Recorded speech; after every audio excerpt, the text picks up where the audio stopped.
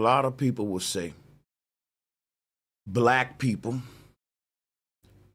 are the real Israelites that the Bible speak of. I want y'all to listen to me very closely because I'm going to start off with the smoke and with the shits, okay? I'm going to start off going in. Right.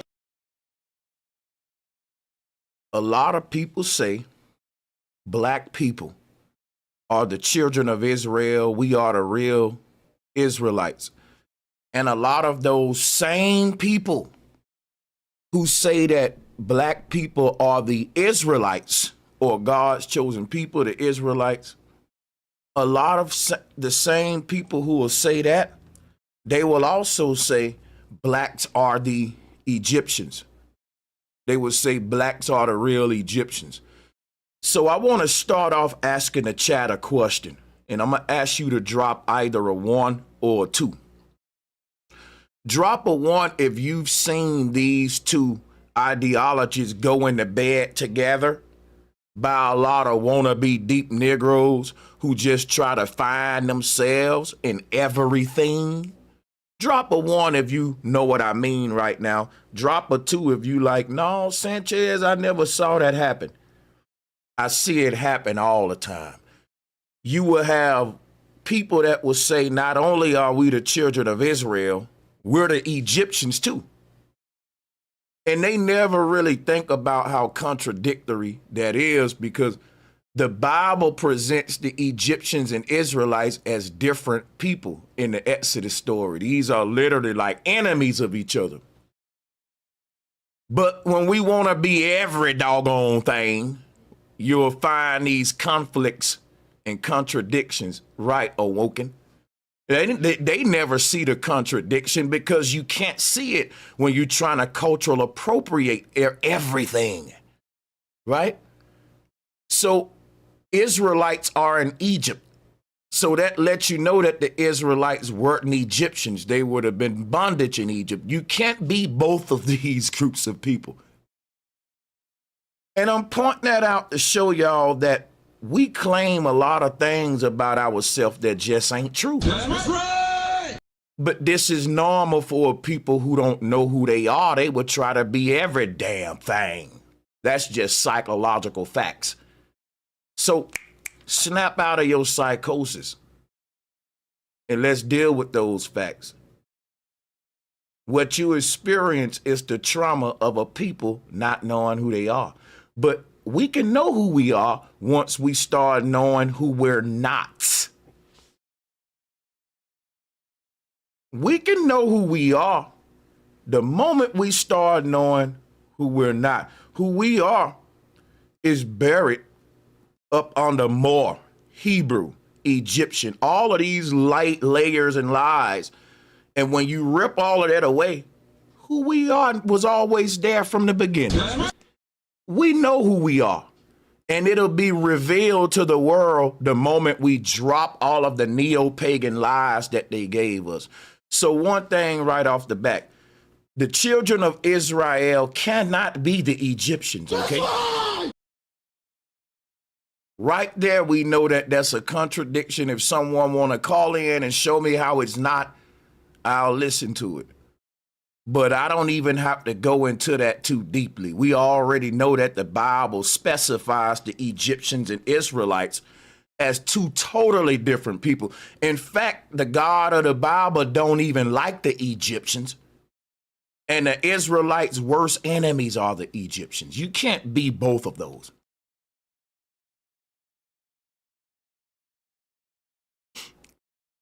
Now,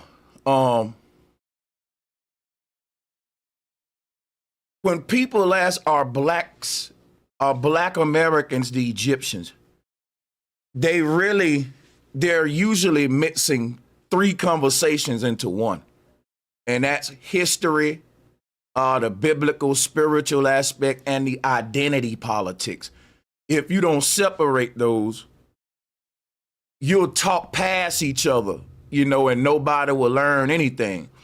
Historically, black Americans are not the Egyptians, especially in a direct, literal, or bloodline way. It was mainly, for lack of better words, not to be funny, in a cosplaying way And let's fill in the blank right now because we don't know who we are. So let's just be these guys just to give ourselves a boost of pride to find greatness, right? But I'm finna go into why the Egyptians weren't black, and we're gonna review some videos from two different brothers making the claim.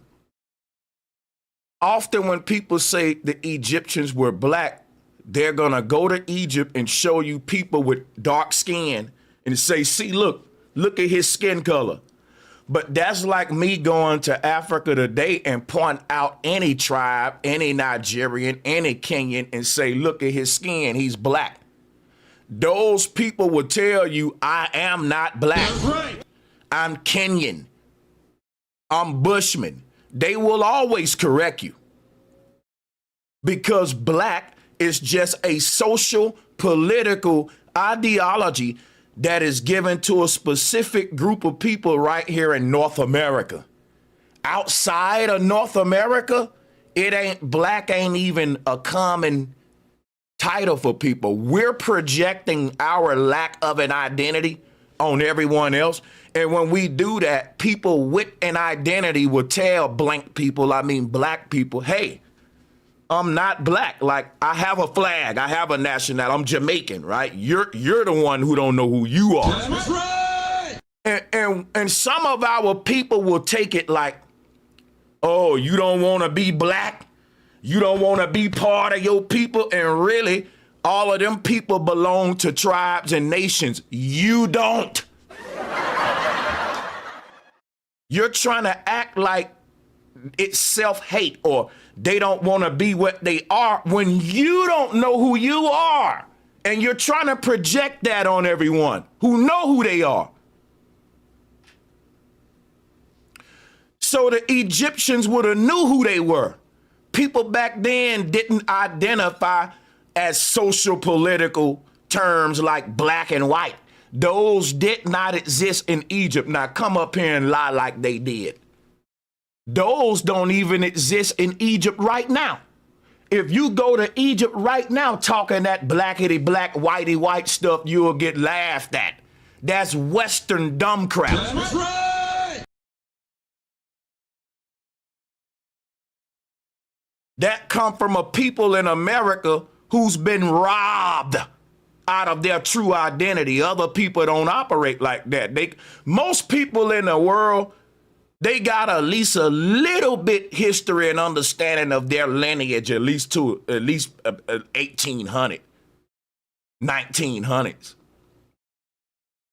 Most of us can't go back past our great-great-grandfather. Most of them can. They can go back past that. What I mean by most of them is these tribes in Africa, these, in my opinion, would be the only people maintaining a good history of their lineage because they never incorporated into the system and they always told who they were orally for so long it ain't even funny. So I'm trying to not place everyone in the same basket as far as saying, well, don't nobody in the world know who they are.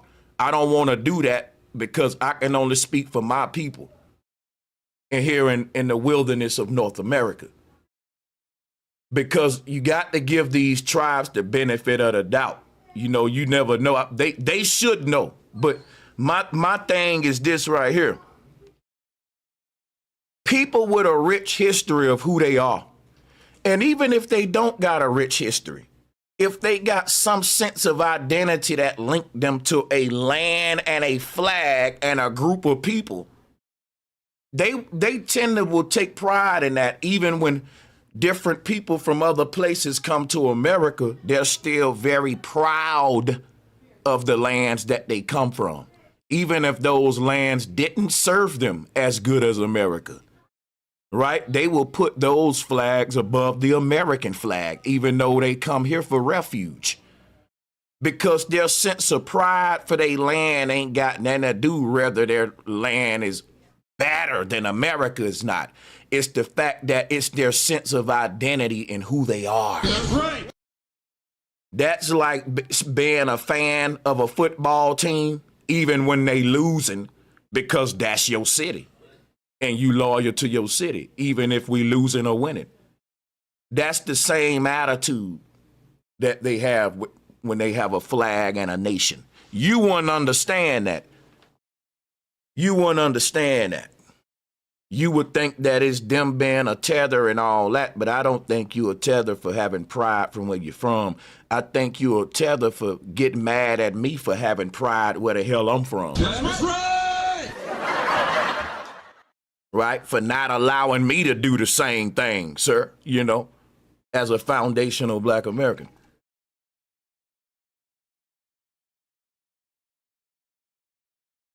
So it's so much we got to go over, like, and I can't stress enough that trying to throw black on Egypt is laughable, because an ancient Egyptian will walk up to you and say what a modern Nigerian would tell you. I'm not black.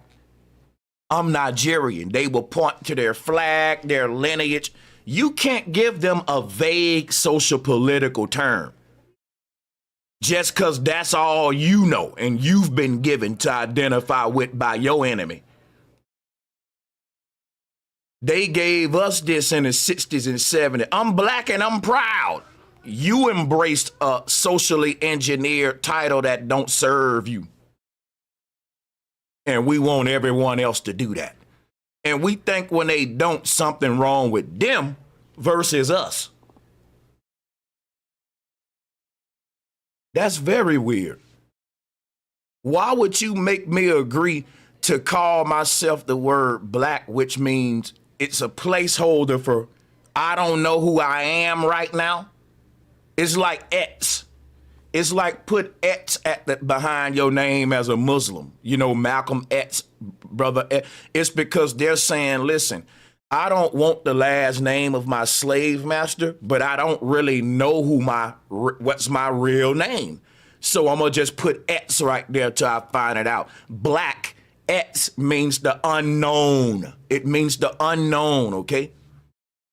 It's a placeholder for people who trying to figure out who they are. But guess what? Who you are is literally hidden behind this placeholder that you calling black. So stripping away all these false identities, who you are be beneath all of that. You can't put black or white on Egypt. And by the way, when you say the Egyptians are black, it's like saying the Americans are black. Well, America is a melting pot. So the Americans come in all different shades, cultures, lineages, and most Americans are not indigenous to the land. It's a very small group of people that are the real Americans that's indigenous to the land, and they're delineating right now, and they're called FBA. So what we see in America was true for Egypt too. Egypt had become this big melting pot where most of the people that was living in Egypt at its height and glory weren't even indigenous to Egypt. That's facts. Which is why when you go into temples and pyramids, you see pharaohs of different colors, different cultures, different lineages. And every group try to hide the presence of the next group just so they can claim Egypt all for themselves. And what I mean by that is that the black Kemetic people, they chocolate coat Egypt. The white people, they go and whitewash Egypt. The Asian folks go over there and make the Egyptians Asian. And what's crazy is everyone is trying to cultural appropriate ancient Egypt because they're trying to identify with an ancient civilization that was the most technological and advanced. And I got news for you. Egypt wasn't even the most technologically advanced during that time. Egypt learned everything it learned from a civilization far more technological and complicated than the ancient Egyptians. The Egyptians was a new, young civilization that was born as part of a greater unified worldwide empire that many people call Grand Tartary. So Egypt wasn't no standalone anything. Egypt represent the first place where world government as we know it today formed, or what we call the birthplace of civilization. But what they're not telling you is it's just the opposite. With the rise of the dynastic age in world government, we left a civilized world and we entered a world of war, disease, and scarcity. That's what we live in today. Before that was the golden age of abundance and sovereignty for all. And Egypt was a part of that golden age. And at the end of the golden age, Greece and Egypt, what happened was they gave birth to secret societies and Freemasons. And what happened after the reset? Because what happened to the Egyptians? The Egyptians were mighty, right? What happened to them? They just vanished all of a sudden. At the same time the Egyptians disappeared, the whole Tartarian Empire disappeared. Egypt was part of a worldwide advanced empire that they deleted from history. And it was just in the near past. It wasn't that long ago. So when they talk about ancient Egypt, we don't got to go back thousands of years. We can go back literally 200 years to the glory of Egypt. And Egypt was part of a worldwide unified empire. Like I said, it's called Grand Tartary today on the maps. But at the same time Tartary fell, Egypt fell, because this was the same empire. But what rose up out of the dust in Egypt and Greece was the new fiat governments that took over. It's because the infiltration, the planned infiltration of the old world was orchestrated from the places that we call in Egypt and Greece today. What happened for the first time in the world after the reset, after the Great War, when the Earth population went down, after there was a great nuclear war on the Earth that they not telling you about, they repopulated the Earth with genetically modified humans. We're part of those GMO humans. You want to talk Yakub today? Every single human walking is an incubator baby or a descendant of incubator babies. Every human that was living in the 1900s was an orphan child, even our ancestors. People, that was a great reset on the Earth. Most of the entire Earth population was wiped out at the end of the 1800s, no matter what color you was, Asian, black, white. The Earth's population was reduced down to millions. And then just in like 50 years, it went back up to billions. Now, guess what you find out? In the early 1900s, there was a big rise of orphan trains. It was just millions of children in the world, all over the world, with no parents. That's because the parents had got wiped out in a direct energy weapon warfare and carpet bombing attacks. They repopulated with children that they was already prepping for this, like seed banks. And they had children of all races. I know this sounds crazy, but I don't really want to go deep into Tartary and all this. We're going to need this to understand what happened to Egypt. You know, the Egyptian didn't call himself an Egyptian. Egypt would have been like a umbrella name like Africa. And within Africa, you would have had a lot of nations or groups or tribes. So to say the Africans were black would be crazy, because the Africans come in so many different cultures and tribes and skin tones, even white. And none of them identify as white or black, because those are social political ideologies that mainly exist in North America. So what I mean is, even the white Africans will tell you, I'm not white, I'm Nigerian. White people. And they can show you how they've been in that land for a very long time. So if you go to Africa and you walk up to a Bushman tribe person and try to tell them they black, they'll say, I'm not black. I'm from the Bushman tribe. So no matter if they black, white, Asian, no one would appropriate the identity you trying to put on them based on your North American programming. And we got the worst identity, man. And we try to put that on everybody else. And we think when they don't accept it that they don't want to be black, you don't want to be part of us. No, it's that, why would I trade my gold nugget for that silver nugget you got? This worth more. It come with a nation, a land, a flag, and a whole group of people with a rich history. Yours start off a slave ship. You got a fake bogus ass history that's linked to cotton fields and a vague word called black. That don't tell the world who you are. It only tell them that's a nigger and a slave and a dummy that hopped off a ship and was bred just to pick cotton and tap dance and crack jokes and chase balls. That's what black tells them. Oh, hip hop, basketball. That's what, and people don't want to identify with that, man. That's shallow when they have such a rich history. You think your history is rich, but it's really a joke, man. Hopping off a slave ship, picking cotton and building a damn nation for another man. That ain't your real history. That is not your real history is that we built an advanced technological empire. Our people were part of a greater worldwide empire called Tartary. And we were one of the main influencers in that worldwide federation and union. This is very important to know. This history is way richer than niggas picking cotton.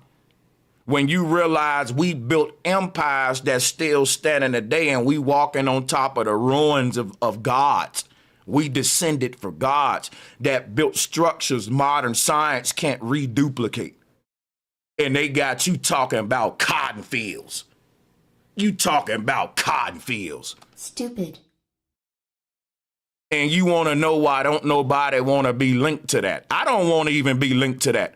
Because it's undermining my real greatness and just giving me a safe history that's safe, that what the oppressor is safe with. That's right.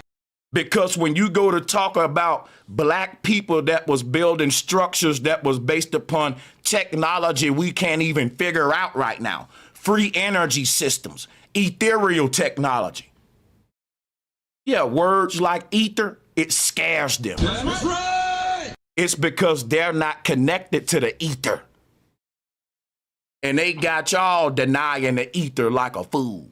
Because you program with their physics and science. And you don't understand what scientific racism is and how it works against you.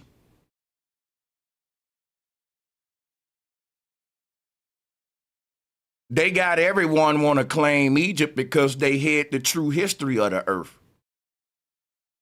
They only showed us the greatness from this one particular location because that's literally the birthplace of Freemasonry and modern day government structure with rich and poor and taxation, or what we call the dynastic way of thinking, the dynasties, the royalty, kings and queens ruling over people.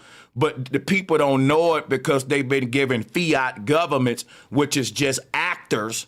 That's not the real power. We're still in a dynastic age where a handful of strong families is ruling the whole world.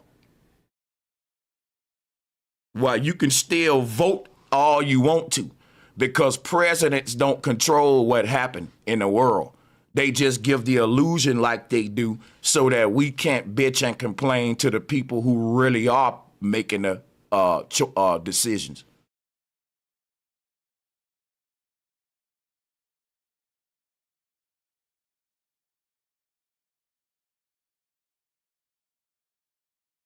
So in the 60s and 70s, black people had a delineation movement that was deleted from history. What the powers that be, they call it the golden age of culture it's so many names. They call it in the 60s and 70s. It's like the renaissance of art was happening in Harlem and up in New York. Prince Hall Freemasons was influencing black people's ideology through arts, poetry, music, and all that. It was happening with jazz, spoken word first, and then that later mutated into hip hop, because hip hop was literally born out of like jazz and spoken word, rhythm and poetry. That's what rap means, rhythm and poetry. So people have been rapping, but not in the sense that we see today with Adidas on and turntables, but people have music playing and they was doing rhyming words and spoken word and poetry over the music. So that's rap, like rhythm and poetry. It's really simple. Rap is just an evolution of that. You know what I'm saying? And basically that was never something that was happening grassroots and organically. That was a social engineer project that was being carried out by black Freemasons who learned from Skull and Bones. They was learning from these Wiccan groups, these European pagan groups. That's why it's called the neo-pagan era. Go look it up. It's not called the age of black people waking up, finding themselves. The social engineers in government saw black people waking up. We was having like a FBA movement in the 60s and 70s. They stopped that. They set us back like 100 years because look, it's 2025 right now and we just now delineating. But won't nobody tell you we was trying to delineate in the damn 60s, man. That's right. If some of these OGs come up, when I open up the lines, they'll be able to back up what the hell I'm saying if they the smart ones.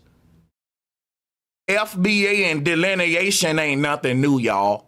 It just was held up for a long time. That's right. Because we tried to delineate in the 60s. And we tried to come up with our organic identity by ourselves. And at the same moment we did that, there go hip hop. Hip hop gave us an identity for the next 100 years, and we still got it now. We still identifying as black, which is really you appropriating a music genre as an identity. But a music genre, right, can't be a culture or an identity. A music genre can be an element that makes up your culture because cultures have music, but music can't be a culture. Does that make sense? Cultures have music, and those cultures can have many music genres, from hip hop to country, and all that can be in one culture. But however, no one music genre can make up a culture. That's unheard of. All right, a mountain can be broken down into rocks, but a rock by itself will never be a mountain or an equate to one. That's you trying to turn a music genre into a culture. But see, when you have social engineers telling you who you are through the music industry, then yes, you will be treating a music form as a culture, but it's really a pseudo identity. I'm gonna say that again. It's really a pseudo identity, a socially engineered profile that is injected into your mind through a dope beat and a good rhythm, right? So it's not really a culture as much as it is a mind fuck. That's right. Because in a culture is a group of people that have developed an identity based upon their ancestors over time. But what we have is a music industry that's telling us who we are. And cultures, they tell the world who they are through their music. But hip hop is a music genre that actually tells a group of people who to be. And we adopt what it tells us. That's a project. That's a psychological operation disguised as a music, which is why people think it's a culture. It's really a cult, okay? And a neo-pagan cult. And at this point, spitting 16 bars over beats is a form of magic and witchcraft. Yes, the Riddler, the gesture, the one that spoke in rhythmic ways. See, this is what the damn Pilgrim did, believe it or not. If you go watch that movie Leprechaun, it's a scary movie, a little leprechaun killing people. He talk and rhyme. The old Celtic people, the Celtic sorcerers, the Celtic magicians, they would write their spells and rhyme. Because sound and frequency and vibration is the keys to understanding the universe. And if you understand how our mind is made to accept consistent patterns. Our mind is made to accept parallels and consistent patterns. So hip hop and rhyming words, it is a form of hypnotization. So hip hop is really HYP, hypnotic hop, dealing with hypnosis. What happens when you're under hypnosis, a person can say, you are now sleepy. What are they doing? They telling you what you are and what you should do. Throw your hands in the air, wave them like you just don't care. And it ain't just that I want you to wave your hands. It's that I'm opening up a portal of trance to make you accept the other stuff I'm about to tell you. Just like when you been hypnotized, they say you are getting sleepy, right? All this, and they telling you what you doing. You ain't telling them. That's what hip hop doing to you. And once they start telling you what to do, that goes into telling you who you are. And now they can say, you are now a dog, and you will walk around on all fours and be barking. Until somebody snap you out of that spell. You'll be, woo, woo. But it ain't that magical like we see in the movies. What it is, you can technically use hip hop to make black people act like dogs. If over time we started making it trendy to say woo, woo, woo, and to crawl on fours, it won't look strange if everyone doing it and it's in the music.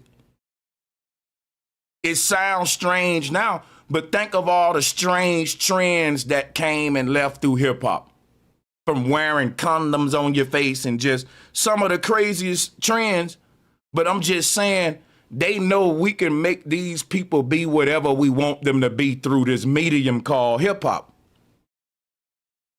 We can make them goons now.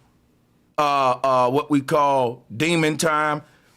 Like we can go from MCs to trappers to drillers, because they can tell each generation who you are through this hypnotic trance we under. Once you deliver a person an identity through music and a theme song, it looks very cool.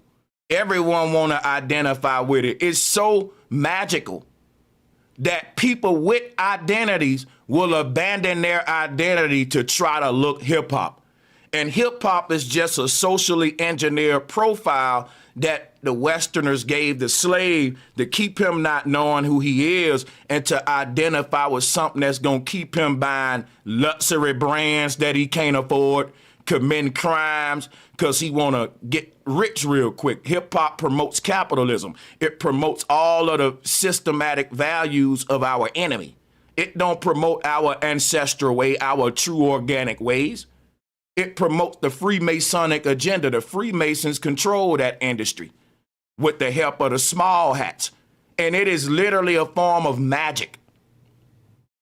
Because in a hypnotic state, you can make a person be anything. I can make you think you a fish if I get you in the right trance. But this ain't like what the scary movies show you. It ain't as simple as you a fish. It takes place over time through you. And it's an evolution through the music of them evolving and transforming it over time. It's subtle magic, right? So they exaggerated in the movies, but it's really like a form of magic, because magic was used to basically hypnotize a person, and you can kind of delete their whole history of who they really are and then suggest a whole new identity in their mind. And if you can do that to millions of people, you're a damn good witch. Like hip hop was literally created by sorcerers, y'all. Cult members. You don't know what Bambaataa and all them cats was into. This was neo-paganism and Wiccan magic. So when you talk about the tri-state area, I mentioned this on the other stream. The people that created the fiat government that we call America, the corporation, they were Freemasons. Freemasons don't start governments, y'all. They tell us that and we think it's normal because we're born in a fucking real experiment. But in a tribe, in a real organic group that know who they are, they govern themselves in sovereignty in their ancestral land. So they not gonna trace their sovereignty back to a group of Freemasons like you do. When you talk about the history of who founded America, because they didn't build it, they just found this shit, and the Pilgrims were squatters. They squatted on an ancient advanced empire that they wiped out and came and reclaimed these big temples and big cathedrals that they didn't build and still don't know how to rebuild with all their technology. So what am I telling you? The people who built this ancient empire, shouldn't say ancient because it ain't that old. They're identifying as hip hoppers and black people.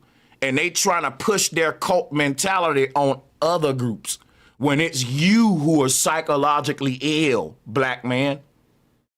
The last thing we need to do is push some black pride. Black, like, people get on me all the time. Sanchez, I don't want to be part of FBA because of the word black. And I can't really be mad at them. I can just give them my reasoning and why I think they should, based upon my logic and reasoning. But I can't be mad at them. I can never really defend the word black and why we should identify with it other than, hey, we already grouped up under this crazy word and name.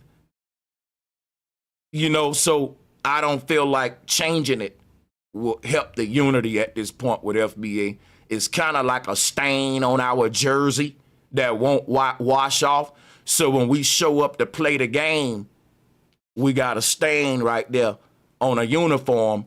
But if we play good, we can still win the game with the stain, in my opinion. That's right. But I do acknowledge, just like y'all, is a stain. It's hiding part of our name right here on the jersey that's telling them who we really are. So we still playing under like a false name, but we playing and we getting team chemistry, which is the good thing. But I'm pointing out the bad thing, which ain't really that bad when you look at it the way that I'm saying, but it is something we gotta deal with eventually. Cause that looks bad to, you know, and it's hiding what we really are right here. You feel what I'm saying? With this big black stain right there. I get it. You know what I'm saying? But we definitely not Egyptians. Because when you say we, you're still saying black people. Ain't nobody black people or white people. That's right. You have to rid yourself of these social political identities. They don't make sense. You don't name people out the crayon colors. It undermines their greatness and who they really are. So what I'm saying is, if we identify as black because that's the current paradigm we're under in America, that's our issue and problem as a team. But us trying to say, well, look, we got black people all over the world. No, you don't. You have brown skinned and dark skinned people all over the world, but they ain't black. Ain't nobody the color of this right here, y'all.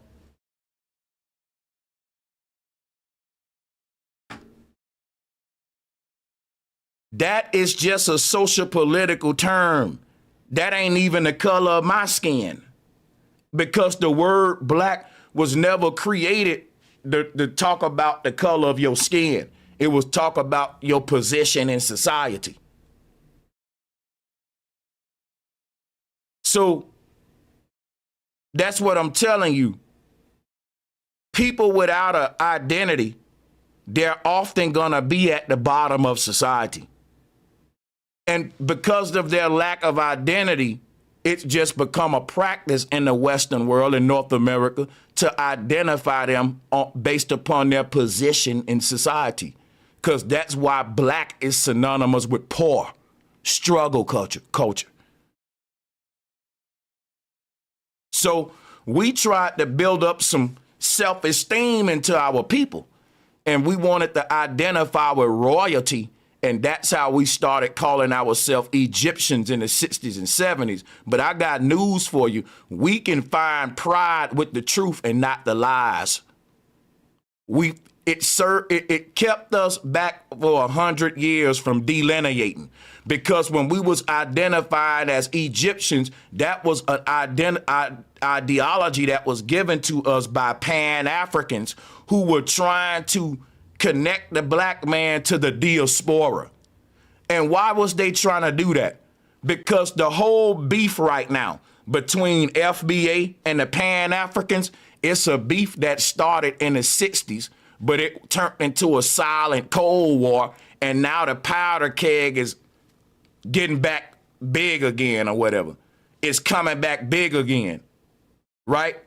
What we don't realize is the war between FBA and the black Pan-Africans. This is an old war that is resurrecting from the 60s and 70s.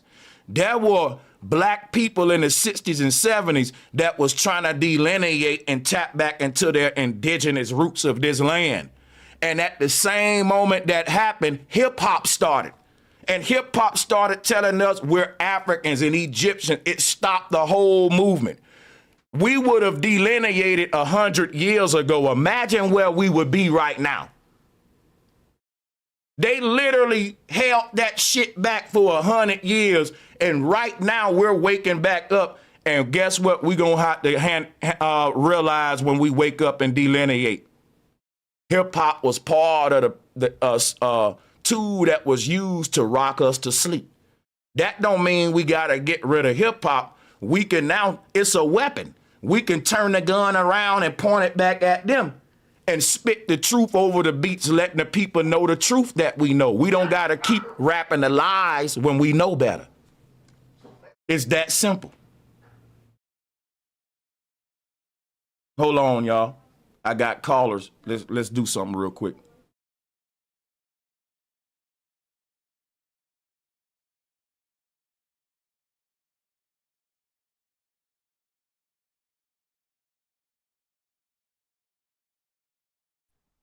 Let me screen the caller, and I'm finna kick some more game for y'all. Hold on, stand by. I want to screen the first call. Stella, how you doing? Hey, yeah. I just got on. I just wanted to sit and listen a little bit more. I'm just getting into the meeting. That's all. Can you let me see you on camera real quick? I'm not gonna show you to everybody else, and you can turn your good. Yeah. And you could turn it back off after you. Figure it out real quick. Yeah, but okay. There we go, Stella. I just want to make sure you want to show. Thanks, brother. If you want to turn your cam off, you can.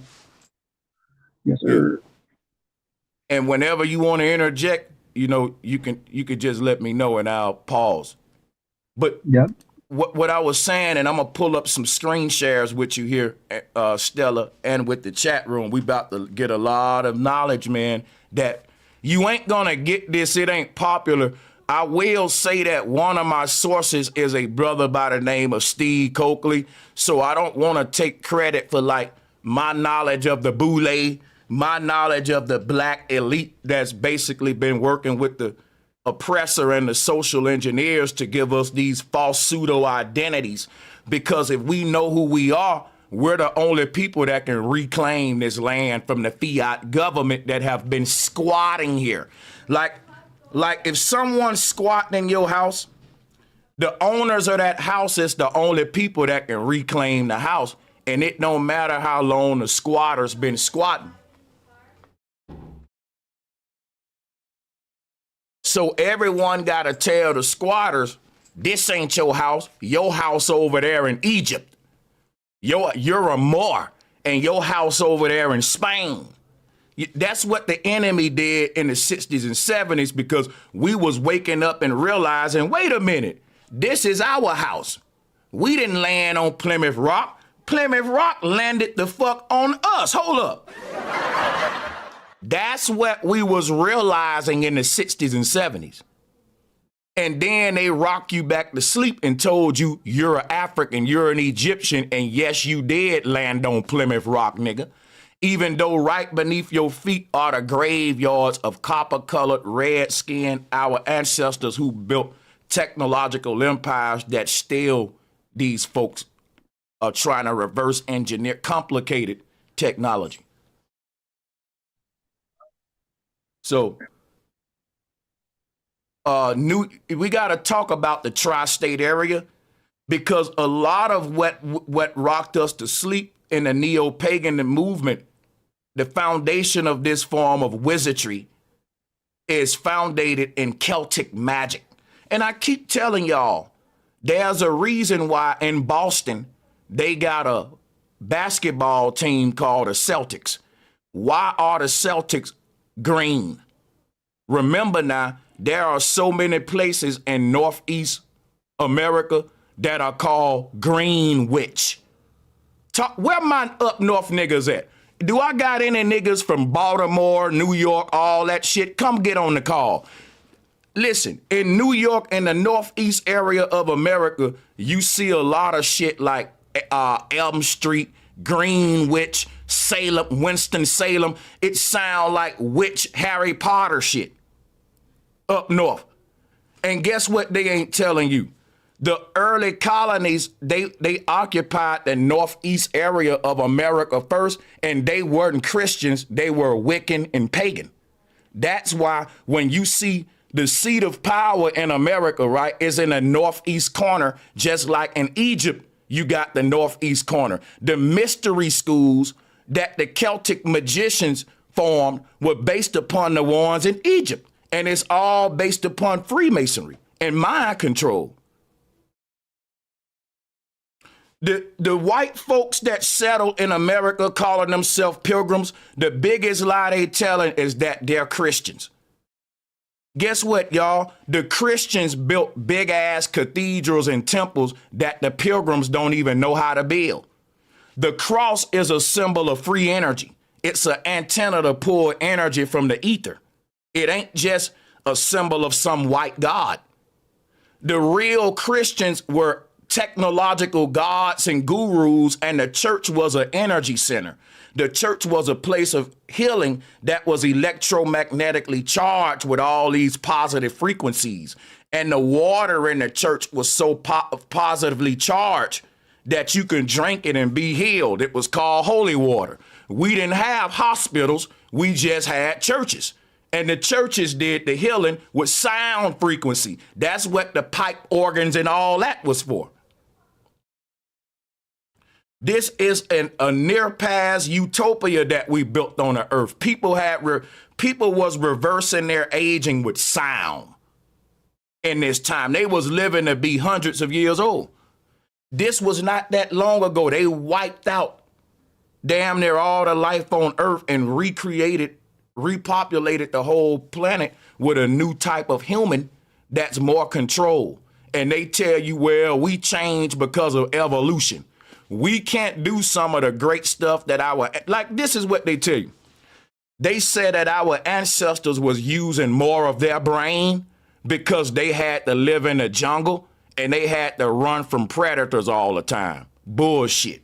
Our ancestors was using more of their brain because they was a different kind of human in a different kind of world before the reset.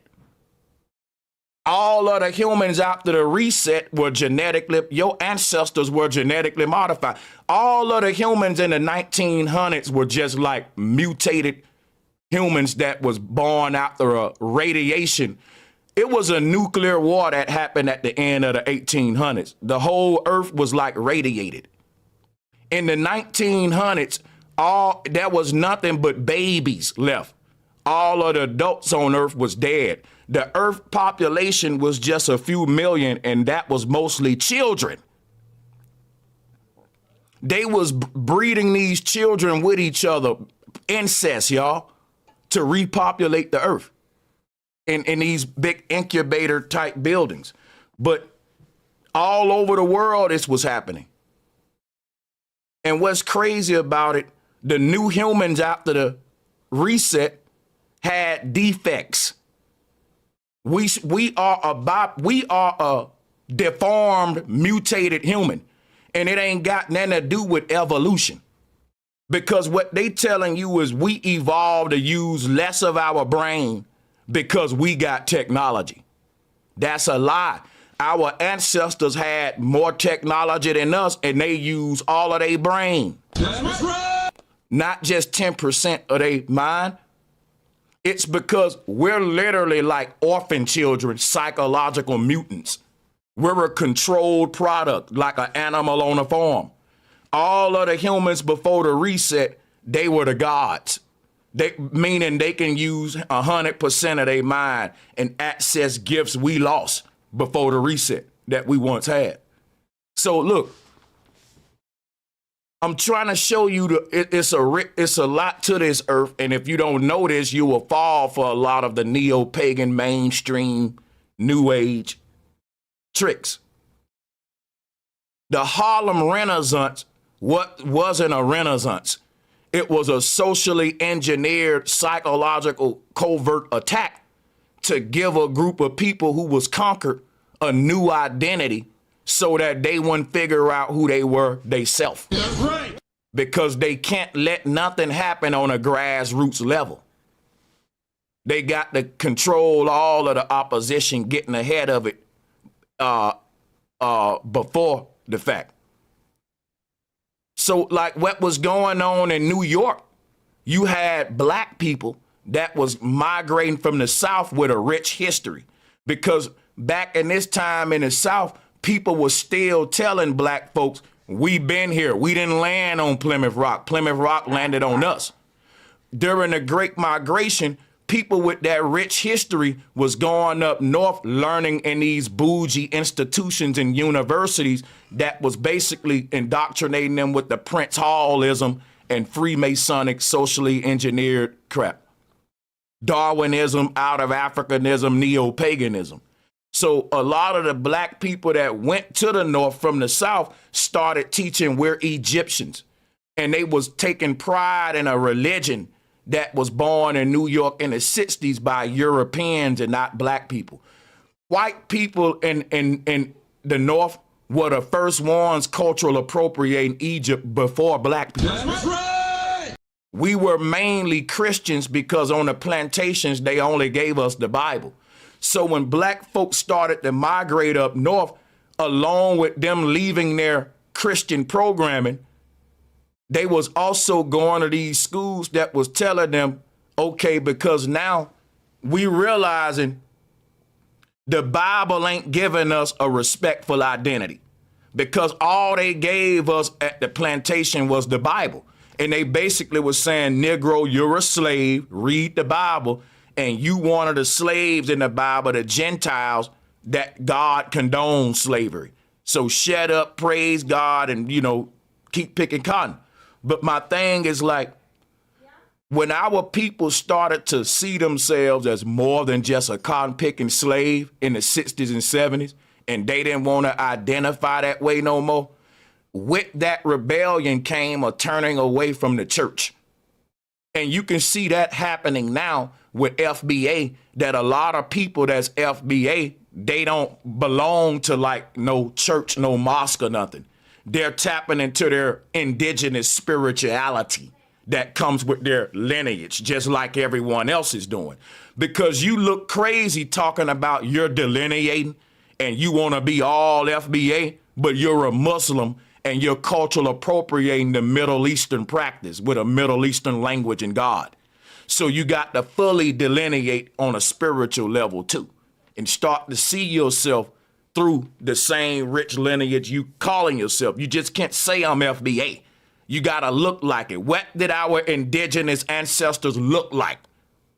All right, they didn't have on top hats and yarmulkes and all that. So you're not balanced, right? You calling your good job. You identifying as an indigenous American. Now you got to take the costume off that's saying you're a Middle Eastern or Northeast African and all that. So it's levels to this thing, and I'll allow people to do it at their own pace. But I'm sure going to show them the levels so they can take off these layers as they choose, when they choose. Why did the Black people's cultural identity movement take place in Northeast America in the 60s and 70s? Because that's where Prince Hall Freemasonry started. And the white people in America that was running this country was never going to let the slaves, the indigenous gods, wake up to the knowledge of who they are. And we would do that naturally, organically. So they can never let that happen naturally and organically. How do you stop it? You give them a pseudo identity called hip hop and black pride. I'm black, y'all. And now when you get them claiming that, that's a placeholder. That's a way for to buy the enemy some time, because those people were gonna figure out the truth. And you basically saying, hey, I know who you are. This is who you are. And we ought to say every time, how come you know who I am the moment I start asking who I am? Think about that. Think about that. When I didn't know who I was and I wasn't asking about who I was, nobody knew who I was. The moment I start asking about who the hell am I, everybody coming to me with a handful of identities. You're Egyptian. You're a Moor. You're a this, you're a that. And we fell for it. We should have saw that trick a mile away. Like, how come all of a sudden everybody know who we is when we trying to find out who we is? But when we wasn't trying to find out who we were, then nobody know who the hell we were. It's a game. Everybody trying to keep us asleep, y'all. That's why the same black Negroes that was telling us we Egyptians and all that up north are the same groups that's coming out the FBA today. That's right. This is an old war, y'all. And I keep telling y'all, we're going to have to go to war spiritually with our own people first before we even get to that white man, because he got a gate guard full of Negroes and boulets and Freemasons and fraternal niggas. And these are the niggas that you're battling against, FBA. And you got these kind of guys infiltrated within FBA. That's right. Don't get it twisted and think that we ain't infiltrated. Look for a lot of guys that's bringing the neo-pagan concepts into this movement. Them the ones we know are agents. Because that undermines delineation. You can't be saying I'm FBA, but I'm Egyptian. You got to pick one, bro. What the hell? And that's going to get to this guy, Marquette Burton. We're going to have to break his shit down, too. Because he's one of those guys out there that's claiming FBA, but he's claiming African, too. And if you're FBA saying you're an Egyptian, you're off code and you're undermining delineation. Because the Pan-Africans and the Africans are going to look at that and they going to eat it the fuck up. That's right. It's going to set us back in this debate against the Pan-Africans. It's going to give, and it makes me think if it's intentional. Because if you're FBA, you ought to know the code and how to be on code. Like this guy, Antonio Talks, saying that we're the Egyptians. You feel me? So we're going to play both of these videos, but we're going to take our time. We ain't going to get to them yet because I still got a lot of stuff for y'all to break down. Because about this neo-pagan movement. So, sorry to interrupt. Go ahead. No problem. about the neo-pagan movement. Um, about you're saying about how these names of places spread around. You're talking about like the East Coast and the North, but I'm in the Northwest, and you can even see we got Salem, Oregon, Yeah, and then Salem. they use that. We got Salem, Oregon in the Northwest, and they use their pagan stuff on Uh-huh. mainstream with it with the Twilight stuff, Right. putting their paganism mainstream. Winston-Salem. Like I said, man, Greenwich is a dead giveaway. And that's why the Boston Celtics got that bright, the Boston Celtics, yeah, they got that bright green. Because the Celtic Druid magicians, they wore the same green St. Patrick wore for Irish. And that's why the Notre Dame, the little Irish dude, the little leprechaun, he's literally a pilgrim. He's literally a little pilgrim from the oatmeal box. Like, these people weren't Christians. They were Wiccans and pagans, barbarians. But they tell you they came over on the Nina Pina, Santa Maria, and those were Christian ships. Those were pagan ships. And these people came over here with Yiddish magic, Yankee magic. That ain't got nothing to do with Christianity, y'all. That's barbaric paganism and Wiccanism. But they try to mix it like, oh no, this is Christian. We're Christians. No, they was trying to cultural appropriate what we were. The real saints were people that was gurus of electromagnetic energy, the keepers of the knowledge of the universe, and they created an Eden-like utopia where they literally behaved like Christ.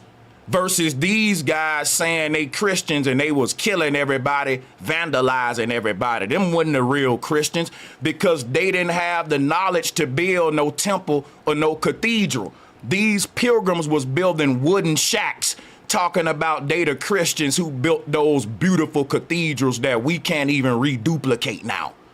You got temples that's so majestic, they come from an old civilization that was wiped out. And that was a very big civilization, and it was just ruling the earth 200 years ago in all of its glory. And our people were a part of that. The pilgrims are the ones that claimed all of this shit for themselves after the reset, after the war. They came from out of their underground bunkers and they reclaimed the earth. They about to do another reset soon. That's why all the rich people buying underground bunkers. They done this before. So watch this. We say, man, these people come from out the caves. They didn't come from the caves. They come from out the bunkers. After a world reset at the beginning of the 1900s, the earth population had dropped to millions. And it just came back up because they got everything on age accelerations. You got to think. How did the world repopulate from millions of people at the end of the 1800s to 10 billion a day? To 10 billion a day. Because what they're not telling us, everything on Earth is being genetically modified through shit in the air and the water with age acceleration. That's why we die quicker. We die quicker than the people that was living on Earth before the reset. They lived over 100 easy. Some people say longer than that. So we are a new generation bred to die quicker, just long enough for you to work there and die. But that's a product. That ain't a natural phenomena. That's social engineered and terraforming. You know, so when they say that when people fell out of Eden, they'd start to die quicker, they lying, bro. Eden, we was just living in Eden 200 years ago. No lie, y'all, the earth was a paradise. Paradise was just lost at the beginning of the 1900s, y'all. Then when we went through the Industrial Revolution, we had a boom in technology and we was thrusted into the future overnight. We went from rotary phones, black and white, to iPhone in one day damn near. And that's because they was reverse engineering the technology that came from out the old world before the reset. That's why it just popped up and they tried to lie like and put the conspiracy out there like, well, maybe they stole it from aliens. And anytime they don't want to tell you about your ancestors, they just say alien. Like aliens built the pyramids. Yeah, but they carved pictures of humans on them. That's stupid. We go for it. So this is what the neo-pagan movement that came up out of the Prince Hall, North Tri-State area, the Northeast area of America, is the Egyptian of America. What do we see in Northeast America? We see the obelisk. We see the obelisks that come from Egypt. We see a lot of architecture in DC and the Northeast that we see in Egypt and Greece. These structures were not built by the pilgrims that founded the government. Those pilgrims dressed like what? Freemasons. Let me show you something real quick. Watch this. It was Freemasons that founded the country, right? But you need to start thinking of the word Freemason as a synonym for the word pilgrim, because they haven't taught us that the pilgrims itself, like the dude on your oatmeal box with the top hat on. Watch this. Collared shirt wearers. Let me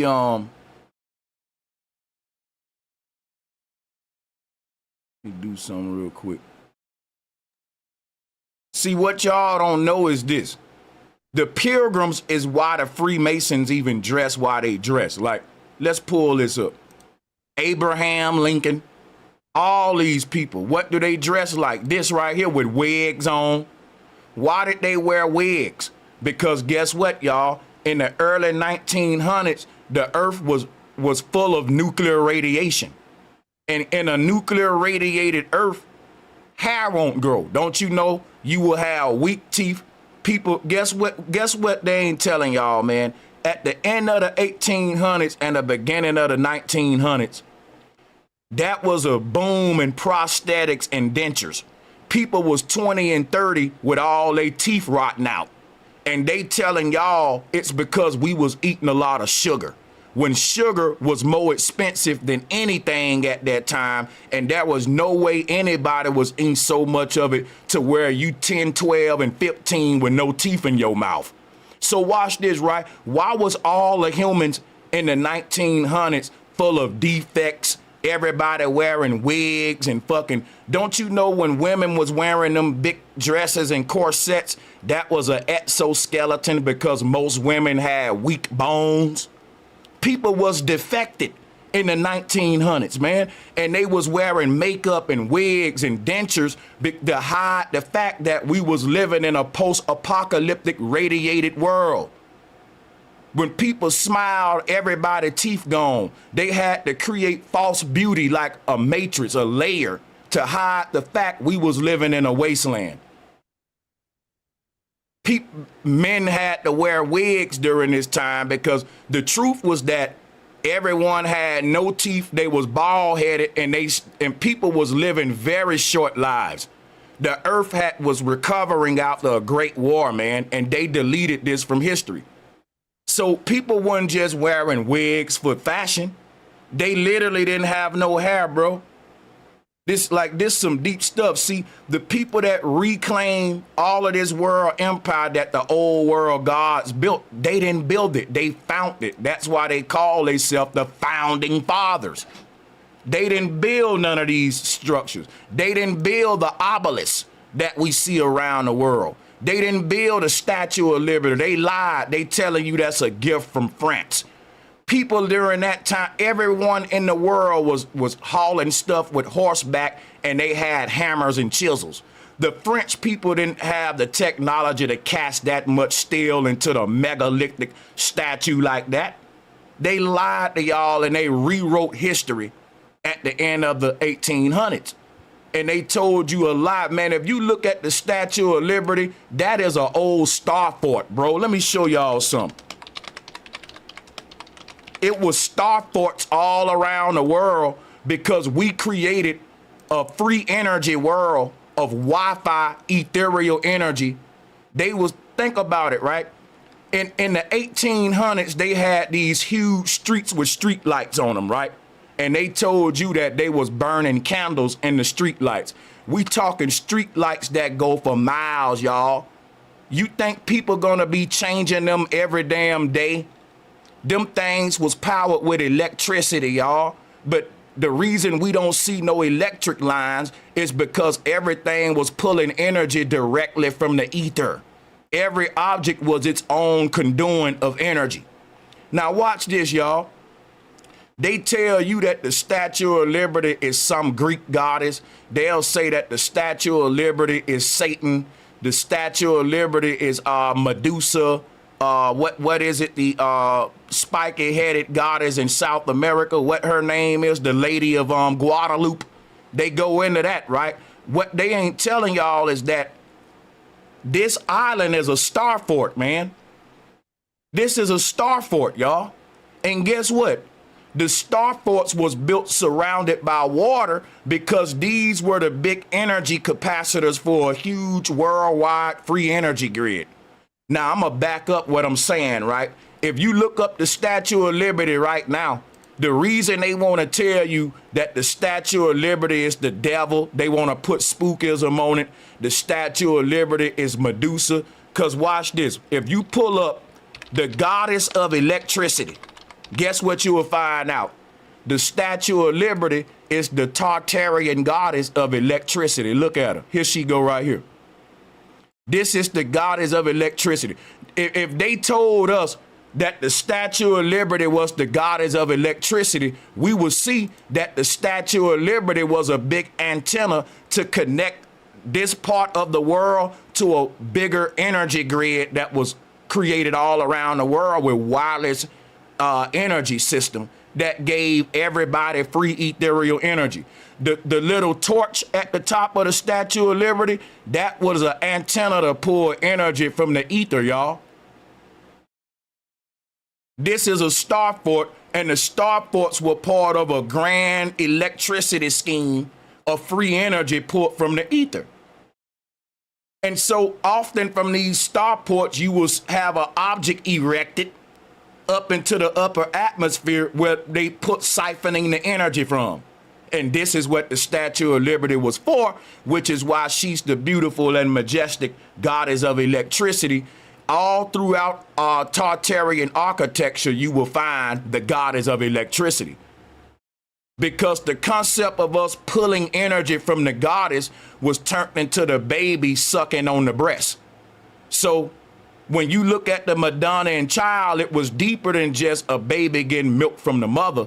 It was us pulling electricity from the great Mother Earth, Gaia, which created sovereignty before the patriarchs took over and hid this knowledge of the great mother and started charging you for energy. So this was an ancient matriarch or utopia based upon Mother Earth science and us literally treating the earth like a giant mother and a big nipple for us to pour milk, which was electricity from.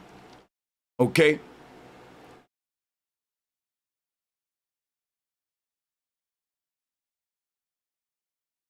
And you will see this goddess all over the world. The Dogon had a great mother. Let me show you her. Dogon, great mother goddess. Her name is Amma. And she was the old world deity that represented free energy.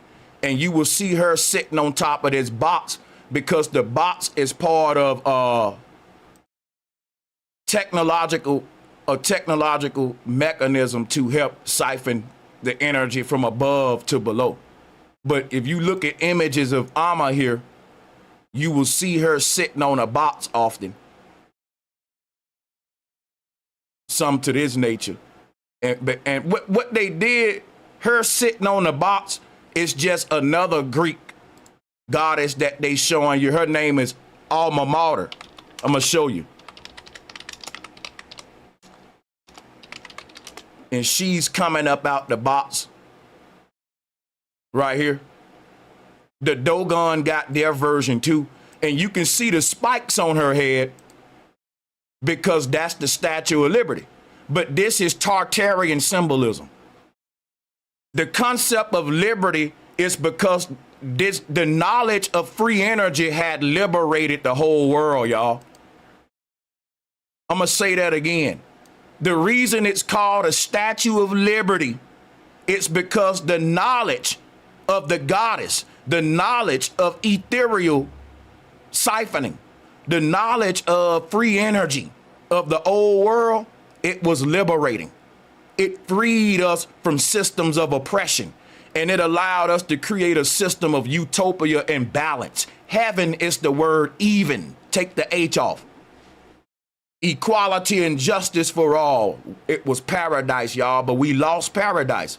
And we didn't lose it that long ago. That's the crazy part. This is a near past that was just deleted at the beginning of the 19th century. Now watch this, right? It's called a Statue of Liberty because liberation is what the world achieved with this ethereal knowledge in the old world. Every man lived on the highest level of quality in life. There was no rich and poor. Everybody lived like a god because the world was a heaven. And I don't care who you are. Ain't no fucking hierarchy in heaven. Everybody walking around equally enjoying all of the benefits of heaven. That means everyone equal, right? And we don't live in that no more. It ain't even no more. The word liberty is also related to the word Libra. Libra is the scale balancer, keeping everything balanced. So it's so crazy because in order for you to harness electricity, you got to practice balance with negative and positive. So the code of the technology became a spiritual system. What am I telling you? The knowledge that allowed us to empower ourselves literally was the same knowledge that we used to create a spiritual system of balance with.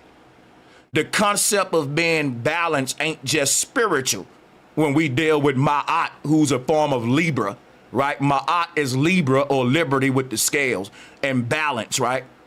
It ain't just the concept of spirituality, it's electricity because Ma'at is the goddess of electricity and the goddess of the dome or the ether, right? And when you see Ma'at with her arms out, here she go right here. Her name is Alma Mater. And instead of having scales, she can have other items in her hand too. Just like the Minoan serpent goddess in the same position, but she's holding two snakes. But this is all different cultures sharing one deity all around the world. This is from Tartaria.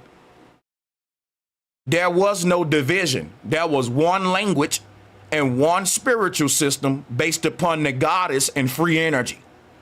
You hear what I'm telling you, people?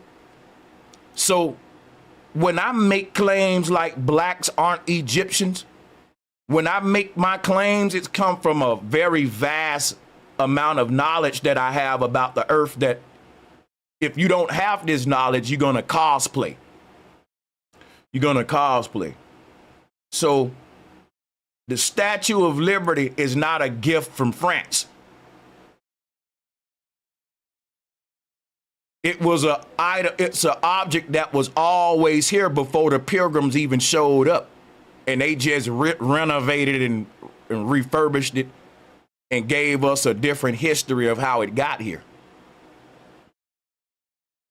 But the Statue of Liberty is indigenous to America. It's been here our ancestors built this. This is a star fort again. So Lady Liberty would have been a technological antenna that would have been given energy.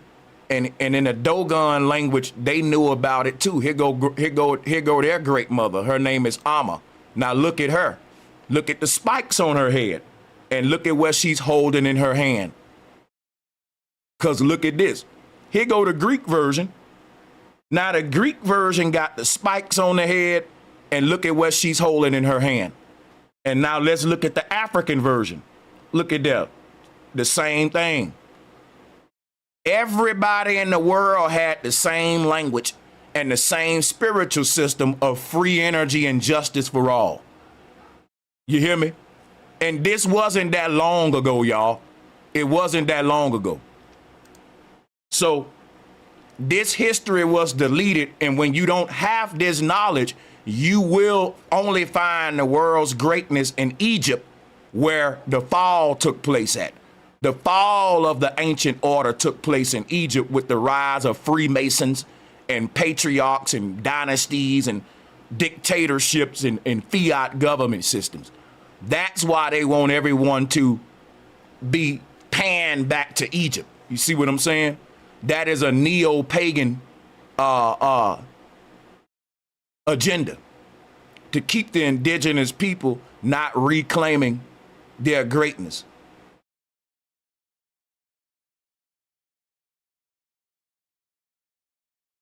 So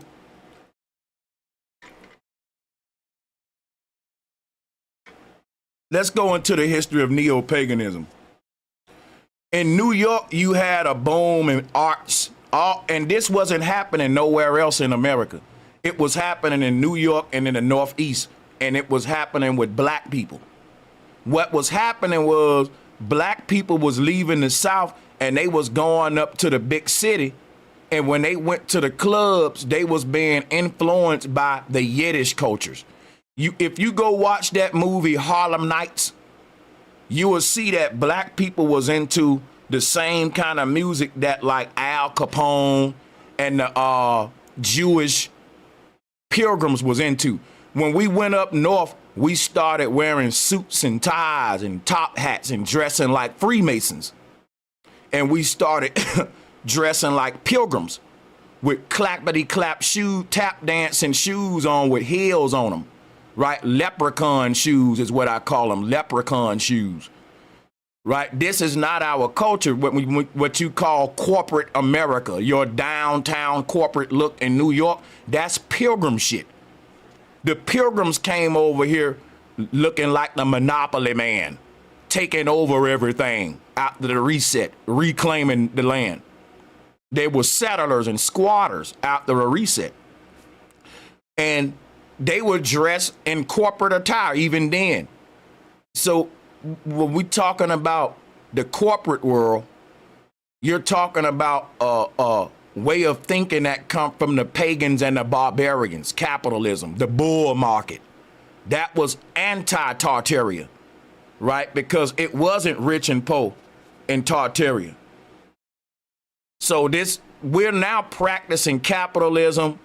The symbol of capitalism is Uncle Sam, who is the Monopoly man or the Baphomet or the god of chaos in the Hunger Game societies. We are like fucking a barbaric civilization, y'all. Fighting each other for food and money every day on a Monopoly board. And we're the same people that come from abundance. We come from an old world empire where nobody wanted, everybody lived on a level of luxury, man. And now we fighting each other for pennies, for jobs. They got us mad at immigrants for measly jobs. How the mighty have fallen. Oh, how the mighty have fallen. So what was happening in the Northeast, they try to rewrite history like there was a renaissance in Harlem. No, there was a refashioning of how black people was identifying ourselves. And we started to identify ourselves as tap dancers, entertainers, boxers, fighters, competitors against each other. We fully incorporated into the Pilgrims' pagan, barbaric, capitalistic system. And we was influenced by Black Prince Hall, Freemasons, and the Boule, who had already incorporated, and their job was to go and incorporate their people. To each his own. Every group had to plug their own people into it because that the foreigner can't connect with the people of this land. You got to have they chiefs and gods come sell them out at the top. And every group got a buffer class of their own people at the top of their group that you're going to have to defeat before you can even get to the real controllers. They have hired a rich group of elite people in every group to be the gate guards of that group. and to lead them astray whenever they start trying to wake up to who they are and all that. That's why when you look at the richest black people in every career field, they teaching the neo-pagan shit. They pushing black as an identity. They're pushing Egyptian shit, African shit, but so that we can never wake up to the fact that we're walking on the burial grounds of our ancient empire right here. We didn't land on Plymouth Rock. Plymouth Rock landed on us. So you got a lot of rich ass black people calling themselves scholars, professors, and priests, telling you you're dumb if you think that black people are indigenous to America. And you think that we know something that they don't know, y'all? You think we're so smart and they that dumb that they just falling for evolution and Darwinism? No, it's that these people they've gained a level of success based upon them teaching a lie. And a lot of y'all are thinking, oh, they sat down with the white man and sold they soul. It ain't even gotta be that deep, dog. It's as simple as you can be raised by a mama and daddy that didn't know no better. And they taught you some bullshit and you started repeating it, regurgitating it to your people, and you became famous and popular as a minister. And now when the truth come out that you're teaching wrong, you're gonna protect your ministry. You're gonna protect your tax bracket. And you ain't got to sit at no table with no white man and sign nothing. The contract is embedded into capitalism, and the fact that when a person start doing something and the white man giving them money for it, the white man don't even gotta tell them the reason we favoring your shit and the reason your shit's so successful over everyone else is because you don't know what the hell you talking about and you leading your people astray. The white man will say, you know what? This nigga is the smartest one in the whole group. And he will be the one saying the dumbest shit, like we come from monkeys. We mutated from a single cell organ. And they will say, hey, yeah, that Negro right there, give him an award and a scholarship. Make him the man over all the other niggas. And the niggas that's really got the knowledge and the truth, he's taught to ridicule them and to call them ignorant and they're lacking education. And what he's really saying is the white man don't agree with what you saying. The white man agree with what I'm saying. But instead of them saying that, they say science don't agree with what you saying. Science agree with what I'm saying. And the word science is just a racist pseudo authority given to social engineers to undermine any kind of truth or pushback at the paradigm that they're indoctrinating your people with. And that's gonna be perpetuated by the uppity Negroes in your group that have been put there. And a lot of these niggas just think they're smarter than everybody. They really do. When a nigga go to Yale or Harvard and Princeton, you can't really teach him nothing after that, because these are not institutions to really make a man smarter. It's there to fill him up with neo-paganism and ego and to make him a gate guard. Because they teaching you a bunch of lies about yourself at these prestigious institutions. And you go perpetuate the lies under the guise of there's no way Big Mama know more than me because she's not educated. And when we say she's not educated, we're saying, well, the white man didn't tell her that. I know what the white man said because I went to his church. My bad. I went to his school, which is more like a temple of indoctrination, where he's telling you what is and what isn't. And you raise your hand and he see that you memorize the answer.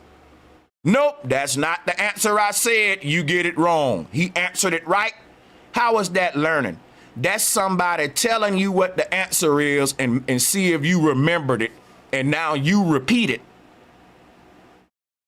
And he say, well, who discovered America? Well, black people was already here. That's wrong. Christopher Columbus discovered America. We wouldn't have known about it if it wasn't for Columbus. Now, we know that that's a lie, but that's the correct answer, though, in school. You would be wrong in history class if you say anything other than that. because it's an agreed upon system of indoctrination and the hiding of real history and truth, y'all. That's right. And it's reinforced by your own gate guards at the top of your group. And every group got these gate guards at the top of their group to turn them around the moment they knock on truth's door and to say, ain't nothing in there, you're a monkey that evolved from a fish. Now take your ignorant, stupid self back to work. Right? And these guys rich as hell just to teach us we're monkeys. These guys be multimillionaires and they just get paid to tell us about Australopithecus and all that. And you can't prove none of that. And they're really overpaid just to shut their mouth and be gate guards. And they got these people all in every industry, in the car field, the plane aviation industry, because what they're going to tell you, and the historians of aviation going to say, the Wright brothers marks the beginning of aviational history. They got gate guards everywhere, because what'll happen is you will have some guy that'll say the Wright brothers never invented air flight. That was an advanced civilization before the Wright brothers that had a whole aviational industry based upon airships, and those are very more advanced and more technological, and they make more sense than airplanes. Seriously. And if you talk like that, they gonna laugh you up out the museum because you're telling the truth. And they gonna let the gray poupon ass liar reinforce the lie and put him on a pedestal. And that's how they gate guard in this world, y'all.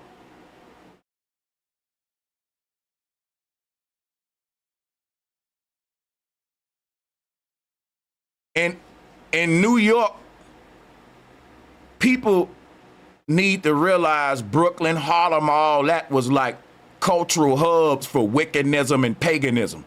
Black people to this day don't understand how Kemetism ties into Druid magic. They don't understand how it connects with the neo-pagan movement of the 60s and 70s. They'll say, boy, the Kemetic people ain't got nothing to do with wiccanism, Sanchez, you tripping. And it's because our people don't really know a lot. They regurgitating the lies of the gate guards. And they're helping them reinforce it. And they think that they're telling you something from the educated ones, the experts. And they'll ask you, where's your sources? And you can't say Big Mama. That's right.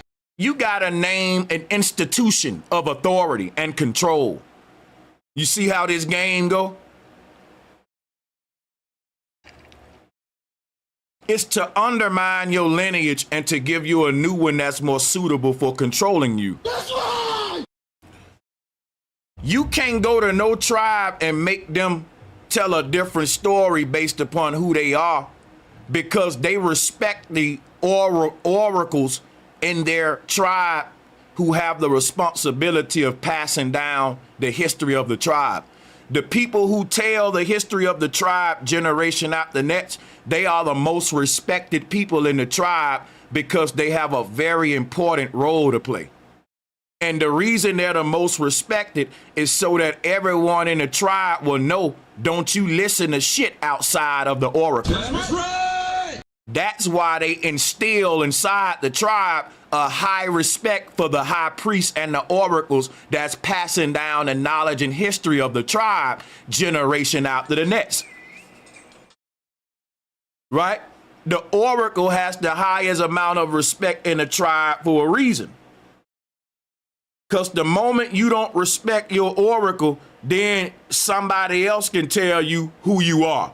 Somebody else can give you your history. And that's what happened to our people. In order for the enemy to rewrite our history, he had to break the respect line that we had for our elders, OGs, and older elders. And we can see today that that line of respect is still broken with our youth and the OGs. That's right. It makes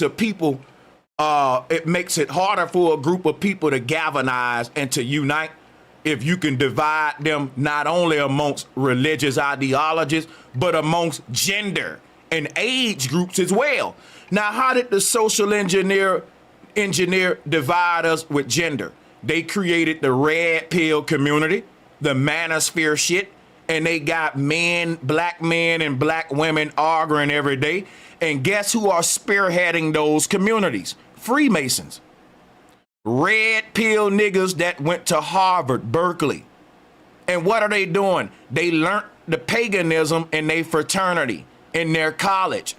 In their colleges, you had debates between the sororities, the frats. The colleges put the students against each other all the time. The college is just a miniature project of what the greater America is, with all the controlled division that suits those in power. And you can see that even in a prison too, with everyone practicing separation based upon it being beneficial to the controllers. Now watch this. They divided us in every way. And who see these narratives into the community? The people with degrees and credentials. That's who are given a microphone. Everybody want the man with the degree to talk. But what did he really learn at his college? He was indoctrinated into a cult. A cult of control, of division, divide and conquer. So people leave these colleges and they go out into the world and they don't do nothing but seed more evil and division. They get into politics and they help them divide us on a political level. They get into the dating community. And you have a lot of educated brothers with the dating advice. And these are the ones sent out in society to perpetuate this veil that's over humanity. Right? And so all of these narratives come from people that's been initiated some kind of way, whether it's man versus woman. When we use words like the boomers and the what do we say, the boomers, the Gen Xers, these are modern social engineer terms to divide us up, y'all. An age bracket now, more division. And what happened is you will have debates now popping up like, who screwed everything up? Was it the boomers or the Gen Xers? And this will be the same concept that they use in the dating communities, where they will say, who messed everything up? Was it the man or the woman? And once we go to point fingers at each other, we don't see that the people at the top messed everything up. We go to victim blaming each other. When all of us being genetically modified, poisoned, experimented on with psychological operations, lied to about who we are, where we are, what we are. Meanwhile, while we get exterminated slowly, we blaming each other for all the chaos. It's just so sad what the people doing and how they able to. It's really satanic, man. It's really satanic, man. And it's by design. You got to get them blaming each other, and they will never blame or even see the real enemy because they can't see beyond their hate for each other. They're artificially created hate. We ain't talking about organic hate between the man and the woman. We're talking about social media, internet, a digitally controlled, socially engineered hate that we see becoming a trendy narrative on social media. It's not organic. It doesn't represent what's really happening outside, because people loving on each other outside. It represents a small group of people in America that are trying to make it like they are the majority, just like with the love and hip hop. They will show you these ratchet women. They will show these young boys sipping syrup all day, and they will say, yeah, that's black people, man. Honestly, if you go to any hood in America it's only a few people in that hood that are standing out all day gangbanging and doing pills and syrup all fucking day. Everybody else going to work, man. Somebody got to pay the bills. But they will make it like all of us like that when the average black person is going to church every Sunday and they going to work throughout the week just raising a family. But if you look at the picture they paint about us on TV, it's a bunch of folks with gold teeth talking loud. But when you go through the hood, that's a very small group of people. That's a very small group of people. Now, it's easy to paint that out like that's the majority, but it's not. It's not. Everybody ain't like Young Thug, man. Right? Atlanta was my second home from Birmingham. This shit you see on TV with these Atlanta rappers, for the most part, they all represent the culture of Atlanta, right? That's how people talk. That's how people dress. For the most part, we country these, but what I'm telling you is this. Them talking country is just a result of dialect from where we live. But that don't mean every damn person in Atlanta is like Lil Baby. That's why people in Atlanta gravitate to these niggas so much. Because everyone ain't like Gunna. Everyone's not like Young Thug. These people have unique swaggers and characters that makes them who they are. But they will make y'all think if you ain't from the South, if you from another country, you would think, oh, that's how people in Atlanta is. No, everybody talk like that, but that swagger, the sense of fashion that Gunna got, that comes from these rappers tell the rest of the people what to wear. But see, the world don't know that. The world think black people got swagger. No, black people just regular motherfuckers living everybody can't afford the shit that these rappers got, but people don't even think about that. The rappers are influencing the people in Atlanta. That's what the rest of the world don't know. Like, you got people in Atlanta, they're listening to Gunna, and Gunna is telling them what clothes are hot right now. So we're learning from the rappers who are the extension of the Boule, the Freemasons, and all them, telling us who we are. They're setting the trends in the city. It ain't like they're reflecting what the city is about, because most of these black cities are Christian cities with hella churches in them, and most of all these celebrities grew up in the goddamn church. That's right. Even one of my favorite producers named Zaytoven, he helped shape Atlanta sound, and he tell you he get it from the church. That's right. So what the hell is hip hop?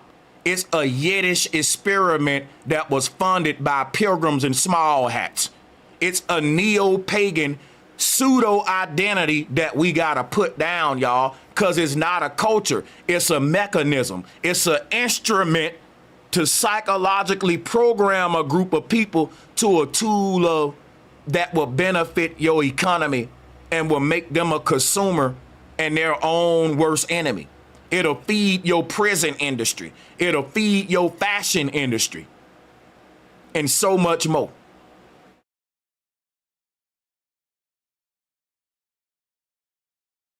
Like, hip hop is just an instrument, a tool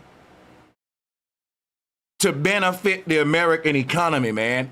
If it wasn't, then the small hats would have never invested in it, because they don't create shit and fund shit that they don't get nothing out of or have an agenda behind.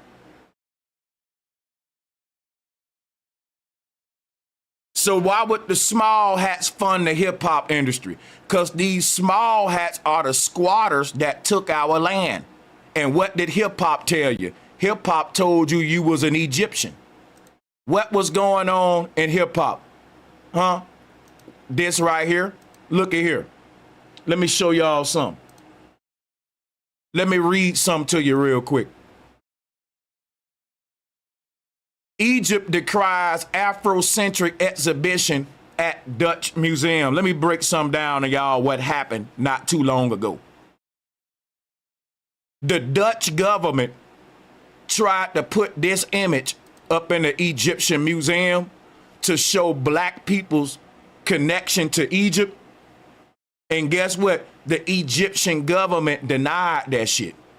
The Egyptians said, y'all are trying to rewrite and lie about history. Look at this right here. That's Beyonce. And they had another one with like Queen Latifah and Erykah Badu dressed like Egyptians. Now, mind you, this is not black people trying to get our shit in the Egyptian museum. This is the Dutch government. You know, the people that had our people enslaved. Y'all ain't hearing me. The Dutch were the main benefactors of slavery. And they know we didn't come from Africa. Do you hear what I'm saying? The Dutch government tried to cultural appropriate black people in the Egyptian museum, and the Egyptian government turned them white folks around. You will have a black person arguing against the Egyptian government, standing next to his slave master saying we are Egyptians, when your slave master know you didn't land on Plymouth Rock. Plymouth Rock landed on you, and you're walking on the soil of your ancient empire that he took from you. Why do you think the Dutch government trying to make the argument that black people are Egyptians? Because that entire nation was built on our backs. And they know that the people that they enslaved, because yeah, the Dutch had a whole slave company, they participated. And the Dutch people, I would argue that the Dutch were in the top 5 groups that actually benefited for the horrors that our ancestors went through. And to see the Dutch government today trying to force the Egyptian identity on black people, it ought to be a red flag to our people. Our people ought to stop and say, how come our biggest oppressor is trying to let the world know we Egyptians? If being an Egyptian is such a good thing, if being an Egyptian is so good for black people, why would your slave master be trying to make that argument for you too? Because he would be now doing you a good favor. And we know the slave master don't want no good for us now. Come on. Right. Why the hell would the Dutch government be trying to make the argument that blacks are the Egyptians when they don't really want to tell the world who the hell they are? It can be argued who the hell that the Dutch government, who they lineage traced the fuck back to. You out here trying to tell the world I'm an Egyptian when we don't really know who the hell you are, my nigga. But you so passionate about telling the world who I am. That don't make sense. That's a red flag, man. See, it benefits the Dutch government for black people to be Egyptians because they built their whole dynasty off of the horrors that took place on Plymouth Rock. We ain't no Egyptians. We're indigenous Americans. We always been here, and we had an advanced kingdom on this land that made Egypt look like child's play. So why would they want to give us Egypt while they keep America? Think about that. You talking about trading places. It's sad, man. That the people that's telling you you're a damn Egyptian, they don't want to be Egyptians. Guess what they want to be? Americans. Not only do they want to be Americans, they want to be in positions of power in this land while they got you looking for power way in Egypt. Misdirecting you while they claim the shit you walking on right from under your feet, knowing that it's yours.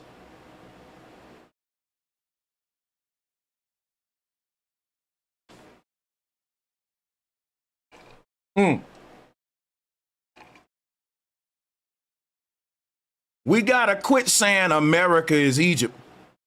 Egypt is America. That's right. That's Y'all, right. y'all backwards.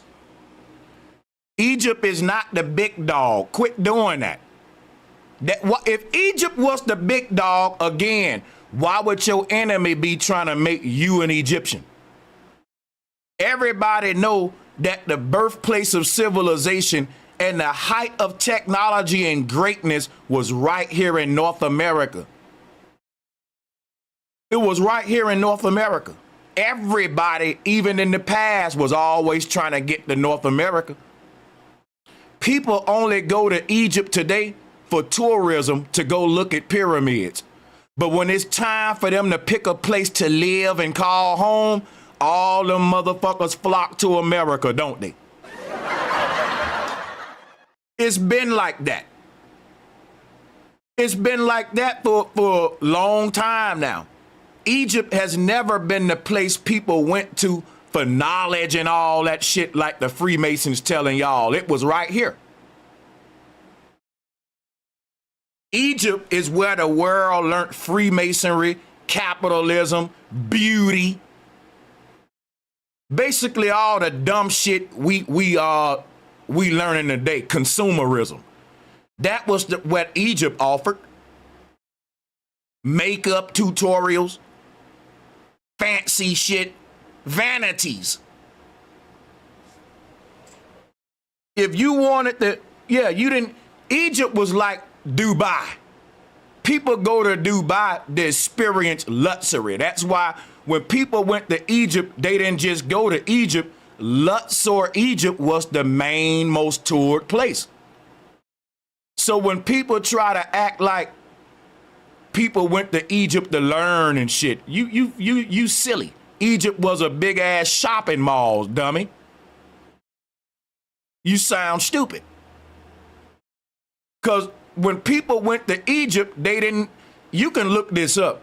The number one attraction to Egypt in its heyday was Luxor, y'all. Luxor. That's telling you right there why people went to Egypt. That's like saying, hey, y'all, black people are going to Dubai so that they can go to school and learn. Stupid. Black people going to that sandbox to experience luxury. Egypt was a Dubai. It was a luxurious sandbox. We had technology, right? So we was able to inhabit the desert.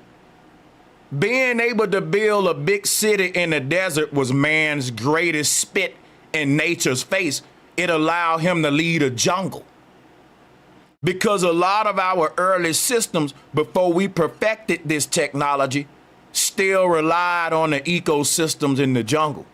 The more man perfected his technology, he was able to build cities in places that he just couldn't. We can't have these desert empires without technology, y'all. The more technology we got, the more we can get the hell out the jungle, basically. And Egypt represent like an advanced Dubai type civilization. They didn't use the technology to help nobody. They used the technology as a way to spit in nature's face to say, aha, I can build a heaven out here in the desert and I don't need the law of the jungle. I can create my own law, and that'll be capitalism, buying and selling, which is the foundation of what make a luxurious experience luxurious. Luxury is a psychological operation. It don't really exist. You can't have the concept of luxury in the old world because what you're calling wealthy and luxurious was just the normal way of living for everybody. When they thrusted us back years after the reset and destroyed those old world systems, only a few people at the top maintain the lifestyles of the old world gods, and they call themselves the wealthy class. But really, they're just living like old gods. We have not invented a new standard of luxury. The more money you get, the more you live like old people in castles and palaces with a lot of gold on. That was normal in the old world. And it wasn't the garb for kings and queens. Everybody looked this way. Everybody, there was no such thing as wealthy or he's rich. It was just normal in the golden age. It was the normal, everyone lived in this luxurious world and wore the best garbs and the best everything. That was just given to everybody. It wasn't no statuses and classes. That was happened in Egypt, where they started denying certain people knowledge and certain lifestyles based upon secret societies and fashioning class systems through division and capitalism, pitting us against each other. So what we got to realize is that ain't no such thing as luxury, because in the golden age, what you calling luxury was just normal living.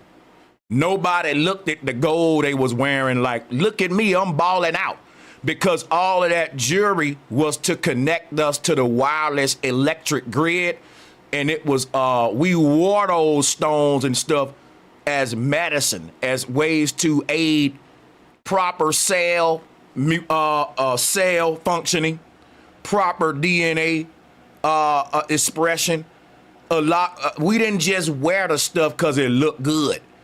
And that's what the Egyptians represent. They represent a new world where the people in power were the only ones wearing the gold and all that, because they were still connected to the old technology while denying it to everyone else.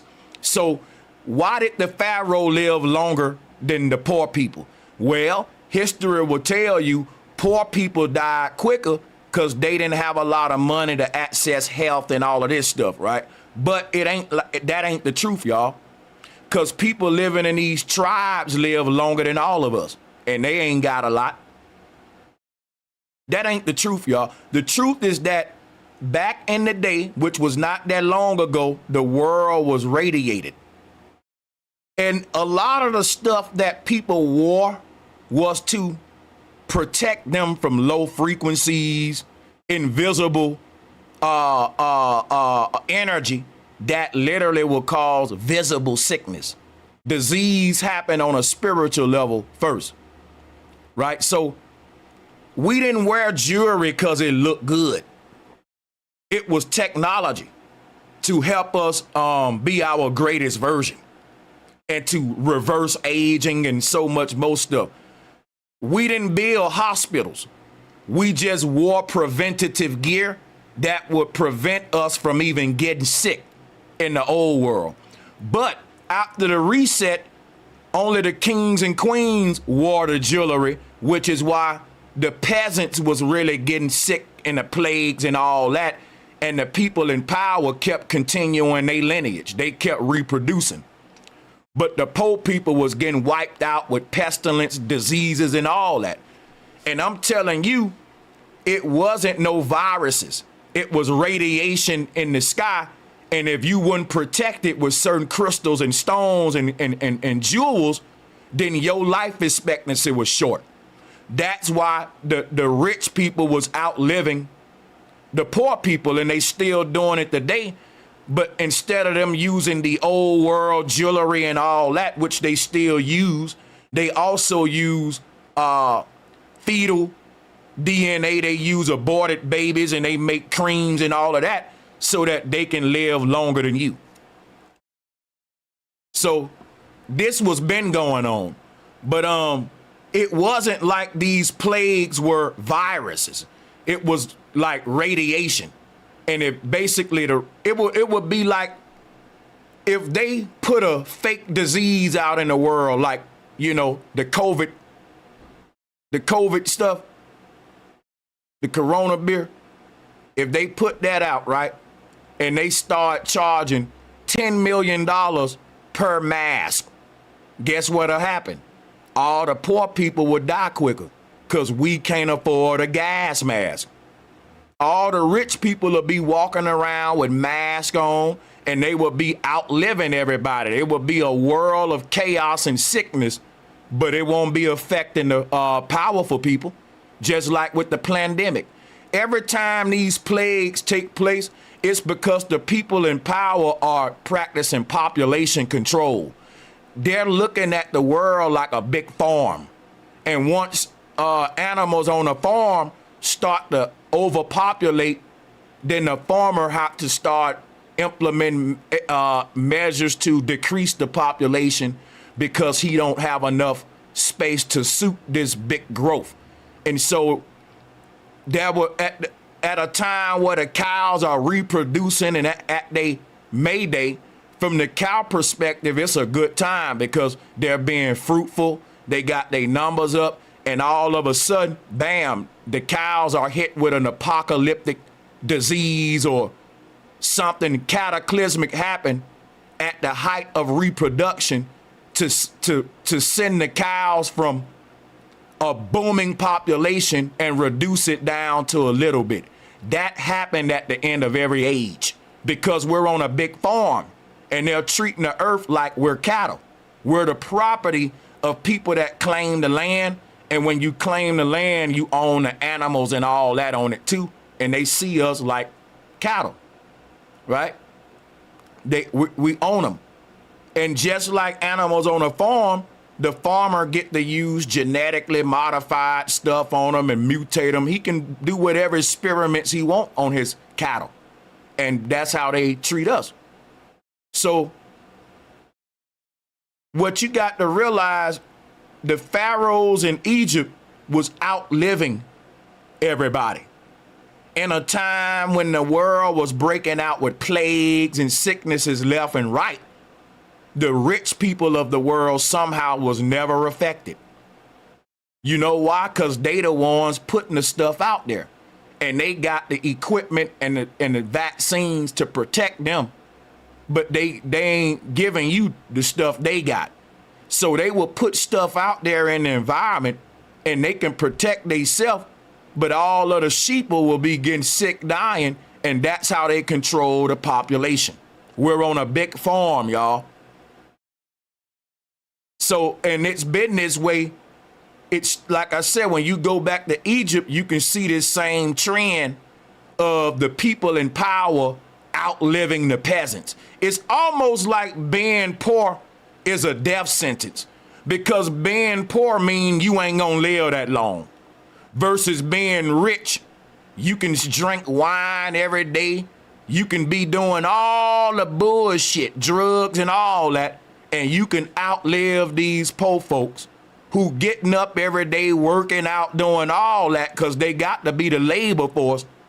And the rich folks can sit on their ass all day eating caviar, drinking wine, and outlive us. Don't you know that the average day-to-day working man, he got to go through more physical action with his body every day than Queen Elizabeth? There's no reason these people should be outliving you, but they bred you to work to a certain age and then die. They literally modified us to die at a certain age right after we retire. And it ain't got nothing to do with eating healthy. I don't give a damn how good you eat. Like they keep telling, but we gotta eat better. Eating better ain't gonna put more years on your life. What it's gonna do is increase the quality of your life. Every human living today, I don't give a damn how good you eating, you ain't living past 90, man. It's scientific, it's showing. It's showing with science right now that our generation is not living older than our grandparents and parents. And that it's only decreasing every generation. It ain't going up. Now, we are the most physically fit health generation. Why the fuck of our age expectancy keep dropping and we got more gymnasiums than the Tartarians? You ain't hear what I just said? Don't you know when you look at the old world, they didn't have gyms to go work out at? People didn't have exercise routines. That may sound crazy to y'all, but I'm telling y'all, we are a different kind of human today. When you look at the buildings in Tartaria, they built houses without toilets. That's a mystery that we still trying to figure out. And we've been researching Tartarian for years. There are no toilets in Tartaria. None. It makes me think, y'all, what kind of human were the Tartarians? What kind of human were we before the reset? Because this may sound crazy to y'all, but there's a lot of people that are suggesting that the old world humans before the reset not only lived longer than us, they didn't even have bowel movements in the sense that we have today. I mean, when you look at up all of these buildings that don't have sewage systems and toilets, you got to ask yourself, where was they pooping and all that at? And it kind of make me wonder what was going on. Now, that's weird. I still scratch my head about that. You know, but that's just a theory, but that's all you can do. Like, and that's a good start. Like, what if not only they genetically modified us to use 10% of our brain after the reset, but to age quicker and all that? Think about this, y'all. In the 1900s, we start to see the rise of dentists, hospitals, medicine, and all that. Prior to that, you don't have dental industries, medical industries, none of that. You only have fancy temples and churches. And these were the places of healing. But when you go in them, you don't see tools that you would see in a hospital. And guess what that let me know? Humans was built different back in the old world. They didn't need dentists.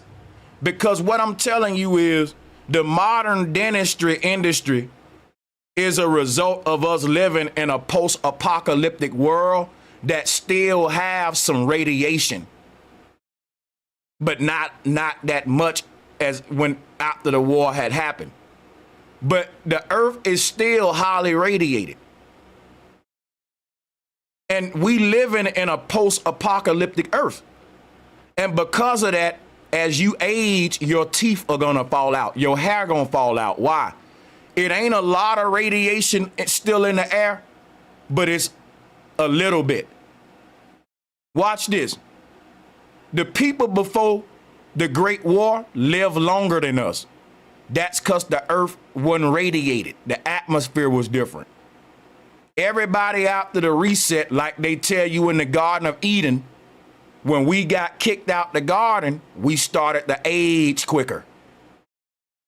It also said we had to work harder to plant crops because the ground didn't yield the same amount of seeds that it used to yield.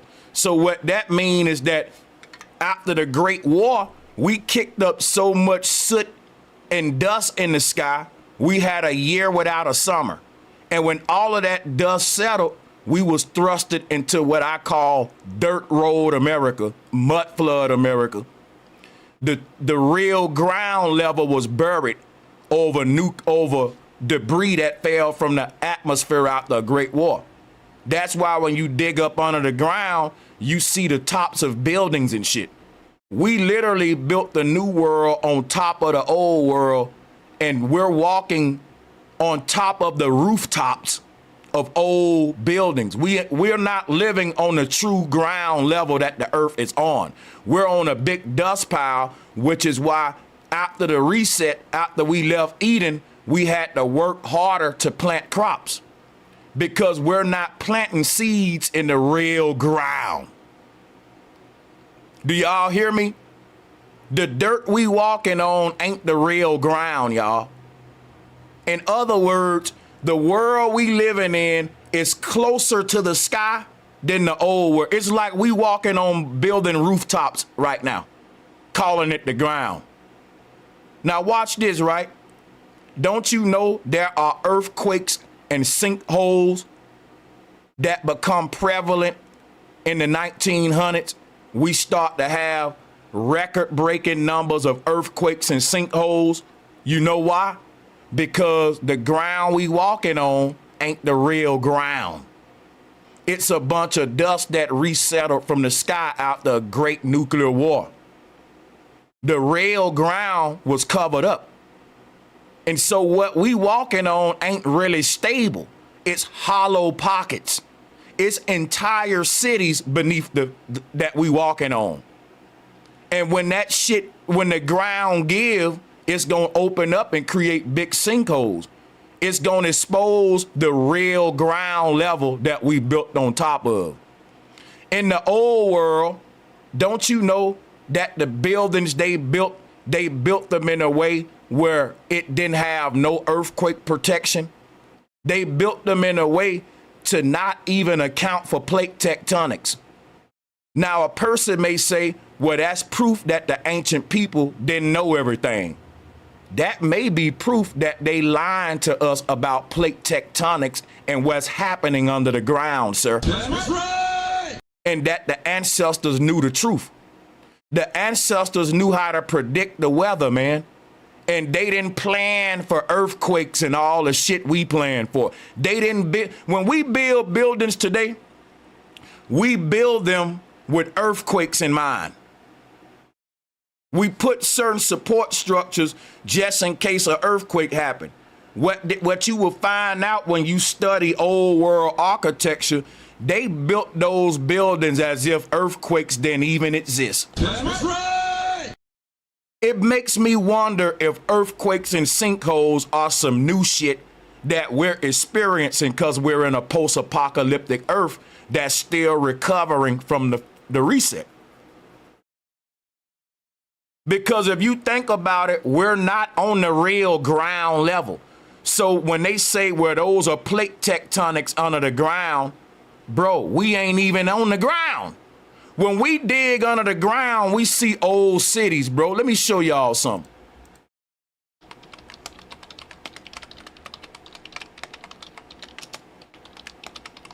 How can you, it's hard to say plate tectonics are causing earthquakes when you dig up under the ground, this is what you see, old cities. You feel me? Now think about what I'm saying. I'm challenging the idea of plate tectonics, and I'm saying we built on top of huge cities, and it's gonna give out one day. Imagine, right? We built the whole world on top of a world, right? And let's say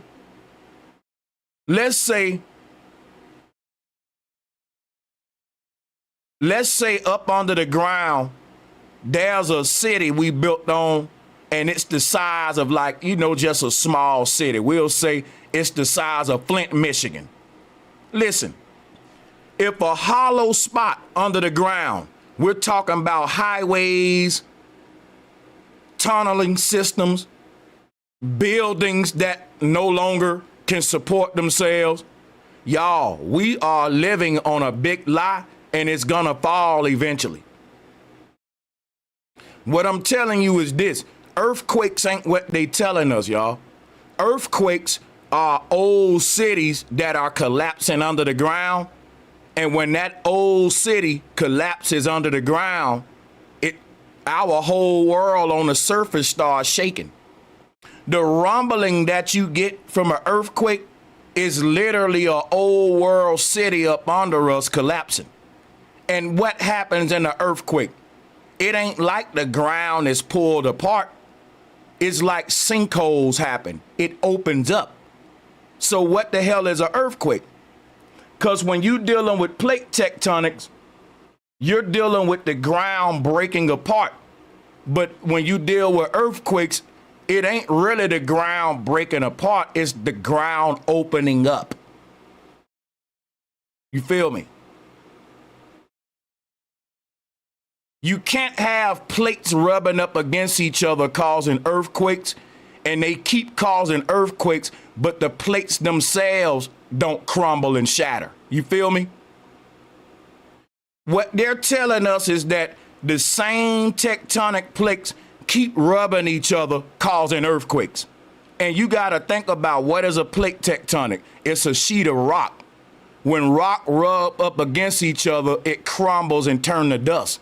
So the same plate tectonics can't be causing the same earthquakes. It can only cause one earthquake, then you need a whole nother fault line to create a new one. That don't happen. They say, well, these are the main fault lines, and every time the plates rub, it happens this way. That don't make sense. Why do you think there's so many earthquakes in the western part of America? Because the oldest underground tunneling systems are in the West Coast. Up under Area 51 is a whole old civilization. And we want to know what they hiding at Area 51. Man, listen, up under Area 51 is basically an old city, just like I'm showing you here under the ground. And Area 51 is just going back in time. If you were to go inside Area 51, it'll be like walking back in the old world again. They're preserving the technology and structure of the old world. And if you see that, they would have to kill you. What you think they guarding there with lethal force? And it's under the ground. We did not build Area 51, man, because the technology it take to build such Area 51 is like a whole city. It's just as big as Las Vegas itself, but it's underground. And Area 51 is connecting to a whole underground network that go all the way to New York, Canada, and to the tip of South America. Why you think they call it Area 51? You know it got to be Area 52, Area 45, Area 46. You just know about Area 51.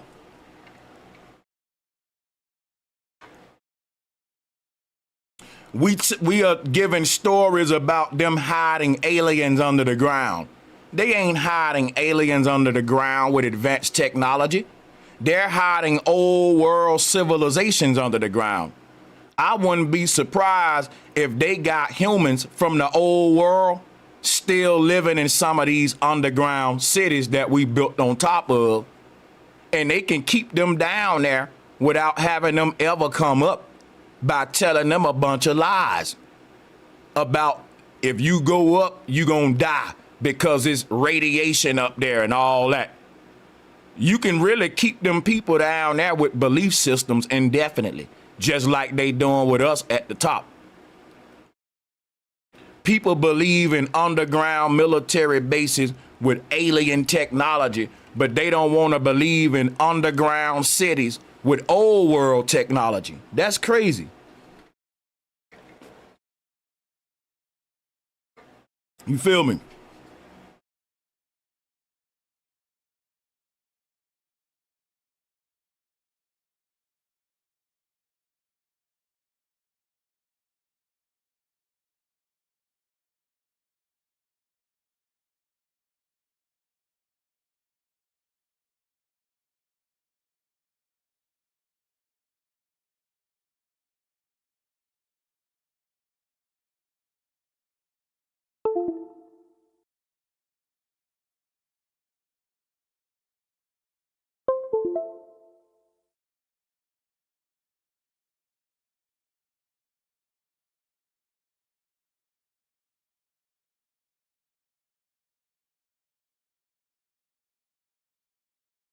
So like I was saying, y'all, they told us that the military was building underground bases in like the 1940s and 30s. But check it out, right? It would take you 50 plus years to clear out this much hollow space under the ground. And where did all that dirt go when they built Area 51? Because remember, these underground military bases are the size of huge cities. They got underground highways and shit where they drive an entire network of traffic under the ground. And they can go from California to New York without coming up. Like what's up under the ground in America, y'all, they never get us to look under the ground. They really psychologically tricked us. We don't ask questions about what we walking on top of. They want you to think that we built all of them subway systems on the East Coast within 20 years. People, the underground network that we see in Eastern America is just as intricate as what we see in the Grand Canyon and all that. This underground network was one interconnected network. People can go anywhere they want in the Americas in underground systems. And those Tartarian subway systems was running off free energy. They just I'm telling y'all, we did not build the subway systems in the North. We didn't build them. If you think pilgrims showed up on wooden ships with hammers and chisels, and within 50 years, they building an intricate subterranean transport system, you a fool. That been there when the pilgrim, this is the old civilization transport system. It goes from New York all the way to Mexico. It's now used by the wealthy. You can go anywhere in America in a short amount of time, traveling in the upper atmosphere or beneath the ground in these underground systems. You don't never got to travel with traffic on the surface. If there's a apocalyptic situation, or let's say a big situation happen in the world right now, everybody on the surface gonna be doomed. We're gonna be fighting for resources. It's gonna be traffic jams. All of the rich people, they don't just live in underground bunkers. The underground bunkers are connected to an entire underground network and world or underground civilization. Y'all hear me? The rich people are building underground bunkers right now. And they building underground highways and shit to connect the bunkers. It ain't like I'm gonna sit in my bunker for a bunch of years isolated from the world. No, it's a whole world under the ground with highways and rivers and simulated suns and rich people and dining, fine wine dining and shit under your feet.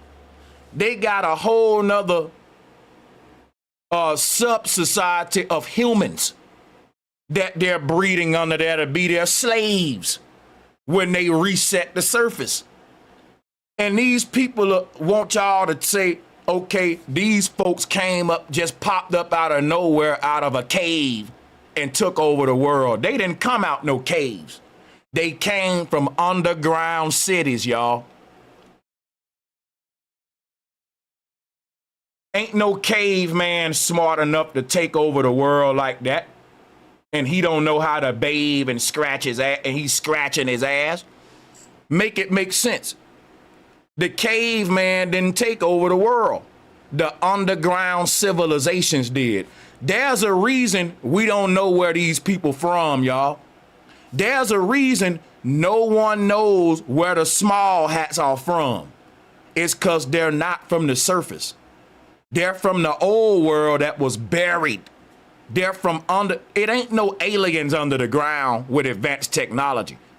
That the underground military bases with Phil Schneider, that was a socially engineered conspiracy to throw y'all off. They're working with old world technology up under the ground. And it ain't no advanced military shit in secrecy. It's just them, they're still dwelling the old world beneath our feet, figuring shit out. They're still discovering stuff, y'all. And they telling you we're looking into space to find new stuff when they're not. They got you looking up there while they up under the ground digging, buddy. And they still walking around old kingdoms. The Grand Canyon is not a natural canyon. It's not. Because when you are traveling through the Grand Canyon, you see a lot of this kind of shapes in the rock. Like it turns into cities and stuff. Because what you got to realize, the Grand Canyon is at the real ground level. Didn't I just mess you up? Think about what I'm saying now. Think about what I'm saying. Let it sink in. When you riding from Alabama like I did, and you going to the West Coast, you don't travel up to get on top of the Grand Canyon. We already elevated, y'all, because we ain't on the real ground level. Do you hear me? Listen, when you walking through the Grand Canyon, that's the real ground level before the war. Everybody standing on that sheet up there, that's what we built on. That's where Vegas at, Arizona, Phoenix. When we get ready to go to the Grand Canyon, we gotta walk down to walk through the Grand Canyon because our cities is built up here. And the Grand Canyon is down here where the old ground level used to be. And when you walk through it, you can see old civilizations that was once living on that old ground level, and it looks similar to what we see here at the bottom of these buildings. So when you're walking, when you're taking your Grand Canyon tour, you're looking down into a canyon, which is a glimpse into an old world civilization that we built on top of. The ground that we walking on ain't the real ground, which is why it's so much earthquakes, it's so much sinkholes and all that. Eventually, Babylon will fall, and I mean that literally, because we are built on top of an old world. And the maps will change in the future. And this old world can't stay hidden for long because it's gonna be revealed. The most sinkholes and earthquakes happen, the more old world civilization's gonna be discovered, y'all. They can't hide the old world forever because it's sinkholes and earthquakes happening that's exposing statues. It's exposing big ass columns after these earthquakes and sinkholes, you know.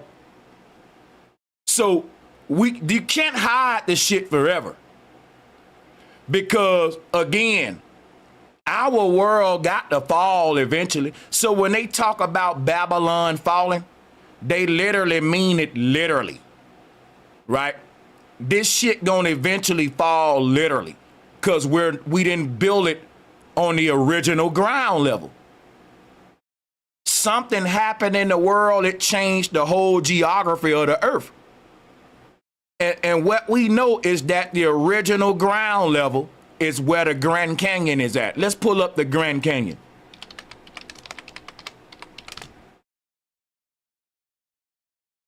The original ground level is down there where you see the water flowing at. That's what the level that everyone was living on at first. We're actually on an elevated sheet and it ain't natural, it's artificial. I'm telling you, the whole topography of the earth was flipped upside down after the reset. And so your feet has never touched the ground before, which is why when we walk through the Grand Canyon, it feel like we walking through an old earth and an old ecosystem that's very beautiful and heavenly. Yeah, the whole world used to be like this, a utopia. And even when you walk through the Grand Canyon, you're not even seeing what it was in its prime time. And I'm telling you, there were no big mountains and all that like what you see here. These are layers of soot, and you can tell. Now, they would tell you this get here through years and years of the earth layer, dust falling from the sky, creating another layer. But they telling you the truth and a lie. They got it right about the dust falling from the sky over time, creating new layers. But they telling you it's natural. They ain't telling you it happened over a whole year or two when we didn't even have a summer. And all of that soot and shit had to fall back down. And it fell in layers based upon density. The heaviest stuff gonna fall first, and the lightest stuff gonna be at the top, and it's gonna be layered, just like we see the Grand Canyon. It's layers. Look at that. And then all of a sudden, when you walking through the Grand Canyon, Behind all these layers of dirt, you will see the remnants of old cities. Within these layers of dust, showing you that the old world got buried. And this stuff just got compressed and hardened over time, and we calling it the ground. But we ain't walking on the ground. We walking on a big mesa. We walking like on a big flat-headed mountain, and we calling it a big-ass continent. But we really don't walk on the real ground until we lower in elevation, and that's what we do at the Grand Canyon. Anyone that take a tour through the Grand Canyon, you're literally walking on the true ground level of the old earth. That's why it's so spiritual to people. That's why it's some in your DNA that resonates when you take that Grand Canyon tour. It's something that, like, think about it. When you get down here and you look up, guess what happens? You're saying to yourself, damn, LA is up there. Vegas is up there. The cities and highways and schools, all that is above you. And we living on the top of this plane right here in America. So when you're walking down in this thing, it shows you how big the world really is, how big the world used to be, and that the sky ain't as close as we think. Like, cause when we go outside and look up at the sky, sometimes it look like you can just climb a building and touch a cloud. But the world ain't that compressed and claustrophobic. It's just that we're in a post-apocalyptic earth. And it may seem like the world is small, but it's not. You haven't seen what the world was in antiquity. And when we living up on these false sheets that we built civilization on, it make the sky seem closer. And it make the world seem smaller. But when you take this Grand Canyon tour and you look up at the sky from down here, you see how small how big the earth really is. And I can't really explain it, but it is an experience. And I recommend, cause everybody want to go to Egypt and all that. Dude, you want to have a spiritual connection that's deeper than Egypt, nigga, you ain't got to do nothing but take a Grand Canyon tour. You ain't got to go way to Egypt to connect with your ancestors, dude, and to see what the old world was like. Ain't nothing over there but a sandbox and a bunch of Freemasonry, a bunch of sucking the pharaoh off.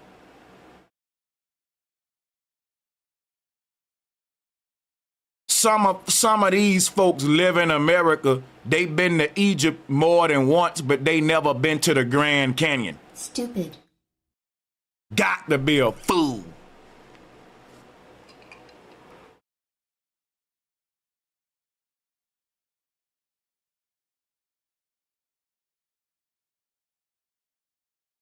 But like I said, when you really get in the canyon and look up, those clouds are way further than you thought, buddy. See, because we're not really living on the real ground, and I can't stress enough that when we walk outside and look up at the sky, we're not really experiencing the breathtaking reality that we should be experiencing.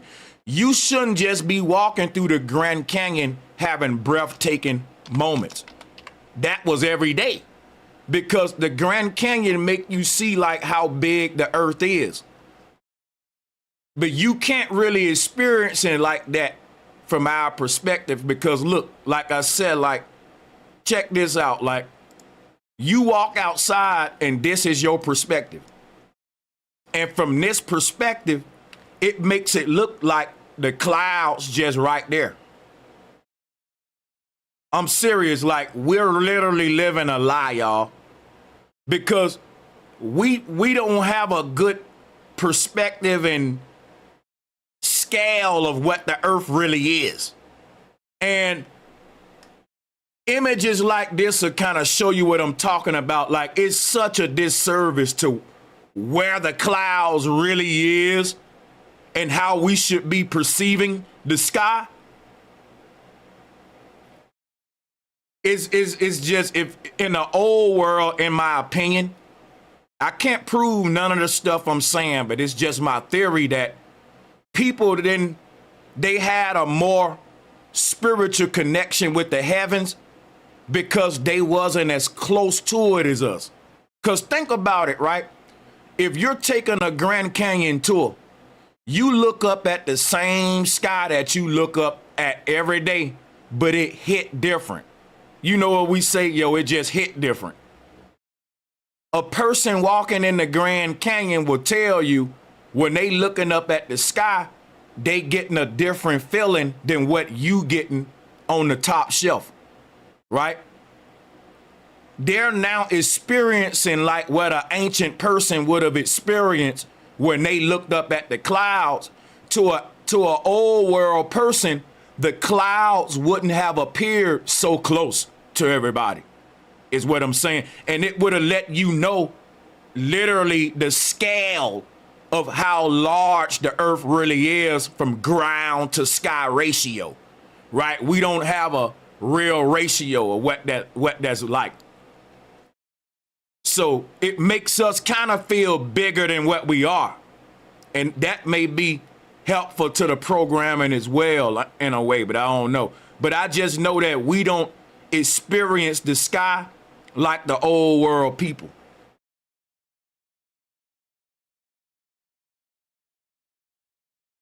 And basically the reason I'm going into all this old world stuff with these conversations is so my theory is that if I'm going to talk about who we are, I need to be able to be bringing a solution, right?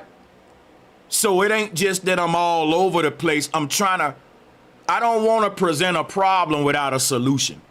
And the problem that I'm presenting is we ain't the Egyptians. We ain't Africans.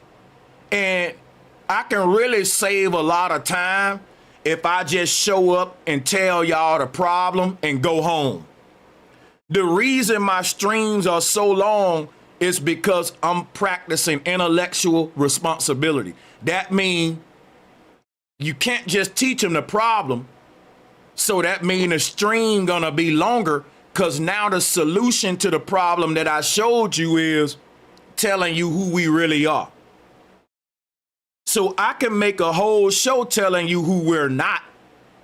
But in that same show, I should also tell the people who we are and give them something. Don't just take away from them. I gotta replace it with something. That's why I spend a lot of time teaching about the old world and teaching you that there were civilizations that was just as great, if not greater than Egypt. So I can give you something else to attach to other than Pan-Africanism, neo-paganism, and Egypt stuff. Because the world was great, not just Egypt. In fact, Egypt represents when we start to lose the greatness, like what I was just telling you. So as well as me telling you the problem, moving forward, my stream's gonna be like this, where I don't want to tell people who they're not. I want to also tell them who they were and who they are too. They ain't gotta accept it, but I gave you the problem, and here go the solution. Is on you after that. You know what I'm saying? The solution is to get busy loving on your lineage, get your genealogy done, and start to find and connect yourself to the people that repopulated the earth after the reset. You ain't gonna be able to go past 1800, none of us. But we need to go back that far. Our great forefathers were incubator babies. So let's talk about the Yakub theory.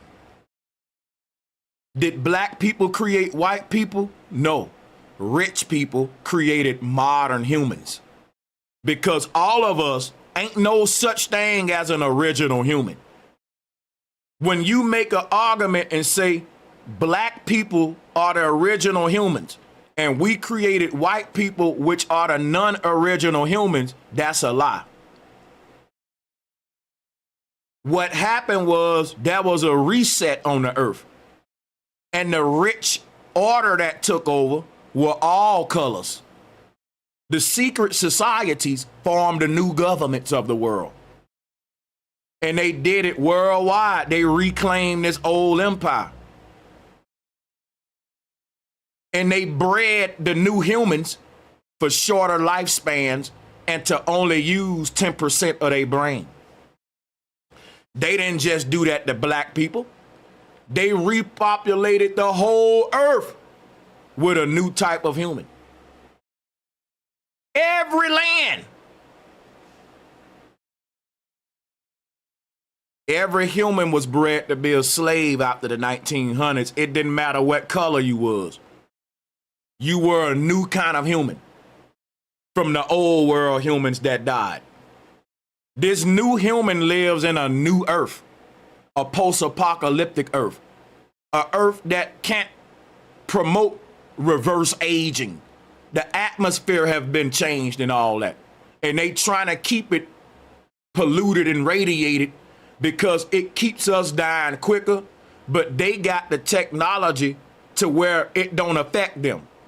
They got certain medicines, concoctions, and technology to where the rich people in power, they ain't affected by the pollution, the shit we breathing. People be like, ain't they killing themselves too? No, they not. It was the same thing happening in Egypt. All of the rich people wore the gold and the jewelry. That wasn't to look good. They was telling the poor people it's to look good. And this is a precious stone. The reason you can't have it is because you can't afford it. So capitalism allowed them to tell a new lie about why some people died quicker and got sicker and some people didn't. The rich people of the world didn't wear a lot of jewelry just because it looked good. They wore it to keep them alive in a radiated atmosphere. And everybody without all that stuff died quicker. And they still doing it to us. They poisoning the environment. You ain't protected from the poison, so we die. We age quicker. And they got the cures and the vaccines and they protect it so they can walk right out there and outlive you.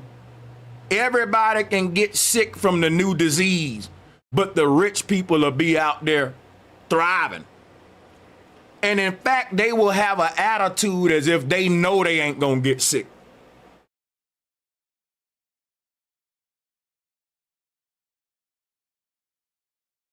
It's time to wake up, man. It really is. So back to what I was saying about the neo-pagan history. They was trying to put this in the Egyptian museum, and the Egyptian government said, get that shit up out of here. Black people are not Egyptians, and y'all trying to rewrite history. And it was the Dutch government trying to get this up in there. And again, why would the Dutch government be trying to do you a favor, black man? See, the Dutch government owe its whole enterprise to black people in America. It enriched itself off of taking our land and resources.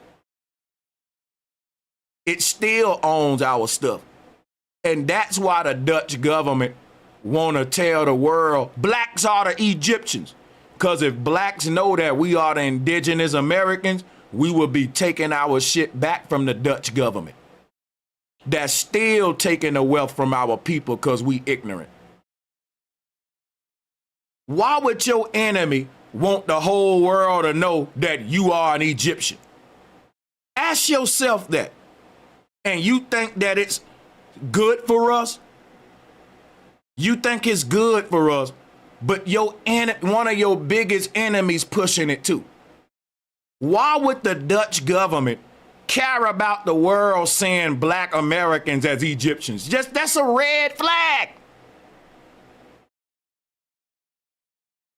I can see if it was a bunch of black Pan-Africans, and that ought to be a smack in the face. The fact that all of these niggas telling you black people are the Egyptians, Our richest black people, the rappers, they like to dress like Egyptians. Our richest scholars and priests will tell you blacks are Egyptians. But none of them are trying to put black people in the Egyptian museum. The Dutch government is. All of these black scholars think we the Egyptians, but they don't care about putting our presence back in Egypt. They care about selling you books and dashikis in America. The people that care about putting your presence back in Egypt today are the people who told you they stole you from Africa. Make that make sense.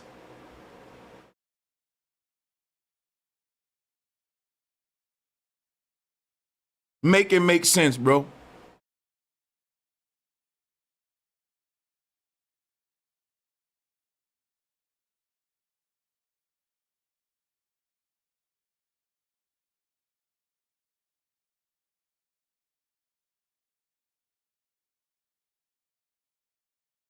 One second. So this is the part most people miss. Egypt wasn't only an aesthetic, right? It became organized religion in the Northeast. You have a priesthood. Again, Jabari Asazi is part of that priesthood. Priests are only present in religions. But these priests will act like they are legitimate historians that are there. Because think about legit historians will be telling you, if you want to know who you are, ask your grandma. Trace your lineage through your oracle. You got these comedic Hotepan ass niggas that showed up in the 60s, 70s, building temples and priesthoods. And in order for them to tell you you were an Egyptian, they had to lie like they was historians. The universities up there in the north will give them niggas degrees in history for them to lie to you like you an Egyptian. And them niggas will tell you when you debate them, I have a degree in this study. Where's your sources? I have a degree.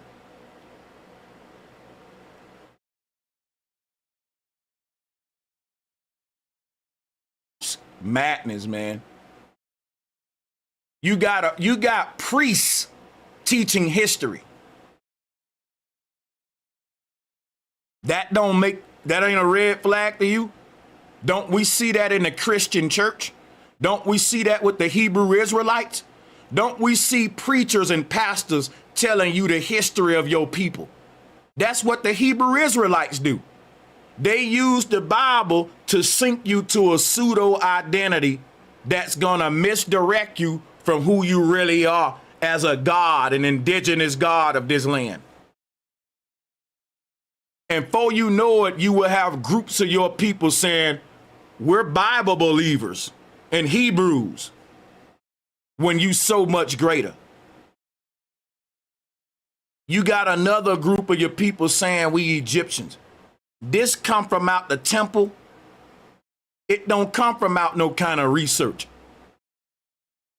But they will tell you you're pseudo and you don't have credentials, when they got a damn religion that they're trying to sell to you as real history, and they doing the same thing in science. They giving you a neo-pagan Celtic religion. They're programming you with the mind that the barbarian had about seeing the earth with space. He thought the earth was a ball floating around in darkness. They're giving you a religion that the fucking Celtic dummies, the barbarians, had. And they're adopting the knowledge, and now they giving you their dumb mindset, trading places with you. Now we're thinking like the barbarian, and he's starting to think like the gods.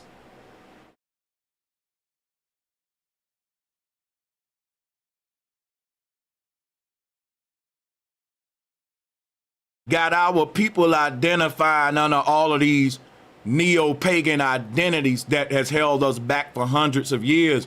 We got to stop it. The people that's pushing these identities don't even like us. And when we accept them, guess what we say? Even the white man said, I'm a king. Even the white man said he's a monkey that come from me. And we never stop and say, why would your enemy tell you that, you genius? Why would your enemy be way in Egypt trying to convince the Egyptian government that black people are Egyptians? Why would your enemy be going out of his way to help you like that, silly? Stupid.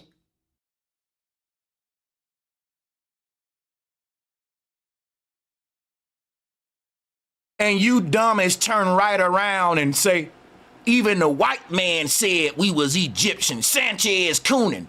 You're stupid. Stupid. Even my slave master said I'm an Egyptian. Yep, so he can keep the land that you walking on, you big dummy. Of course they'll give you that sandbox for them to keep this empire that we walking on top of right now, stupid. If he thought Egypt was that great, he would have claimed it for his damn self. Don't you see? Anything that these people find that's worth something, that they willing to die for it? Anything that's valuable, they ain't giving it to your ass, nigga. That's right. But they giving you Egypt, though.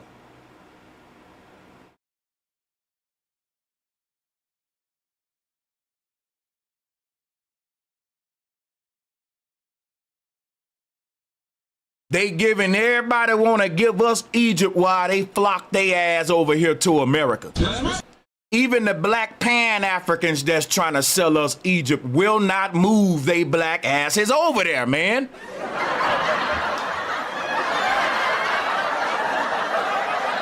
What the hell are y'all waiting on?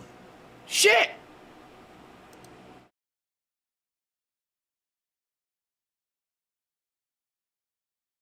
Let's get into some video reviews, and we're going to read all of the super chats at the end. If you appreciate my time, my humor, my research, a little helps a lot. You can hit the Cash App, it's $Bro Sanchez TV, or you can hit the super chat. We respond to all of it. Even if it's just $1, $2, it helps us to keep giving you the content that you like. Let's hop right into the video reviews. Appropriation and falsification of history that has been done by what the so-called Afrocentrist movement. The Afrocentric movement started the last century as a way, in a good intention, to teach African American about their rich history of West Africa, the great empire of Benin, of Ghana, of Songhali, the great empire. First off, when you say Afrocentrist, we're going to dig into that a bit in a second. But moreover, I think he said Songhali, I think he meant Songhai. But that's neither here nor there. I want you all to pay attention. So when he says Afrocentrist, we're referring to a racial category, the Negroid category, also known as the Black racial category. So right. Keep that in mind and pay close attention. But that ain't really what the word, that's a half truth. The word Afrocentric, the centric word is what you want to pay attention to. Now, let me break it down. Marquette ain't going to go this deep. The truth is that when you say Afrocentric, you're just saying Pan-African. Pan-African, the word pan means let's center our identity and ideology around African culture. Let's pan our consciousness to this foreign land and make it the central hub of how we see ourselves. So the word Pan-Africanism should really be centralizing yourself with African ID, centering yourself on African principles. It's a form of centering your consciousness on another ideology. For whatever reason it may be, we're not going to go into that. And that's why we call it Afrocentric, Marquette. You feel me, Marquette? It's Afrocentric, not just because it's dealing with the black man in America, because we ain't Africans. It's calling us Afrocentric because we're starting to center our consciousness and adopt African neo-pagan ideologies. See, the truth is that the Africans were being colonized by these people before us. That's right. And if they can get you to look for who you are in Africa, you'll just keep calling yourself a slave. Because the Africans was given the Bible before us, dude. Not, you know, the King James version to make you a slave. Like, you got to realize that we're not Africans. We just became African-centered in our thinking, but we never came over here on ships from Africa. That's right. So when the word Afrocentric, it's important to break it down this way and not to just say, well, Afrocentric mean black people. No, it means a new kind of black person that started to see themselves as an African. We was wearing dashikis and all that. This was happening in the 60s and 70s. I just went over that. This was the neo-pagan movement where we start to cultural appropriate these different neo-pagan identities. So this white guy on the video is actually telling the truth. But of course, you got to say he's lying because black people want to be Egyptians. But when they say that the white man is lying, they will also turn around and say the white man said I'm an Egyptian. So what's going on right here, right? Let me show you what's going on. You have white people that's saying blacks are Egyptians, right? But we need to examine who those white people are. Those white people that's calling black people Egyptians, you can trace their lineage back to people that benefited from slavery. Now watch this. The white people that's saying we're not Egyptians, they just regular, hard-working, day-to-day doctors, fast food workers, police, like this guy. He just a doctor. He ain't no politician or small. He just a regular white boy with a job, making his money every day, paying bills like everyone else. He's saying blacks ain't Egyptians, and he's giving you the knowledge and the receipts. The white people that's calling black people Egyptians, they were the biggest benefactors of slavery. So you ought to think about that a minute. The white people that landed on Plymouth Rock, and they know we didn't land on Plymouth Rock. Plymouth Rock landed on us. Now they telling you, you did land on Plymouth Rock. You are a foreigner to this land. And your house is over there in Egypt. These are the same people that'll tell you when they get mad at you, if you don't like it, go home back to Africa. And you can't tell them I'm at home if you calling yourself an Egyptian, stupid. Because they going to say, well, I thought you N-words was Egyptians. Why don't you go back over there to that sandbox that you said is so lovely, but you don't want to live over there, though. You're a walking contradiction, man. That's right. You want to live right here because your DNA knows this is where your indigenous lineage can be traced to. That's right. If your DNA can trace to Egypt, you would move there and feel more comfortable in that environment than here in the wilderness of North America. Your DNA resonates with your motherland. That's why you niggas ain't leaving America.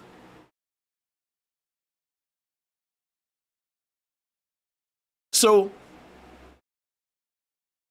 Afrocentric means to center your ideology around Africanism, to cultural appropriate. Beyonce in this image is Afrocentric. That means you're cosplaying. It means you're cosplaying. So remember that centric means to center yourself. Marquette, let's go. We're going to break this down. Of Mali. But the thing is, that's why you find people like Kevin Hart, who subscribes to these theories, who claim that his ancestors built the pyramids. I'm sorry, your ancestors had their own wonderful civilization in West Africa. They are culture appropriate. That's a lie. He's right, but he's wrong too. He's right because what he's telling them is what I was telling them. I was telling them If we're saying we're Africans due to the slave trade, then we would not be Egyptians. That's right. No ship in the slave trade went to Egypt. All you gotta do is ask these Hotepers one goddamn question. You ask these Hotep and Negroes like Marquette, you ask them one question, right? How did blacks get from Egypt to America? They can't say slave trade. You can't say slave trade. Because the people that came over here from Africa on slave ships come from West Africa. No Egyptians came on the Nina Pinta and Santa Maria. That's right. If y'all think that they was unloading pharaohs off of a slave ship, you in a fantastical illusion. You're fucking funny. You're childish. You're childish. All of you niggas saying we Egyptians, guess what else you're saying? That we all are kings and queens and pharaohs. So let me get this straight. Black people are Egyptians and every last one of us are pharaohs and queens. You're stupid. It wasn't that much royalty to go around, my niggas. Right. You see how childish y'all are? We're pharaohs and kings, and no the hell you're not, sir. This is funny. And you ask one of these Hotepers, how did black royal ass Egyptians with all that gold on end up getting off slave ships in Jamestown, Virginia? Can you niggas imagine pharaohs and shit onboarding slave ships with pilgrims at gunpoint? Like the shit you gotta believe. But again, if you wanna be an Egyptian, you can't use the transatlantic slave trade. That's right. But they got to. They got to. The only way they can place black people back in Africa is through the slave trade. So if they want to be Africans, if black people want to be Africans, we can't be Egyptians. That's right. You can't be an Egyptian. The African people on the west coast of Africa is like night and day. You got tribes on the west coast of Africa that have never seen the pyramids in Egypt before, and they've been there longer than us. They don't care about Egypt. They don't care about the Sphinx. That's just a Freemasonic tourist attraction from dumb Western Americans who don't know no better. You say that you come from West Africans, but you identify as an East African, and you can't show me one slave ship that went to East Africa. You're a fucking fool. A cosplaying embarrassment to your people. That's right. And that's what happened when we let the frat boys take over.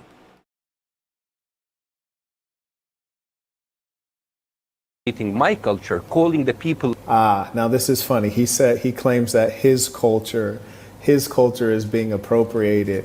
We're going to get to the bottom of this, and we're going to do this objectively and academically. And I assure you, whether you're an Arab, whether you're an Egyptian today, meaning an Egyptian citizen, or your ancestry is from the most recent inhabitants of Egypt, which are Arabs who speak Arabic, we're going to clarify such that it is clear as day and it's undeniable the truth that I'm going. And that's why I said, like, something is very off about this Marquette guy, man. I'm sorry, I gotta say it.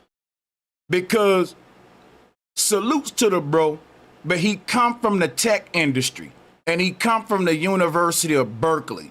He's plugged in to the prestigious, uppity societies in America. You know, the people that eat caviar and Grey Poupon and shit. But my whole thing be, you want to get with the FBA thing, but still bring that Hotep and shit over here. Right. That college boy programming, that secret society shit. We got to watch this guy, man, because he's out there claiming the FBA stuff, pushing a lot of far-right white nationalistic ideologies, bro, for real. Real talk. And he's claiming the FBA thing, but he's claiming Egypt. And it's such an embarrassment, FBA. You can't be everything. That's right. You can't be no damn indigenous American and an Egyptian, man. Right. Won't you pick some shit so we can quit looking like mutts and being embarrassments, bro? I'm going to present to you all. So right now he's claiming that Kevin Hart cannot say that. It's embarrassing because you got folks saying, we the Egyptians, we the Israelites. Bro, we can't be the Egyptians and the damn Israelites. That's right. Them two don't even get along with each other. But like I said, when people don't know who they are, the powers that be will let you claim everything you ain't, just as long as you never find the truth. And once we go to claiming everything, we start contradicting ourselves, because now we start claiming cultures that even beef with each other. Like you will have a group of black folks over here saying, we the Egyptians. And you will have another group of black dummies over there saying, we the Hebrews. But we can't be both of them because the Hebrews and Egyptians fought against each other. So it's just a bunch of niggas in costumes claiming shit. And it gets so inconsistent among the group that we just look dumb as hell. Cause now we claiming groups that beef with each other and trying to say we're both of them, when there's clearly a distinction that always existed among them groups. It's chaotic at this point, it's goofy, and it's a costume party that I'm tired of motherfucking being at right now. I'm ready to take my costume off and get comfortable, nigga, in my own skin. That's right. At this point. That his ancestors were the pyramid building Egyptians. He's claiming that his ancestors, the Arabs, were the pyramid building Egyptians. We're going to make that as clear as day. And it'll be so plain, the evidence I'm going to present to you will be so plain that it's undeniable. But I want to continue playing this for you. Of in Egypt of today, despite... He said the evidence going to be so plain that it's undeniable. Guess what his evidence is, y'all? Lookership. You can't even make this shit up. His evidence is, look at my face and look at this statue in Egypt. They look the same, therefore I'm a damn Egyptian. People, this man went to Berkeley and he's coming up here with that lookership pseudoscience. That's right. I got a homie that look like a blowfish. That don't make him a descendant of a marine life.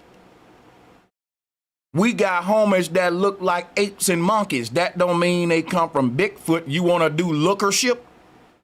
Lookership. It looks like this, so it must be that. Bro, that ain't science. That's dangerous what you doing. That's right. their skin tone, that they call us as invaders, they call us as intruders, and they are being erased from our own history.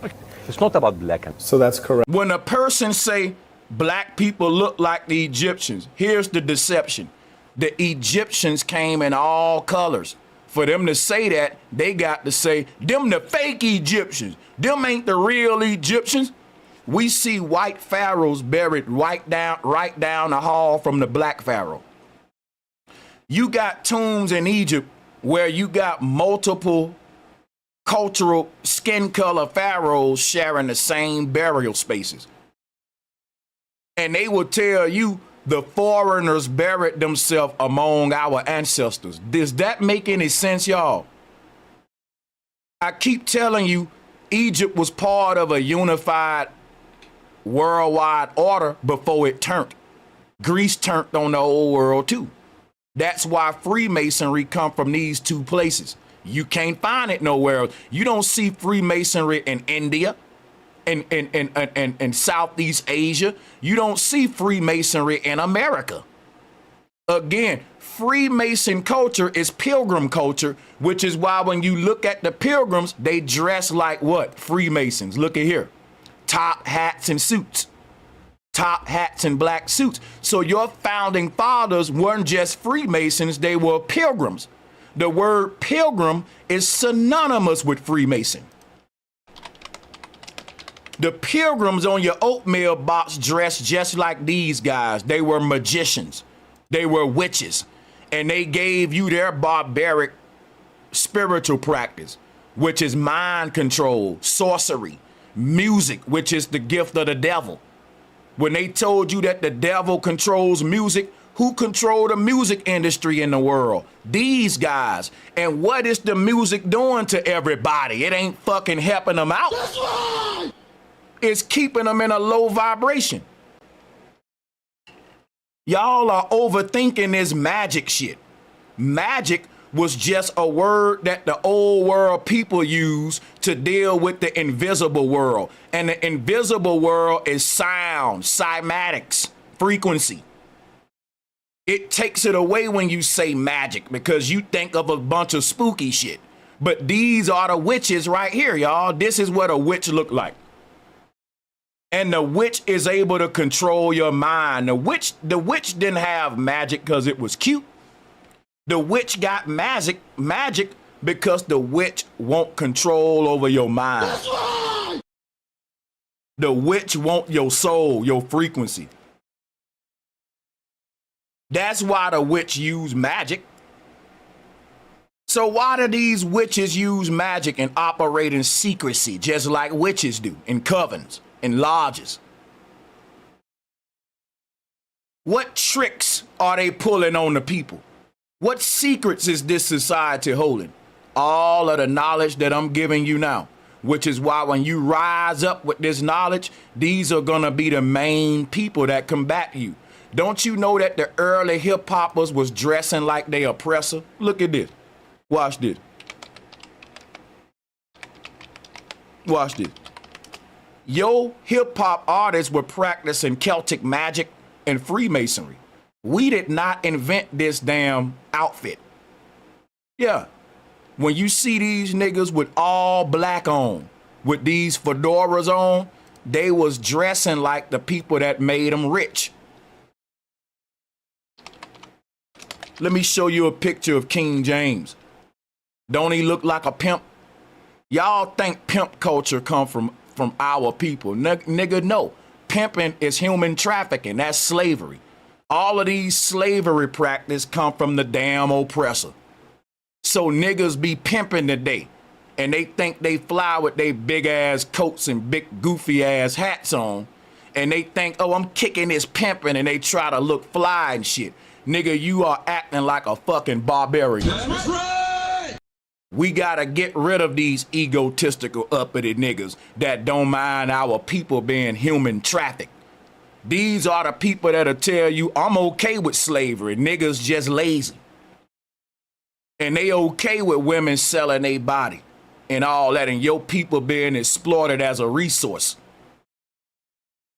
This is what pimping is. These are the real pimps of the world, the magicians and tricksters who was able to traffic humans and treat humans like products. And we're just adopting their mindset. Look at King James. If a nigga was walking down Harlem like that, they'll be like, oh shit, look at pimping. He got that big ass gold chain on his neck. Look at him with the fur coat on and the fedora. And niggas think we made this up, nigga. We wasn't dressing like that. We wore clothes that was part of our technology that helped our aura and shit. They corrupted that shit and turned it into these big robes and hats and stuff that don't mean nothing. But at first the shit was technology. It wasn't just, it looked good. So that's what I'm saying. When you see Run DMC with the fedora on, the big chain, the all black, and what else was they wearing back then? Adidas. Because why? Adidas, the Adidas sign is really a trident, and the word Adidas is a word that the white man didn't even come up with. It's a word that goes back to the goddess that I just told you about. Here she go right here. I'm gonna show her to you right now. Her name Adidas. The goddess called Adidas. This was the great mother that gave us electricity. This is the Statue of Liberty, the great mother that everyone in the old world knew about. She was the personification of free energy. Yeah, pull her up, the goddess Adidas. Let me show you what she looked like. So you can see how the Adidas logo come to be. Because this goddess is a trident, you see? If you look at her, she's a trident, you see? So if you take this symbol of the goddess and you outline it, you will get Adidas. And that is her name, Adidas, but it's spelled different. It's spelled Adhytyas, Adityas, Adityas. But they just corrupted, man, like they don't have no original stuff. They turned this goddess to us. This was our goddess, y'all, in the old world before we lost our empire. She was all around the world. They turned her to Satanism. They turned her to a trident, a pitchfork. And instead of calling her the diva, they called her the devil. They hid our old spiritual system behind spookism. They turned this goddess to a shoe symbol. And because they know that this symbol is in our DNA, Adidas took off because we resonated with it, but we don't know why. But I'm showing y'all what magic is. Magic is what colonizing is. You go into a people land, you take their shit, you desecrate their temples, you take all of their old symbols and you turn them into modern corporate logos because they're gonna buy those products. Why? Because something about that symbol. Why do we resonate with certain logos and symbols? Because I'm telling you, every expensive brand, the logo that they using, they did not create it themselves. And that go for Jordan too. I did a whole stream where I decoded the corporate logos and ain't nobody creating no new shit. They dealing with symbols that's already familiar to our subconscious. And if you wanted to be a corporate tycoon, that's exactly what you would do. You would use spiritual science to turn people into consumers. That's witchcraft. Y'all trying to make witchcraft all this other spooky shit. You're a product of witchcraft. It was witchcraft that turned you from a god to a consumer. That's right. That part.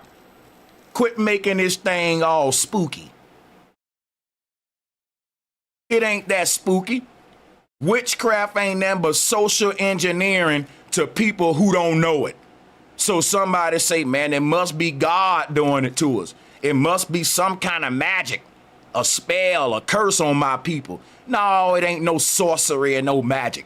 It's cymatic technology and frequency war. That's the spiritual war. Symbol war. When I can take a tribe, when I can take their spiritual symbols, and then when I take over their land, right?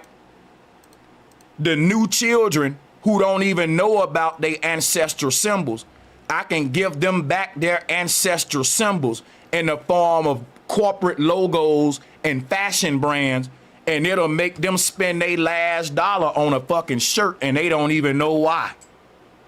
You don't know the psychology behind why a person would kill you for a pair of shoes. The concept of us crashing out for these brands and symbols, it goes back into our DNA because we was willing to die to protect our spiritual systems.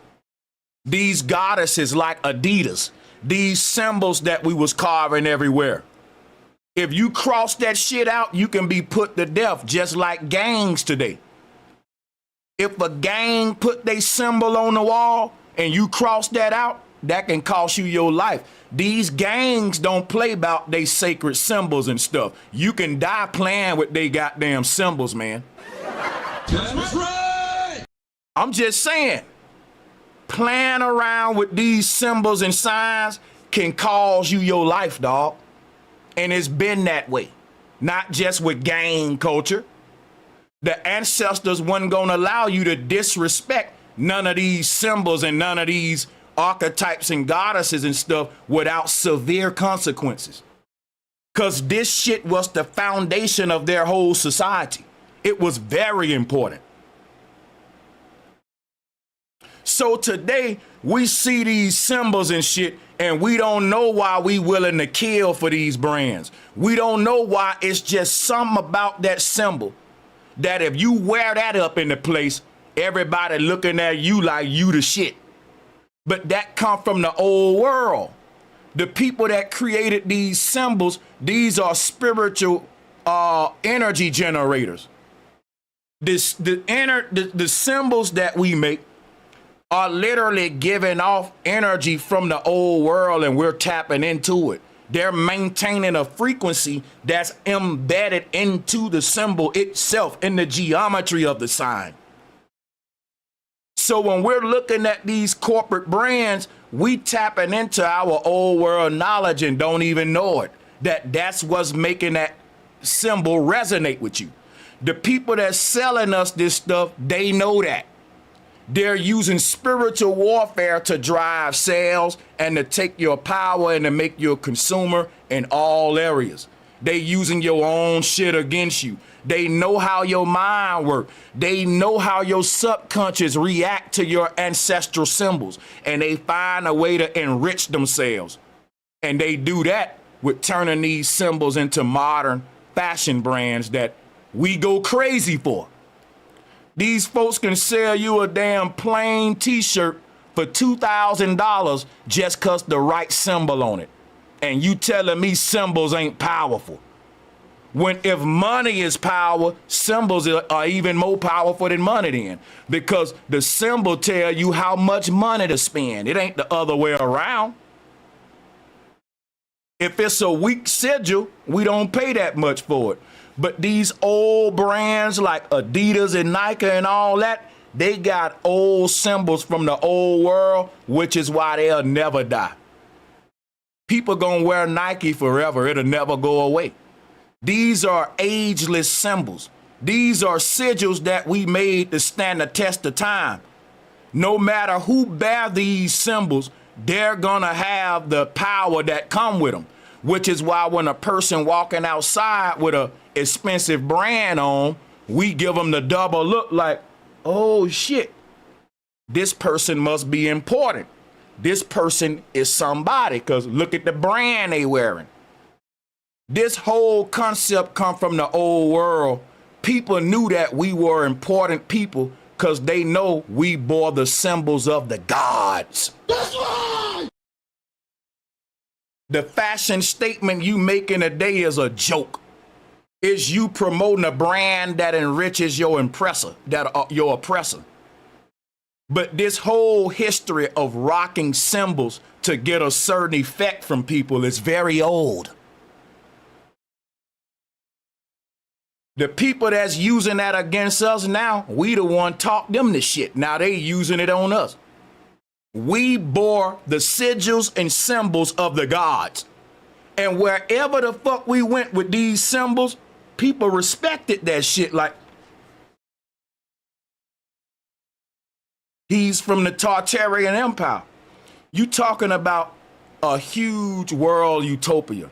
Everyone bore these symbols. They was all over the place because everyone was sovereign. There were small pockets of civilizations that we call barbarians. And these people were excluded from the greater world Eden that we had.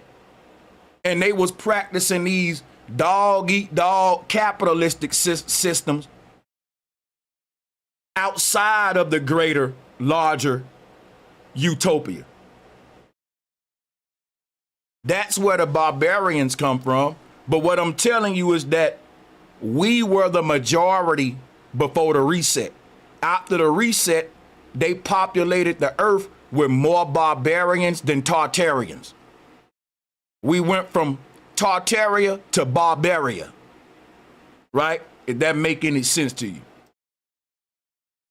And they had wiped out the Tartarians and started breeding the barbarians, which is what all of us are. Consumers and capitalists fighting each other for more money and food and resources. We're in a post-apocalyptic wasteland with scarcity. Correct. You And we're trying to find our greatness back, and they pointing us toward Egypt when there's so much more to know, which is why I'm going to review this video here with you today. We're invaders, and there's nothing wrong with that necessarily. History is really just the recounting of various wars that have occurred, and clearly the victors rewrite history. So now, let's go ahead and learn something, if you don't mind, from a teacher. So do confirm when you're able to share. When he say that the victors rewrite history, when they rewrote history, they told the people who was indigenous to this land that we were immigrants. And you're repeating the history that was rewritten, Marquette. You're not giving us the real history, bro. So when you open up and say, let me share with you the knowledge of someone that's educated or someone that was a teacher, we cover our ears with niggas like you, because you ain't gonna do nothing but regurgitate what the white man told you to say in your little prestigious institution. That's right. And it's gonna always go against what Big Mama said. Big Mama never said we was no skirt wearing, makeup wearing, eyeliner wearing as Egyptians, my nigga. See my screen. I want to share with you a slide. I'm going to make this very simple. You see, one thing I pride myself on is the ability to teach anyone. So I make the lessons very simple and clear, such that the facts and the truth. And I find that a lot of pretty boys love Egyptian culture. That's why a lot of these frat boys that was giving us these neo-pagan ideologies, right? They love Egypt because think about it. These some suit and tie, bow tie wearing, let me make sure my lips got enough chapstick on them ass niggas. That's what I'm saying. Because they want to associate with the pretty boy history. The damn pharaoh who was wearing eyeliner and makeup and skirts and trying to look prettier than his woman. That's what the neo-pagans want you to go back with. That's that whole feminine. Remember, the niggas from the secret societies was wearing wigs and shit. They was wearing knee highs and tights. I'm trying to tell you about who the founding fathers were. The founding fathers was literally cross-dressing. Let's just keep it real. The founding fathers, when you see George Washington them with them tight ass pants on that show you they thigh muscle, what do you think women wearing today? You think the black leggings was originally made for the woman? You a fool. Women wore dresses. Let me say that again. When you hear concepts like Robin Hood men in tights, Robin Hood men in tights, tights wasn't made for women, y'all. I'm gonna say this shit again. Tights wasn't made for women. It was made to support the male genitals and all that, according to them. That it needs to be, because if you doing a bunch of activity, you don't want to be swinging around and dangling, right? Why do you think athletes wear tights? The same reason. History is a lie, bro. Like wigs wasn't made for women. Why would we make a wig for a woman when a woman grow her hair naturally? Think about it. If wigs was made for women, why didn't women invent wigs? Men invented wigs. And when wigs was invented, men wore more wigs than women.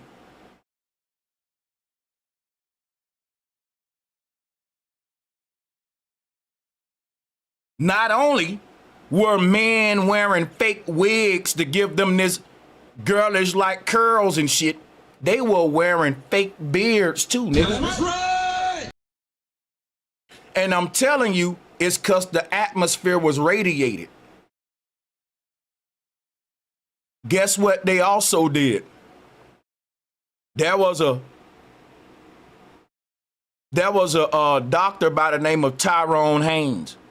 He put frogs in an artificial environment with toxins, basically simulating a radiated environment that our ancestors would have lived in. and homosexuality became very prevalent in the frogs. The boy frogs started acting like women.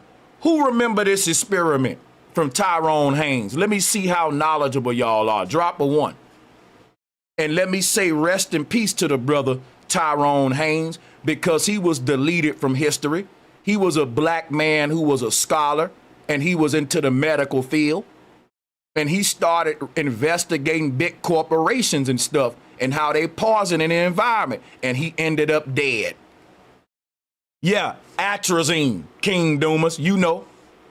And if you never heard of Tyrone Haynes, you need to go research that man yesterday. I'm talking yesterday, because they didn't kill him for no reason. And ain't none of his research been shared about how they made frogs become gay. And what do we see in Egypt?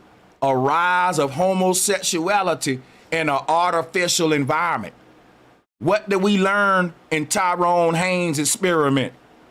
Artificial environments can make boy frogs act like women. Even our manliest of men today still act feminine by old world standards. If you can meet a man from the old world before the reset, their voices was way more deeper. They was concerned with more masculine shit. The Pharaoh is a new kind of man. He's a post-reset man that's more feminine. Look at what I'm sharing with you. Before the reset, men didn't wear tights and wigs, y'all. Now I got science to back up what I'm saying. The radiation in the air was making men feminine, and it was making them less stronger, and it was making them age quicker, and it also lowered their damn semen count, because we had to now repopulate the earth with incubator babies, because we was shooting a lot of blanks after the reset. Because guess what? If the earth is recovering right after a big disaster, the babies raised right after that cataclysm gonna have low sperm counts in that environment. Your body ain't gonna produce that many. You ain't gonna be as fertile as your forefathers were in that post-apocalyptic earth. And then we would have to use artificial technology to help us reproduce. And I'm telling you, they started doing that at the beginning of the 19th century. This is facts. The fucking pharaohs and the dynasties, they are the first incubator babies that are reclaiming the earth after a cataclysm, because they the only ones came out that cataclysm with the knowledge. And they had to breed within their own group and practice incest, because we was repopulating the earth after a reset. So there's a reason why the small hats practice incest and why the rich people practice incest. It's because their blood ain't like ours. We are a fucking lab rat. It's so much bull crap inside of us. I keep telling you, ain't nobody no original human no more. I would argue that the people in power resemble more of the old world humans than us. It ain't got nothing to do with melanin and all that shit.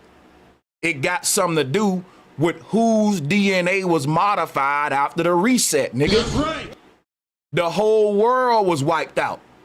And the new humans were all experiments. So when you trace your fucking ancestry back, it stops at the 1800s. And you realize that your forefathers back then was given surnames that linked them to actions and titles like shoemaker, blacksmith, because they was breeding a new workforce, and they took away our original surnames and they just gave us names that was linked to whatever job that your great forefather was doing. So if your forefather was if he made clothes for the pilgrim, they would say he's Taylor. His last name is Taylor because he hem pants, he iron and shit. You know, the pilgrims like to look good with their suits and top hats, but they don't want to iron it themselves. So you had slaves that was doing laundromat work. and they would have been your tailors. And you see, they stopped giving us names that linked us to our old world ancestors. And when they rebuilt the world, they gave all of our forefathers new surnames that was linked to slave jobs. And that's why when everybody traced their shit back, they stop at it. They can't go no further than the reset. And when they get there, they end up with names like shoemaker, baker, smith, which is blacksmith, tailor, Weatherspoon, right? All of these were professions. This was professions. It don't tell you who you were. It tells you what you was doing. And that's because they deleted history, man. So the thing right here is this right here. All of the rich people that reclaimed the earth after the reset, they had to practice incest because they couldn't mix their old world blood with the new world incubator slaves that they was breeding. They are the only people walking the earth with the DNA what we would have had before the reset. Every human that descend from the people after the reset, you descend from incubator ancestors. That's from black, that go for black people too. Yes, we are the children of the gods, but after the reset, they rebred us, man. They modified our fucking genetics. So most organisms walking around today don't exist in their original state. And that go for me and you too. And no, it ain't the end of the world, Negro. It's okay. Our greatness will be remanifested and restored. But the thing what we gotta realize is how far gone we are from who we were and what happened on the earth. People ain't ready for all this truth, man. It hurts. But it'll set us free. So the people that went into underground bunkers before the fallout and before all that, they maintained the integrity of who they were. And they hid all our history and deleted our DNA and gave us a new genetic makeup and shit. And we can't trace this new genetic makeup to the gods before the reset because it don't look the same. You're a new type of human. That's what I'm telling you. If y'all try to trace your genealogy back, you ain't gonna go past 1800. You ain't. And what's crazy is it's gonna stop there because the blood that's flowing in our veins was just created 100, 200 years ago. You're a new human. And the blood that you trying to trace back to the ancient world, it can't trace back there because it's new blood. You get what I'm saying? It reaches a dead end, and that's the point where they took the old world people and modified them. And everyone that was bred from those ancestors, you're the modified version.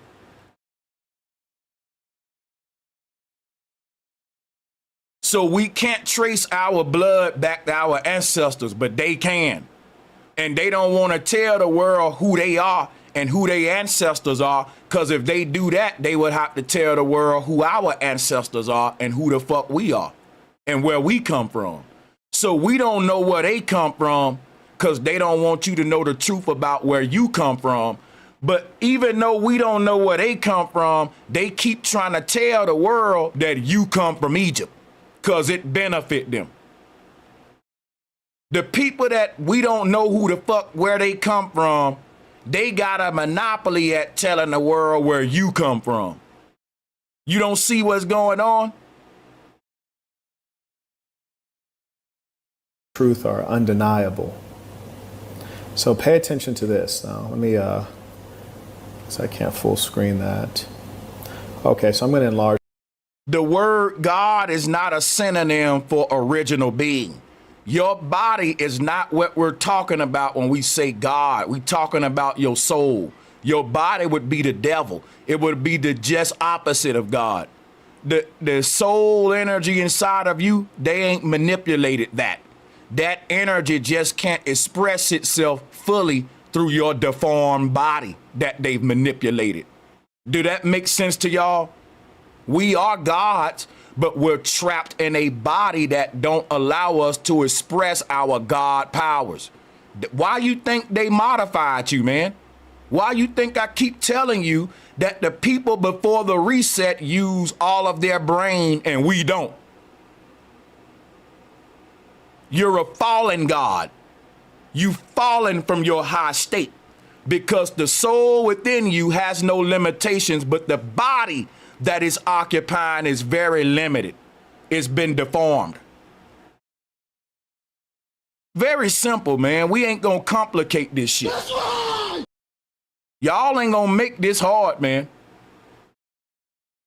The word God ain't got nothing to do with original. It got something to do with the soul inside of you is eternal. That's what God means. That's right. That's beyond your definition of the original man, because you're talking about the first humans. Ain't no first or last talk when we dealing with your soul, because ain't no beginning or end to it. The people that manipulated our genetics, I didn't say they manipulated your spirit, man.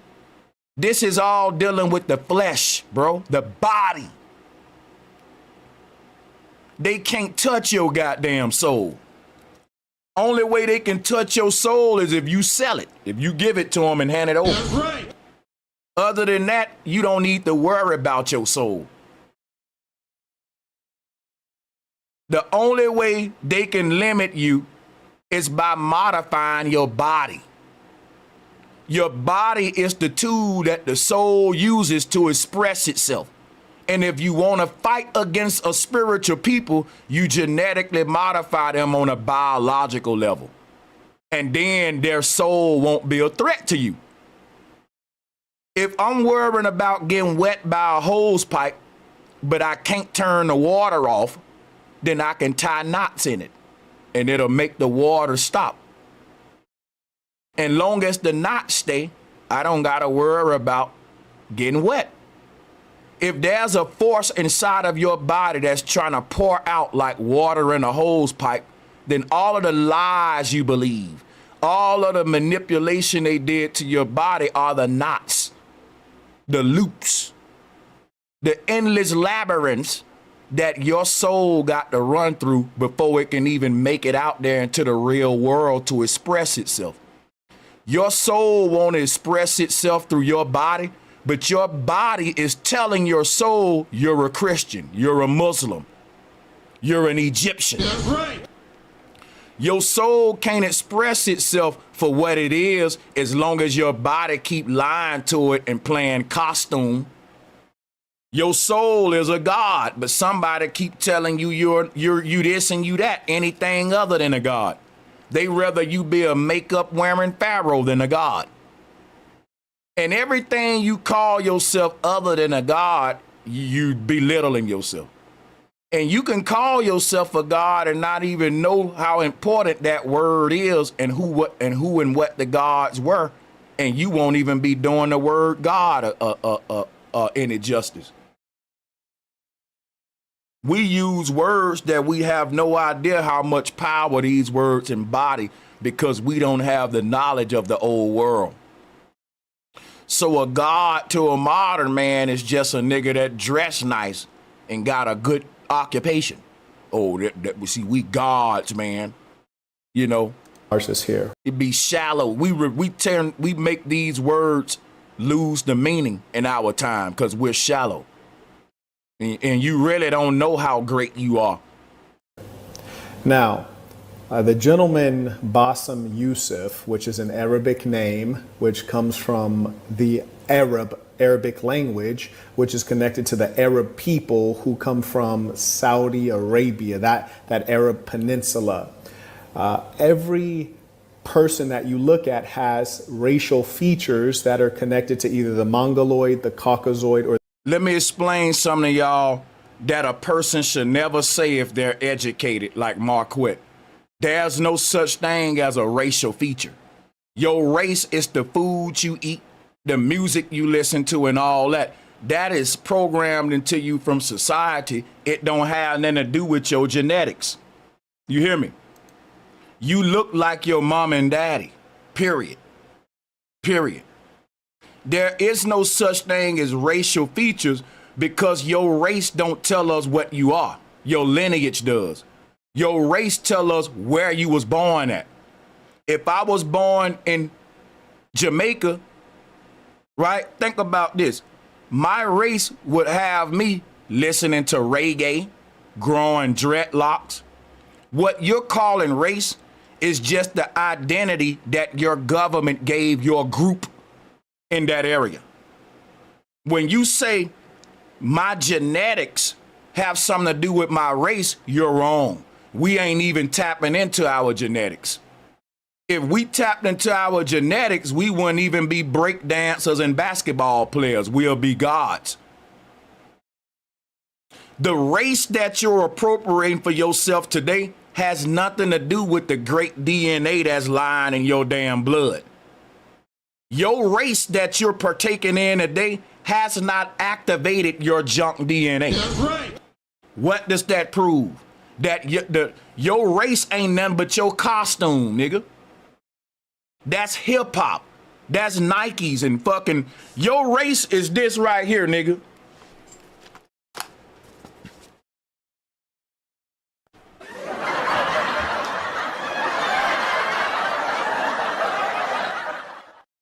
That ain't got shit to do with your genetics. That's trendy behavior that come from society. Your genetics make you act like your mom and daddy. What do I mean by that, y'all? You may walk like your daddy. You may talk like your mama. But hip hop ain't got shit to do with your DNA. Listen, how you act ain't got nothing to do with who you are. Again, your race is just a fucking act. And you can quit acting black right now. And if you quit acting black right now, guess what niggas will say? Man, that nigga ain't black, he acting white. Why? Because black and white are literally acts. The white man ain't white. It's just a social engineered profile he's acting out. And he think he's a white man. So it's the black man. And you calling that shit your culture. Stupid.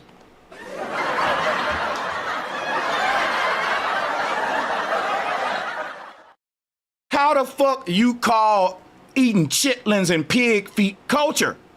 That's socially engineered programming that they're giving the slaves. Why do we embrace that shit as our culture? And it's because, again, we don't know how great we really are. We think fried chicken and watermelon and fucking Jordan is our culture. And a nigga will defend that with his life. Stupid. Or the Negroid racial category. Ethnicities and histories are generally connected to racial realities, right? So now let's take a look. I've already identified for you guys in the past certain racial features that are common among a given group. Again, you can't have a racial feature. You can have a family feature. You can have a family feature. There are features in my family you can't find in no other black family. Facts. Everybody know unique motherfuckers in their community. And we would joke on them. We'll say, man, them niggas look like they got fish faces.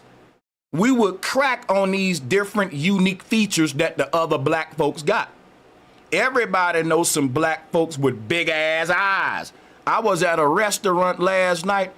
One of my servers, that nigga eyes was big as hell. But that was his natural eyes. You would think he was walking around with his eyes bucked like this. But no, his eyes are just made like that. We can say this is a blowfish looking motherfucker with them big ass eyes, right? Is big eyes a Negro feature? Or is it just in his bloodline? Because I don't got him. He's black, I'm black. But he got features you will never find in my family.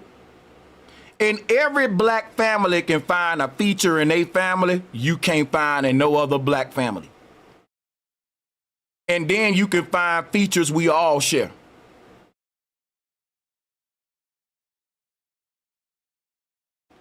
That means your features don't come from your race. Your features come from your lineage, your mama, daddy, great, great, great forefathers. Your features don't come from this culture that we call black. Because that ain't even a culture. It don't connect us to a lineage. You can't use hip hop, chicken eating, basketball playing to explain how the fuck we look. Stupid. That's when we gotta go beyond races and start talking about DNA and lineage. Cause your race ain't nothing but a social program. That's it. It's a social construct. And your race don't give you your identity. Your mom and dad and forefathers do. And so many times we see wannabe smart niggas using race as a form of identification when it's just a political box that your slave master put your group in. That's right. That's why niggas should stop going to college, because it's a ripoff. You end up paying the white man back a lot of money just for him to lie to your ass and for you to leave with your head full of lies and a bunch of ego. And can't nobody tell you you've been lied to. Y'all are dangerous niggas. The most dangerous niggas in our community are these educated ass scholars. That's right. These niggas holding us back, y'all. Now, the Arab is not a pure archetype representing one of the racial categories. They fit best into the Caucasoid category. What you should observe from a feature standpoint, I put my photo, I put King Tut has no lips. He has a nose that shoots from the brow. Now, what he's doing now is called lookership. And he's identifying people's facial features with a group of people that he was taught crawled up out the Caucasus Mountains and took over the world. Y'all hear how silly this is? When you use words like Caucasian to refer to white people and try to put that on them as the identifying factor of who they are, it's stupid. Because every European, you can't say all white people descended from the Caucasus Mountains. When you do genealogy, it just don't, every white person blood don't trace back to a little mountain range y'all call the Caucasus Mountains. That's silly. And every black person's blood don't trace back to this one spot called Egypt in Africa. Why they got everybody coming from one little bitty ass location? We talking about groups of people that's all around the world. It's billions of white people, billions of blacks. And these folks want you to think all of the blacks come from this one area, all of the whites come from this one area. So, and we start to adopt these dumb concepts and then reinforce them by saying, look at the Caucasoids. So you think that the white people all come from the Caucasus Mountains and we can identify it because they got slim noses. That's silly. That's silly because there are a group of white folks, Italians, by the way. Italians got huge noses. Have you ever seen Danny DeVito's nose? That's right. Not only do Italians got huge noses, they got big butts and huge bodacious lips like niggas. So think about this now. If niggas want to use looks to identify who's who, guess what happened when you point out that there have always been white groups with bodacious features? They will say, no, that's new. That's because the white women are getting butt shots and all that. Bro, not every white thick woman got a BBL. You niggas must don't live in the South, my nigga. That's right. Take your ass to Daytona Beach talking that BBL shit.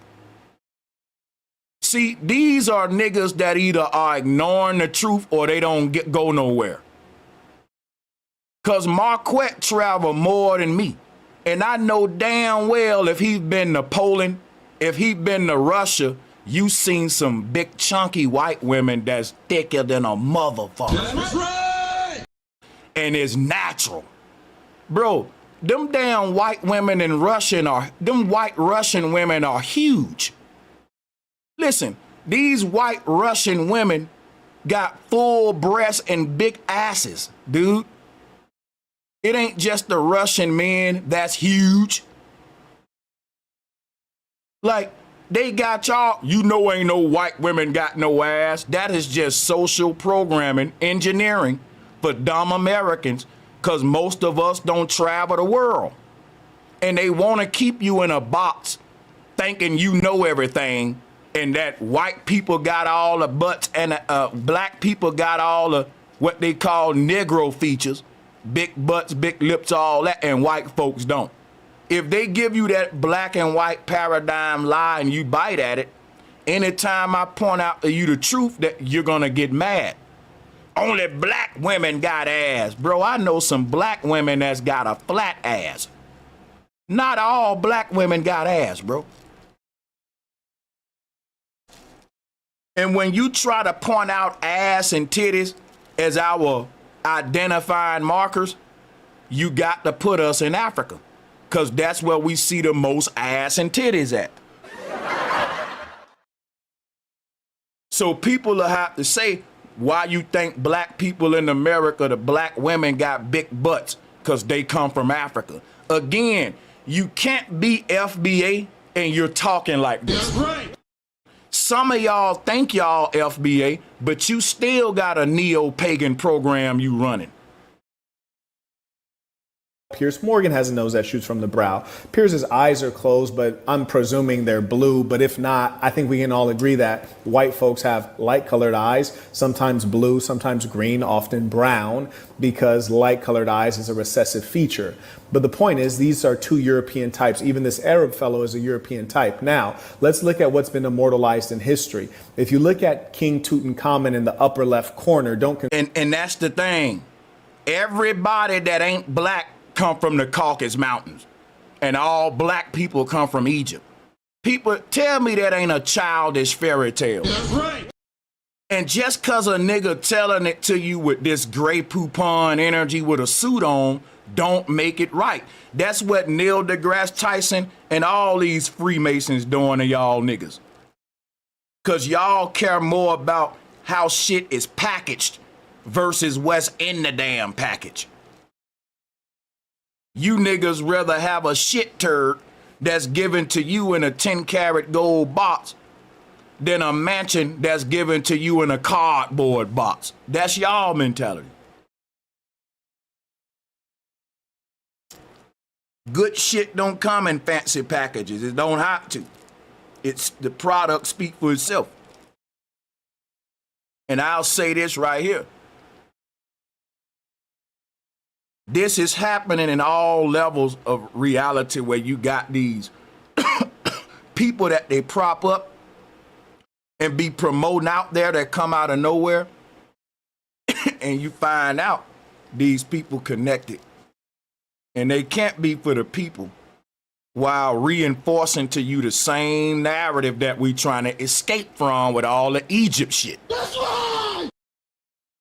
And again, excuse me. No one can prove we're Egyptians. They can prove that we look like the black Egyptians. But again, the word Egypt is like saying Africa. It's like saying the Africans are black. The Africans come in all colors and creeds, because Africa is a big old continent that's a melting pot. Egypt was a big region, and within Egypt, you had many different tribes, cultures, and creeds and nations. You just did. It was like New York. And can't nobody say the New Yorkers were black. Bro, New Yorkers come in all kind of varieties. What make you think Egypt was just full of Negroes? When you walk around it, you see pharaohs of all different motherfucking cultures sharing the same burial spots. It's weird. And then these black guys will walk up to the black pharaoh and say, we the Egyptians because this statue look like me. And the white man will go to the white part of the pyramid and tell the white man the same thing. You're an Egyptian because it looked like you. He'll go right over there and he'll go to the white part of Egypt and he'll tell the white man, here go your ancestors. And then show you the black pharaohs and do that with the black man. Everyone's cultural appropriating Egypt. Everyone. Because, and the black folks will tell you, oh, the white pharaohs didn't get there until Egypt was destroyed. And when they try to explain all of these other groups that ruled in Egypt, they say, oh, well, you know, that was after our shit was destroyed. That's a lie. The rule of some of these foreign pharaohs was in the same periods as your black rulers, which shows us Egypt was a melting pot. That's right. Egypt had rulers of many colors, just like in America, like in Africa. Each nation is got a different religion and a different group colonizing it. That's what Egypt was. Certain parts of Egypt are whitewashed with the white man's ideologies. Certain parts of Egypt still maintaining their tribal ways in Africa. Certain parts of Africa have Islam going. Certain parts of Africa got Judaism going. Africa is up for grabs. Whichever foreign person can go to Africa and claim a territory, they're going to influence the captors of that area with new ideologies. This been going on, bro.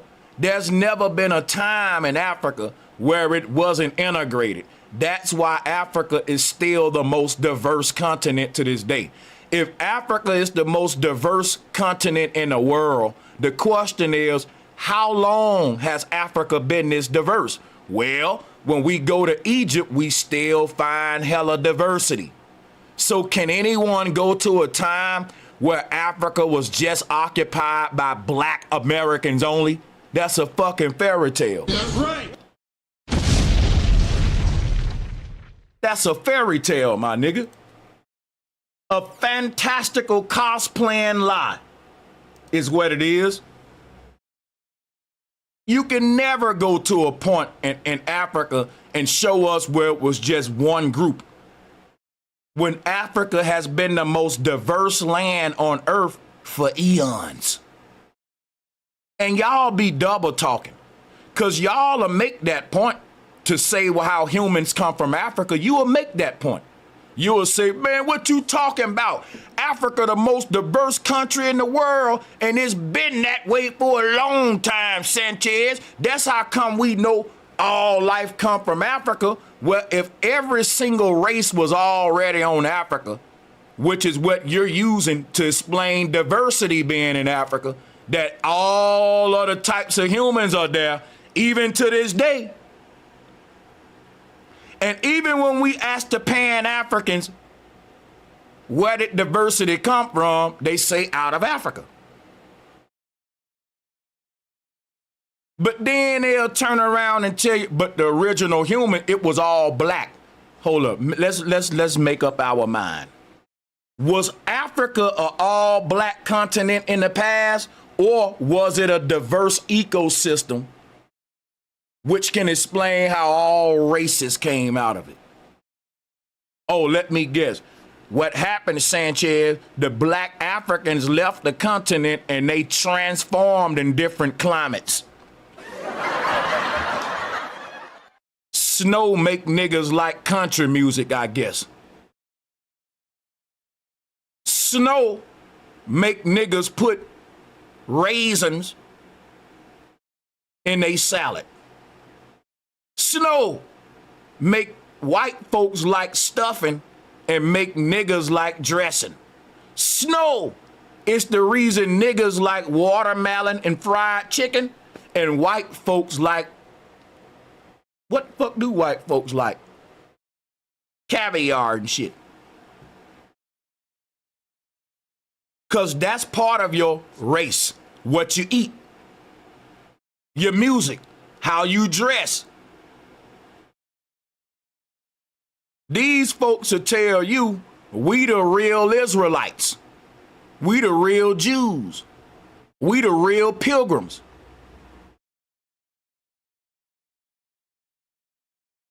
And my thing is, when you look at these groups, they don't reflect what our ancestors was like. They reflect what we're trying to appropriate in modern times versus what we really are.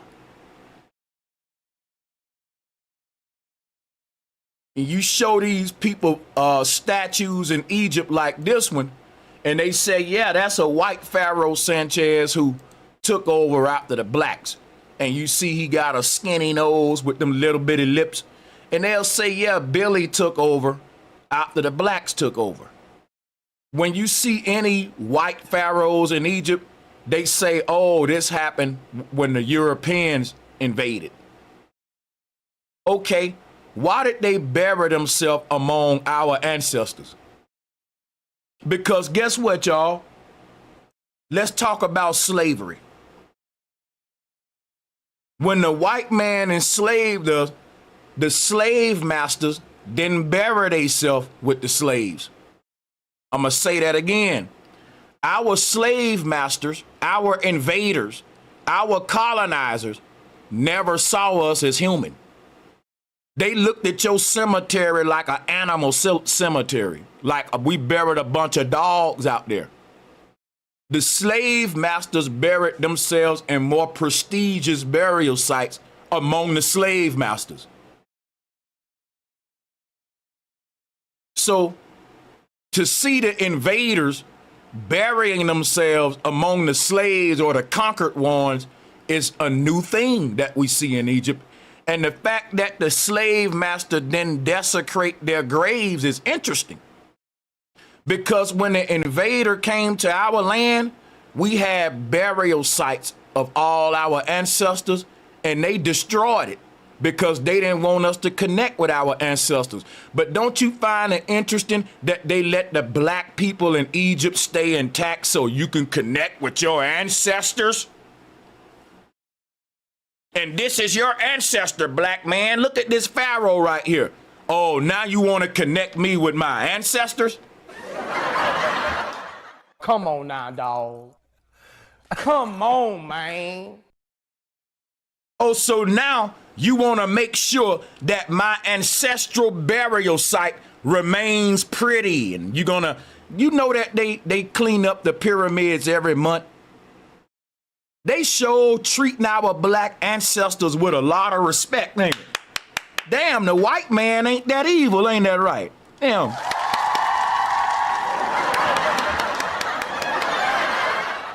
That white man making sure he upkeep your ancient burial site.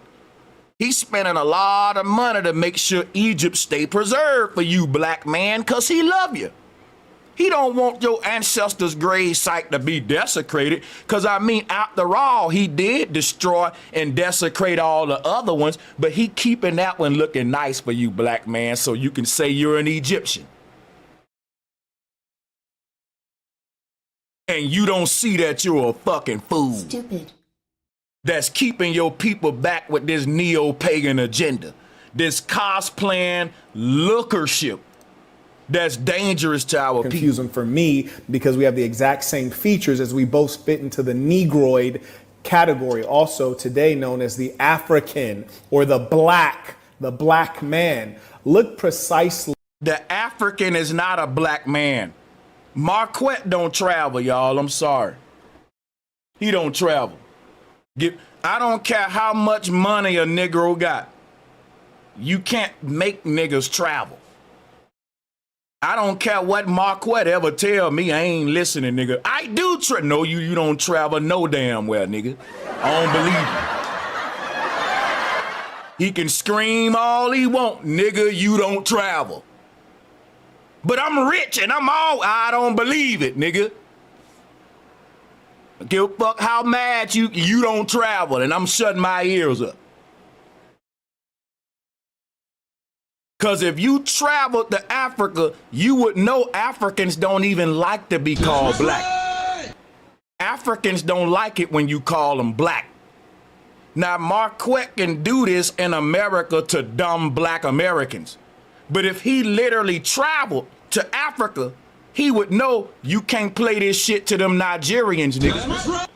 This brother said he FBA, y'all. I don't believe him at all. You sound like a neo-pagan frat boy, a college boy. Education fuck y'all niggas' minds up. I'm telling y'all, the biggest threat to black people is a nigga with a bunch of college education and credentials.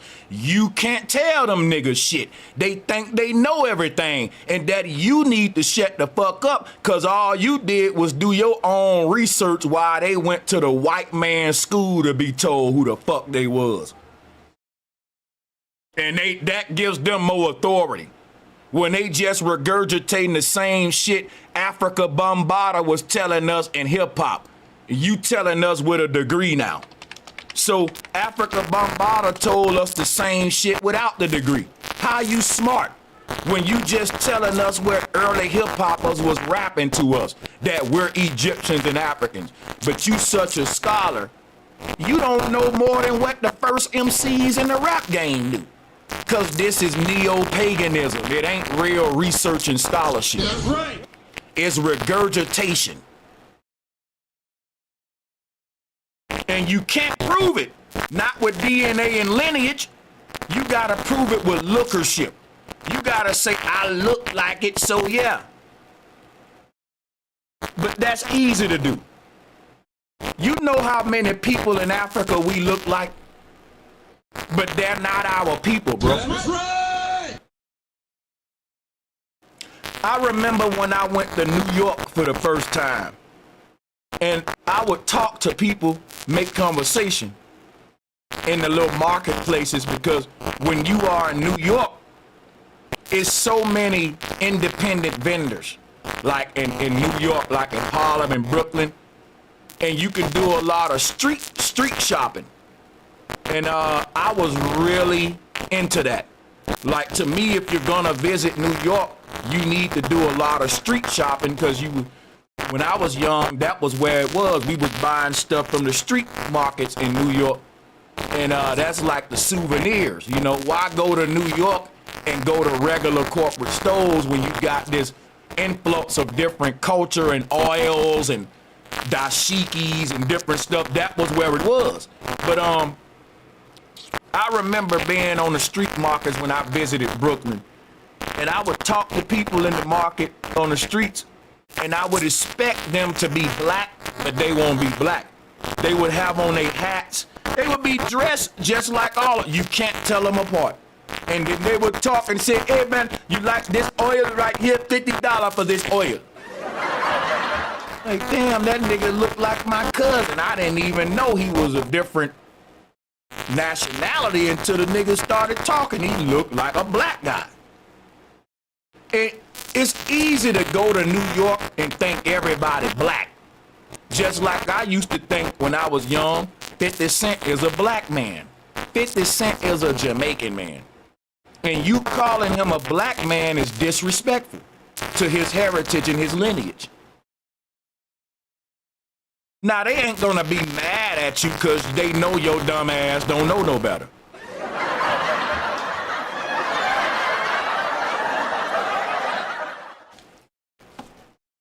Like Busta Rhymes, that's a black man. That's a Caribbean man. Bro, all people that look like you ain't you, my nigga. God damn, bro. Like,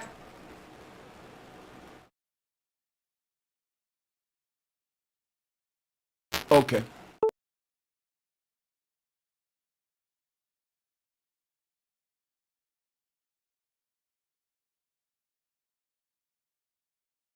I'm gonna replay, I'm gonna see where the static took place, and I'll pick up right there. We don't want to miss a beat, man. Let me pick up right there. Let's rewind. School to be told who the fuck people in the market on the streets. and I would expect them to be black. But what I was explaining when I was visiting Brooklyn and when I was in New York, which is a melting pot, I didn't know who was black or not. I didn't know who was black because what we call black is big lips, big nose, brown skin. And that's what I was thinking, just like Marquette. But when I was in New York, right, I was on the little street markets buying from the street vendors. And I was talking to people and I was expecting them to be black, but they wasn't. I was walking up to brothers that looked just like me, but they was letting me know I'm Kenyan, I'm Nigerian. Believe it or not, what they calling Negroid features is a very broad common features that you can't deduce to a specific group in America. Because what happened when we say that black is big lips and big nose, when you go to Africa looking at big lip, big booty, big nose people and you try to call them black, they're gonna say, no, I'm not black, dude, I'm Nigerian.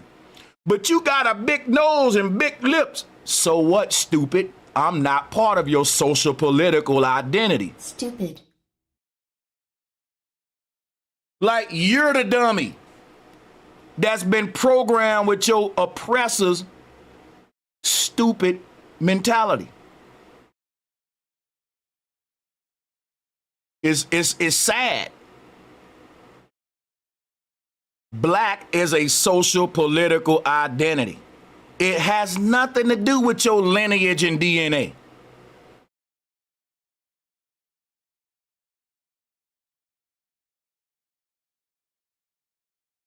So you thinking that black is how you get your big lips and big butt is stupid. Because FBA is delineating.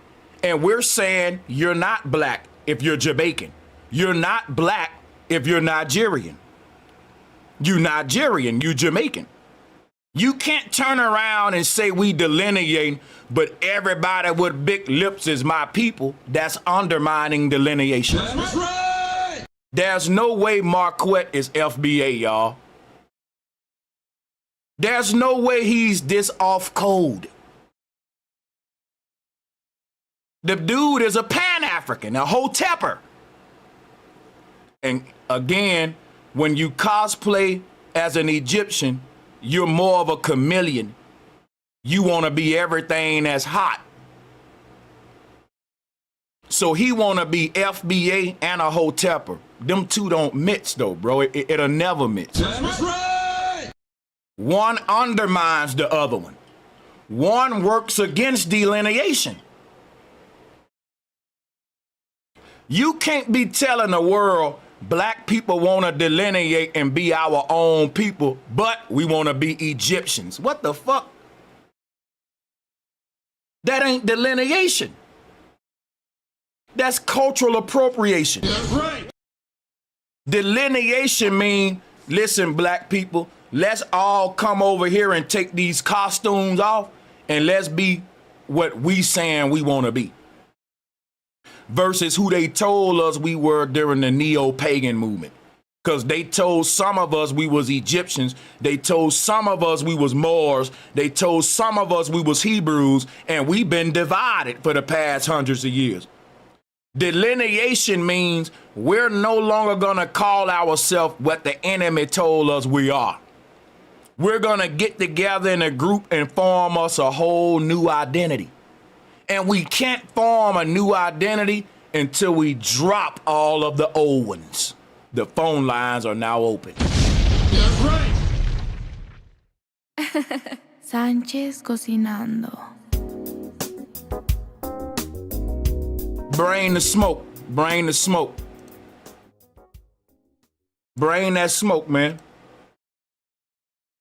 Hey, drop a 1 if y'all can hear me good, because I did reset the mic. We shouldn't have no static. Drop a 1.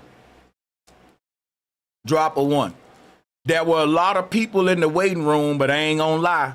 I kept them waiting because I was in the Holy Ghost. But you guys can come on up now. I got the flow open and I'm watching the waiting room. Come now, man, because if I get back to running my mouth again and looking at the screen share, cause y'all pussyfooting your way up here, that's how I be forgetting to let you on. So come now while I'm looking at the thing. If you're one of the people that want to join a round table, whether you agree with me or disagree with me, click the link right now, because I hate to keep the people waiting and lingering with dad time. And what'll happen is I'll just get back to teaching and forget all about the call line. So I'm going to wait 2-3 minutes maybe and see if we can collect any people. And if we don't, then I'm just going to ignore the thing again and go back to my little spiel. Because I got a lot of more stuff I can sit here for real and be going over nonstop.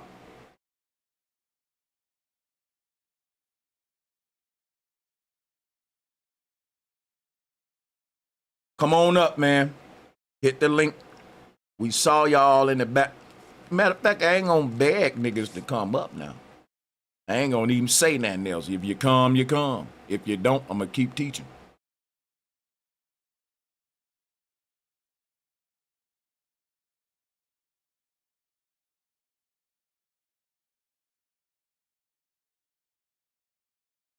All right, so with that in mind, I'm gonna continue and do my thing here. We ain't gonna worry about the call line right now. And I'm gonna get back to what I was saying.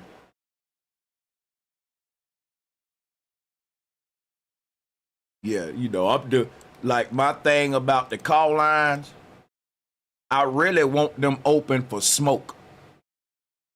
But if you do want to call in and just interject, ain't no smoke coming. So y'all can just call in for whatever. But what y'all gotta realize is that neo-paganism literally organized and formed in New York City. Modern neo-paganism that we under now. And this is the part most people miss. The cultural appropriation of Egypt wasn't just us cosplaying in costumes. We adopted the mindset of the Egyptians, which was a capitalistic mindset. We became consumers, capitalists, buying clothes every day and consumers. We wasn't like that before the 60s and 70s. We were saving our money, working together.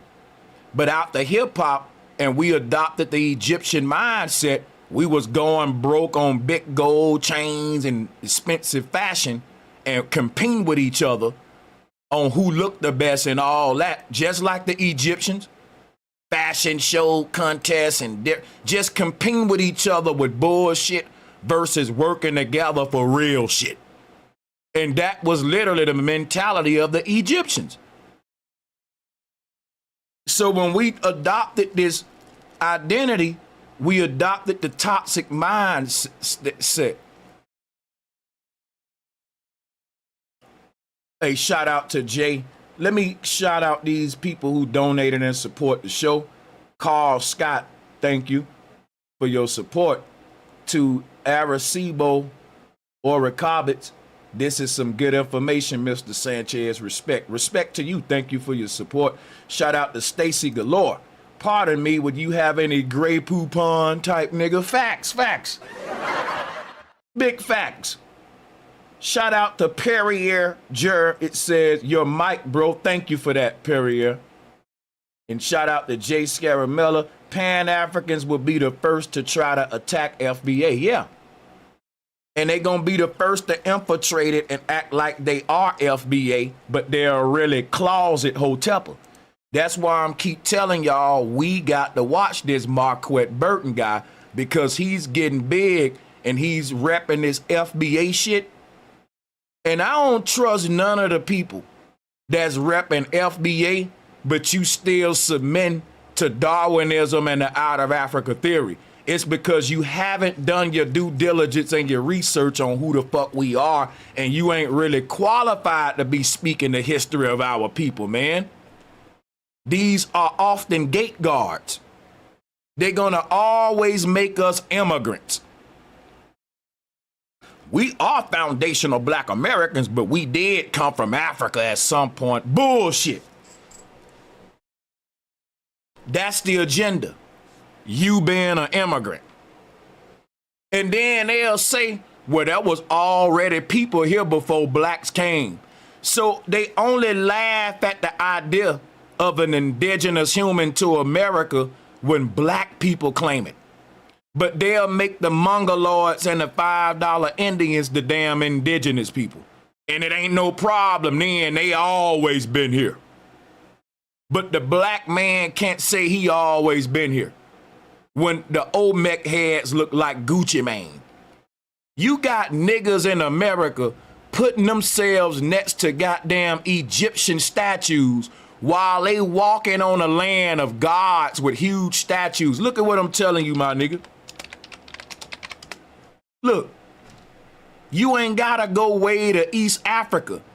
There was no slave ships that went to East Africa. This is what's up under the grounds of North America, dog. And these kingdoms made Egypt look like it was lost behind in technology. Our kingdoms that we had as black men right here in America made the Egyptian shit look like it was kindergarten society. These were megalithic empires of an Asiatic Negro race, the Asiatic black man, meaning that there were a group of copper-colored, brown-skinned, red-skinned Indians that also had Asiatic features, and among them were Asiatic groups or Asiatic influence.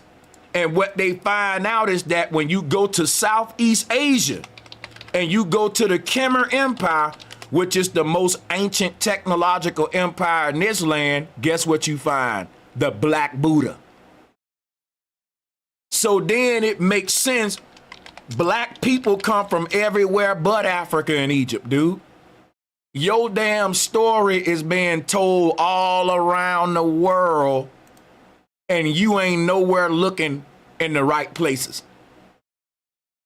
They got stories about the black gods of Asia, the Black Buddha in Asia, and this is the Asiatic black man. There's a whole lecture you can pull up on this, man, about Angkor Wat being an advanced ethereal tech-based civilization. They were a colored type of Asian. They wasn't yellow. They were brown and like black, but they were Asiatic. And then when you get to North America, guess what you see? You see Negro and Asiatic features, and you see the same architecture you see in Southeast Asia. So watch this, right? Watch this, right? I'm gonna show y'all something. Here go the architecture we find in Southeast Asia. Look at this right here. Let's pull up a clear image. Let's look at Southeast Asian architecture. I want y'all to see this.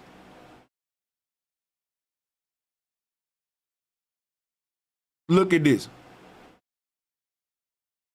If you look at Southeast Asian architecture, you see what was going on in America. We were building this same way. Mounds, stone step pyramids. Look at this step pyramid right here. And you find another one in Mexico look just like that. This is what the step pyramid come from. Look at this building here. Don't it look like the White House or something? We look at the columns. This is the Tartarian architecture we find in America. Look at this here. Let's pull up Tartarian architecture and look at it side by side. When you get to Egypt, it start to get dumbed down. The Egyptian was building big clunky stuff. They were stacking blocks. If you look at the pyramid in Egypt, they was just stacking blocks. Our ancestors was carving huge pieces like this out of mountains, nigga. Look at this. Look at this shit. And when I say ancestors, yes, there were white people in the old world. You see the statues in Tartaria. You see black statues, white statues of the goddess. I showed you the Dogon version. Wasn't nobody separated by skin color. That's right. It was an integrated world of sovereignty, man. Didn't nobody say you're a black man and I'm a white man, because we didn't have social political statuses yet to divide us up. So you saw statues with everybody features all over the world, and you still see them today. You see black big statues and white big statues that we cannot reduplicate. The white people can't remake this shit of what their ancestors made, and we can't rebuild the shit that our black ancestors made. And all of them was working together. We divided and conquered. There was no black and white. There was just a bunch of gods making a stone utopia all around the world. An extended empire that wasn't bound with racial barriers or language barriers and all that. This is Tartarian architecture right here, y'all. Don't this look like what we see in Angkor Wat? Look at this. When you go to New York and you see all of those Gothic looking buildings with the spikes and the very intricate carving in the stone, we didn't make that. We inherited that. We didn't build that. Look at this cathedral. The real Christians were stone workers who had technology that we lost. And these churches were energy plants to pull energy from the ether. This is what Christianity was. The cross was a symbol of power. It was a technological symbol. But here is Angkor Wat, this Angkor Wat right here. This is Southeast Asian architecture. If you look at this architecture in Southeast Asia and you look at Tartaria, it's the same. Look at this. This is Tartarian architecture in Barcelona. And then we can go over here to Southeast Asia and see the same architecture. Look at it. The spiky building tops, the intricate stonework that you just basically, you did stonework, you did it on steroids. Like when you go to Egypt, you looking at a bunch of sand blocks, nigga. That ain't nothing compared to this. You can't find no connection points on this shit, y'all.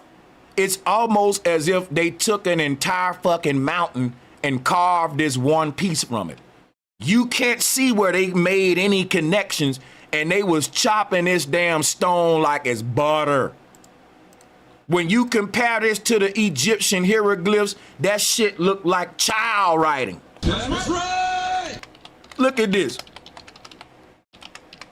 Look at the Egyptian hieroglyphs. It's symbols carved in the wall. And I like these. They step their game up. They start telling stories in the wall. And don't make no mistake about it. This is very impressive. This is very impressive. The Egyptians was cutting stone like they were gods. Look at this. Let's give Egypt their prop. Can't take nothing away from this stonework because we can't do it today. Let's give Egypt their props.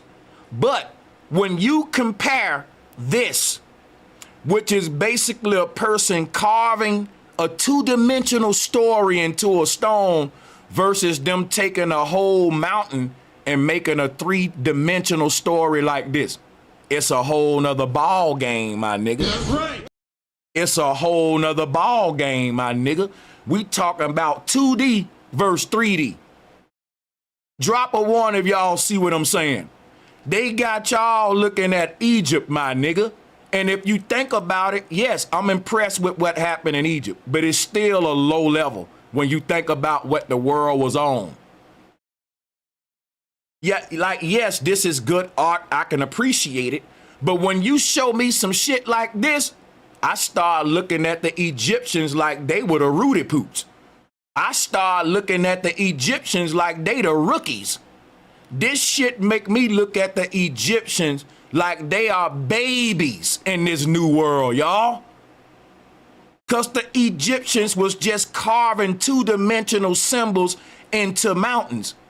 But other cultures was sculpting the whole fucking mountain into a three-dimensional story. You can walk all around this and it's telling a story. Three-dimensionally. Three-dimensionally. How you cut this like this? This shit giving me a headache just looking at it. Look at the intricacy, the detail. Whoever cut this shit did it in a way we'll never figure out, man. And when you think about they got y'all looking in Egypt at this shit, I have to laugh, nigga. Like, that's why y'all want to be Egyptians, because you don't know the truth. It's like saying, I want to be in kindergarten class. Bro, that's because you didn't even know that there was a 12th grade class, nigga. The people in our Western world got y'all finding glory in Egypt because they don't want y'all to see that the world was way more advanced than the Egyptians, dog. That's right. There were cultures out here cutting stones in ways that'll make the Egyptians jealous, my nigga. They hid your real glory. It's sad. Let me give a shout out my brother Q for joining. You still on? Oh, shout out to Jay for joining. But yeah, let's play the joint, man. At his, I gotta move beyond this guy. So his whole video is, we look like the Egyptians, so the Egyptians was black. We know that that's pseudo and that ain't science. Let's play the next video. So we are living in a very anti-intellectual time period. And with me, It's amazing that he opened up with anti-intellectual when really what they're doing is anti-intellectual. The word intellect comes from intelligence. Intelligence is something you get through personal research, not through mainstream regurgitation. Y'all ain't doing that but retelling us what the world already been told for the past hundreds of years. And everybody listen to it and say, yep, that is right. Why is it right? Because you heard it before. And soon as someone say something that you ain't heard before, they wrong, and you gotta correct them back with the bullshit lies they been telling us, that we're Egyptians.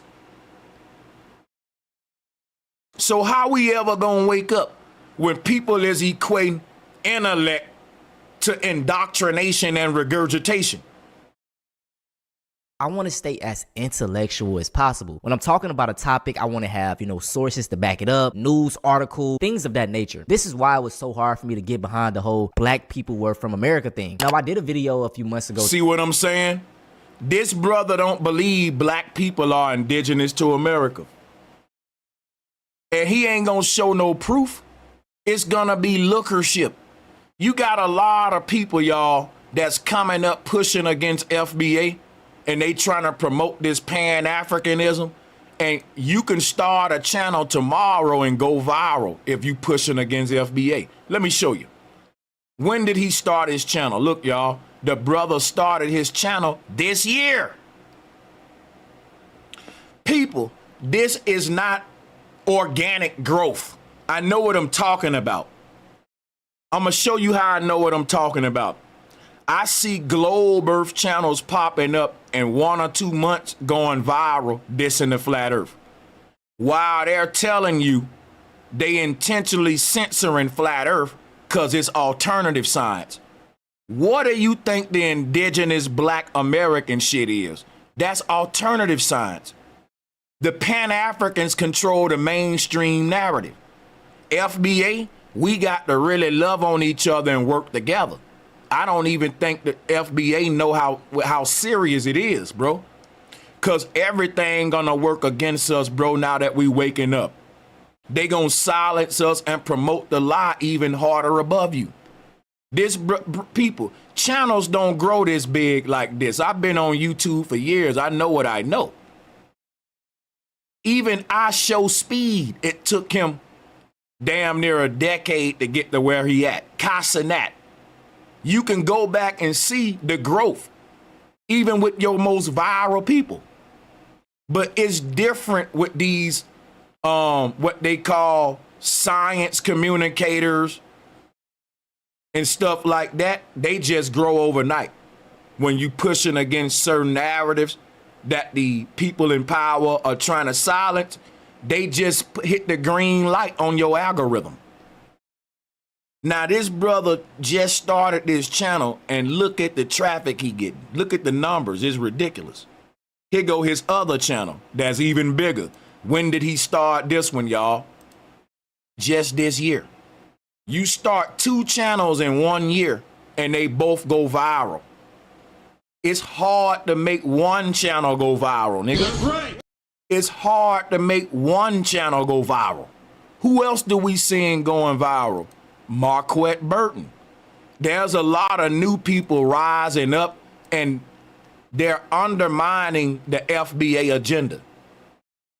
And they may not look like they're doing it directly, because they're not, it's indirectly. It's videos like this.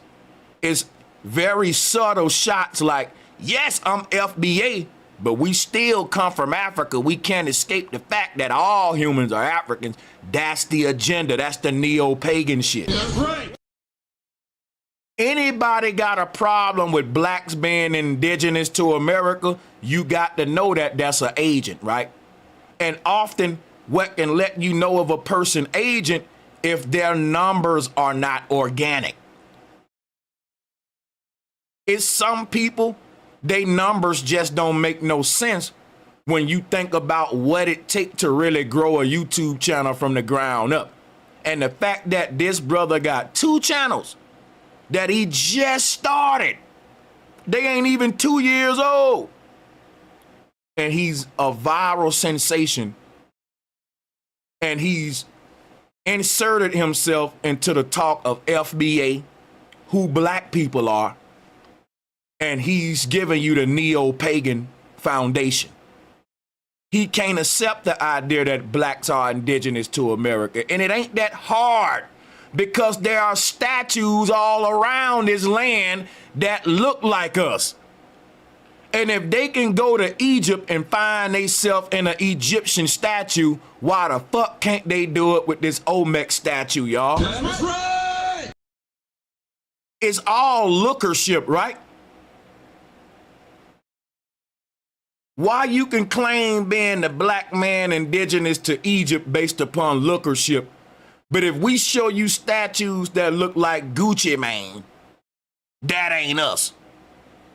Look at, come on, bro. If we gonna play the statue game and look how I look game, then we can very well just as well be indigenous to the Americans too, black people. That's right.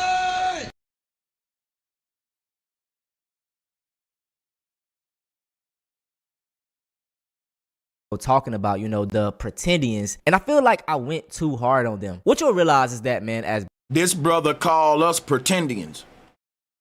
FBA, it's time we get stronger on code against channels like this. It's time we cancel people like this.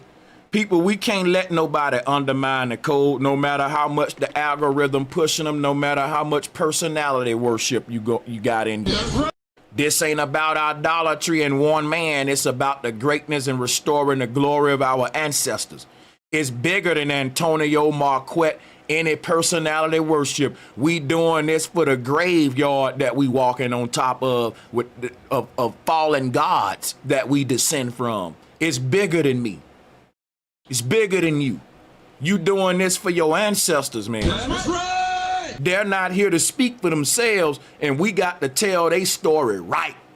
And we got to know, as foundational black Americans, as indigenous Americans, that it is an act of war to tell us that we're not originally from this land, when we've been saying for eons we didn't land on Plymouth Rock. Plymouth Rock landed right fuck smack on top of your black-headed ass. That's right. What's the point of us repeating that for generations just to turn around in 2025 and say that we're immigrants? Just because you're trying to find a false glory in Egypt. Black people, especially black Americans, in school, they really only teach us about slavery. They never really teach us about, you know, civilizations that were thriving back in Africa, such as Nubia. Again, they only think that the thriving civilizations come from Africa. Most Negroes like him They don't know the deleted history of North America. The most advanced civilizations in the world was in the Grand Canyon and right here in the Americas. That's right. One could argue that the whole fucking world was ahead of Africa and ahead of Egypt, because guess what you ain't gonna find in Egypt till later on. This is what I'm telling y'all how I can prove my point, right? Some of the greatest stonework in Egypt is the Sphinx. Let's pull it up. The Sphinx is their greatest stonework. Ain't none in Egypt take more intricacy to carve than the Sphinx. Because you got to make a lion and the human features. It's harder than just stacking blocks to make a pyramid. It's intricate, right? The more intricate work you got to do with the stone, the harder it is to carve all these details. Now look at the Sphinx. You've been taught to see this like it's so badass. But guess what, y'all? The Sphinx represent the height of Egyptian stonework, and it still can't compare to this Olmec head. Do you hear me? Do y'all hear me? Look at this, y'all. The amount of work, when you stand up next to this thing, your head will come to his bottom lip. That's how big this head is. If you were standing up next to this thing, the top of your head will come to his bottom, where his bottom lip start right here. That's how big this is, a colossal head. It's still in better condition than the Sphinx, and all this shit was built around the same time in the old world. Again, when you look at the Egyptian carvings, it's two-dimensional. When you look at what people was doing in Southeast Asia, look at this. This cathedral make the fucking Sphinx look like kindergarten. Look at that, how the intricate of it. Look at this. Look at this shit. And you talking about a goofy ass Sphinx.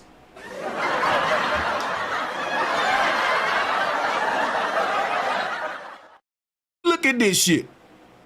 The intricacy. People cutting stone like butter. Look at the detail in the stone. Somebody cutting that stone like it's butter. Look at that. Look at the carving on that. Look at that Asiatic black man standing up there. Look at the stone detail. And you telling me about a goofy ass Sphinx. But put the Sphinx back up there so you can see this shit. Hold up. This what y'all want right here. Look at this shit, bro.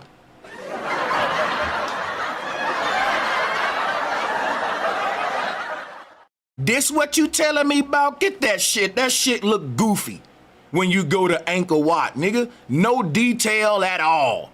And it didn't stand the test of time.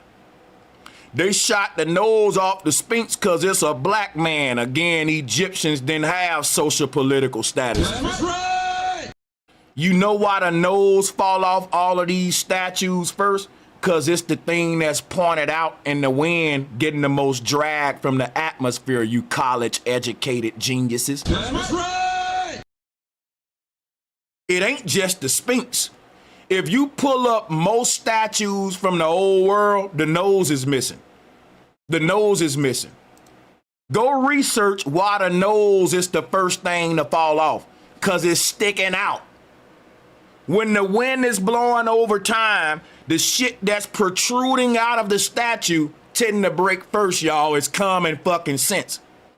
They want you to think that Napoleon shot the nose off the Sphinx with 21 shots. Beep, beep, beep, with a musket. A musket.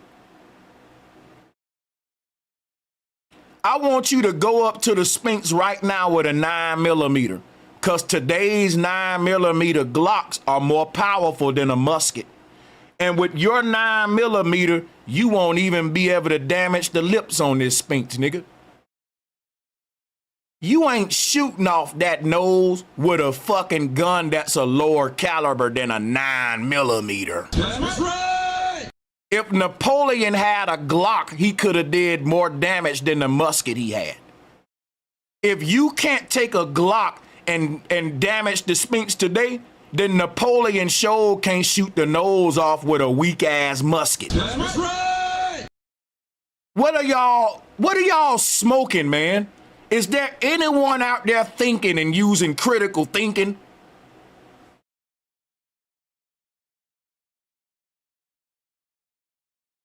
You know, the Moors, Kush Kingdom, like there was greatness. And this is my whole problem with the theory that, you know, black people were the real Native Americans, we were the real this, we were the real that. It diminishes the factual evidence of greatness that we actually were. And you know, history is very subjective. Like and when you claim Egypt, you diminish our greatness.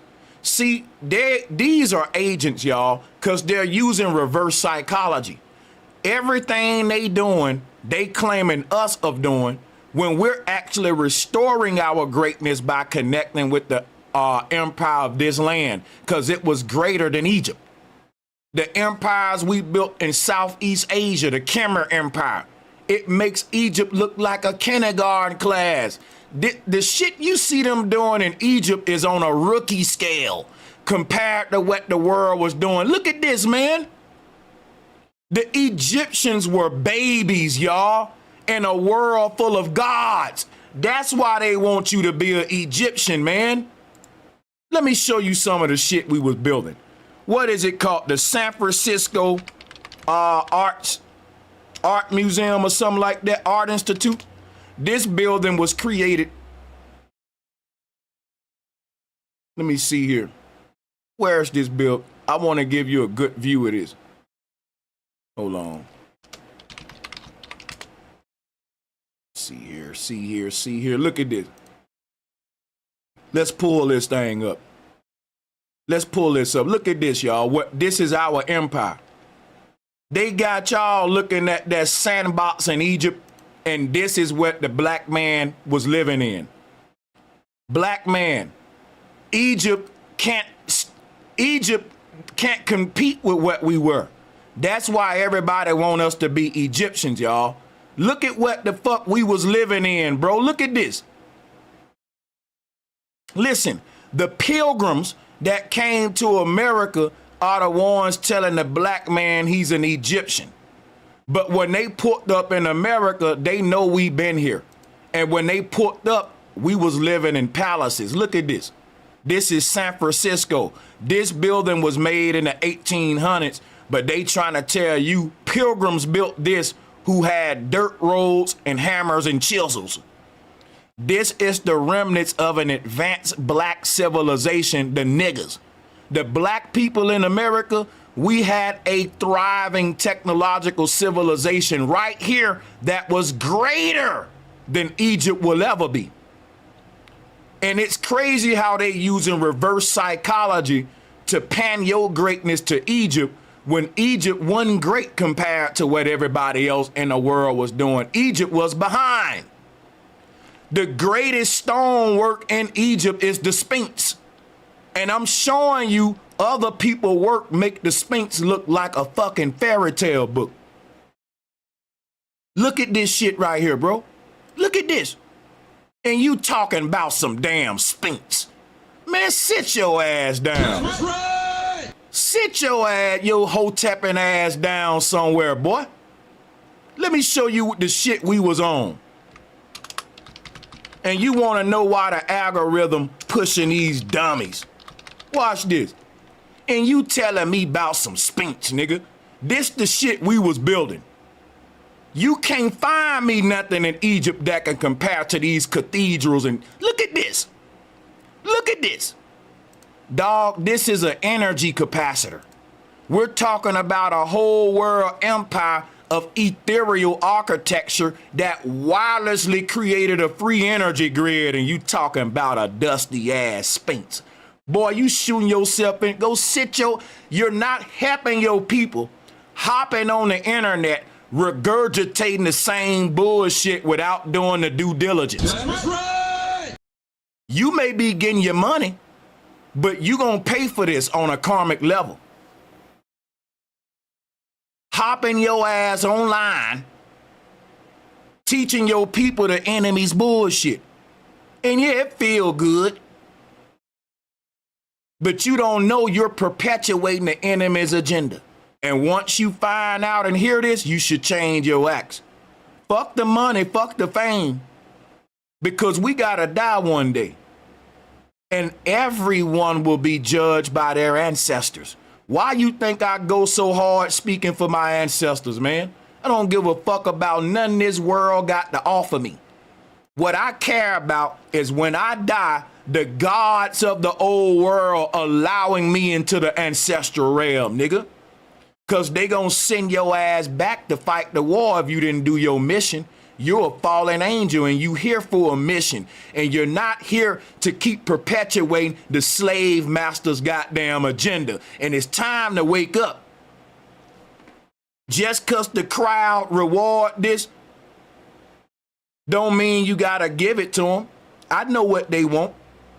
They want more of the same bullshit that ain't getting us nowhere. I ain't gonna give them that. We gotta wake each other up at this time. And when you wake people up, they ain't gonna fucking be happy. People gonna be friends with the person that's giving them a blanket and a comfortable bed, keeping them sleep. Ain't nobody gonna be friends with the nigga that's yelling and waking them up. So I ain't looking for friends if I know that I'm waking my people up. They gonna get up angry and mad that you woke them up. So if you looking for a pat on the back, you can never be of any use to your ancestors, nigga. That's right. We really don't know if it's actually true. History is in the word. His story. It's mainly only told through the eyes of the victors. And if we look back through the past couple hundreds of years, the victors have not looked like us. So, you know, you have to take it with a grain of salt. When this nigga right here popped up in the social studies book. Yo, I remember that. Yeah, man, I was like, these. And this dude talked like he just sipped a whole bottle of codeine and he trying to teach folks. And you wonder how they got us learning from drugged up, no regurgitate niggas. Listen to this. Full of shit. He used to draw all over They his just- ass. Like, they just playing in our face. Even as a kid, man, I knew something wasn't right about this nigga, man. And this is the ignorance that I'm talking about. What's wrong with that? There were whites in Egypt. There were brown people, Asian people. See, Egypt was a melting pot. But when you tell niggas that it was just full of black Americans and they believe it, then they'll try to explain away the fact that it's different colors of pharaohs buried right next to the black ones. You feel me? And again, if the white man is the slave master in Egypt and the black man is the slave, why would the slave master bury himself with the slave and not desecrate their burial ground like he did all the other slaves? Why would the white man go around the world burning up your ancient cemeteries so you can never trace back who you are? Burning up your old burial sites that connected you with your ancestors.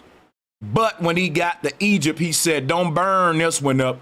We need to teach the black people that they're Egyptians and that their ancestors come from Egypt. So don't desecrate this burial site. In fact, we gonna bury ourselves with the slaves for the first time.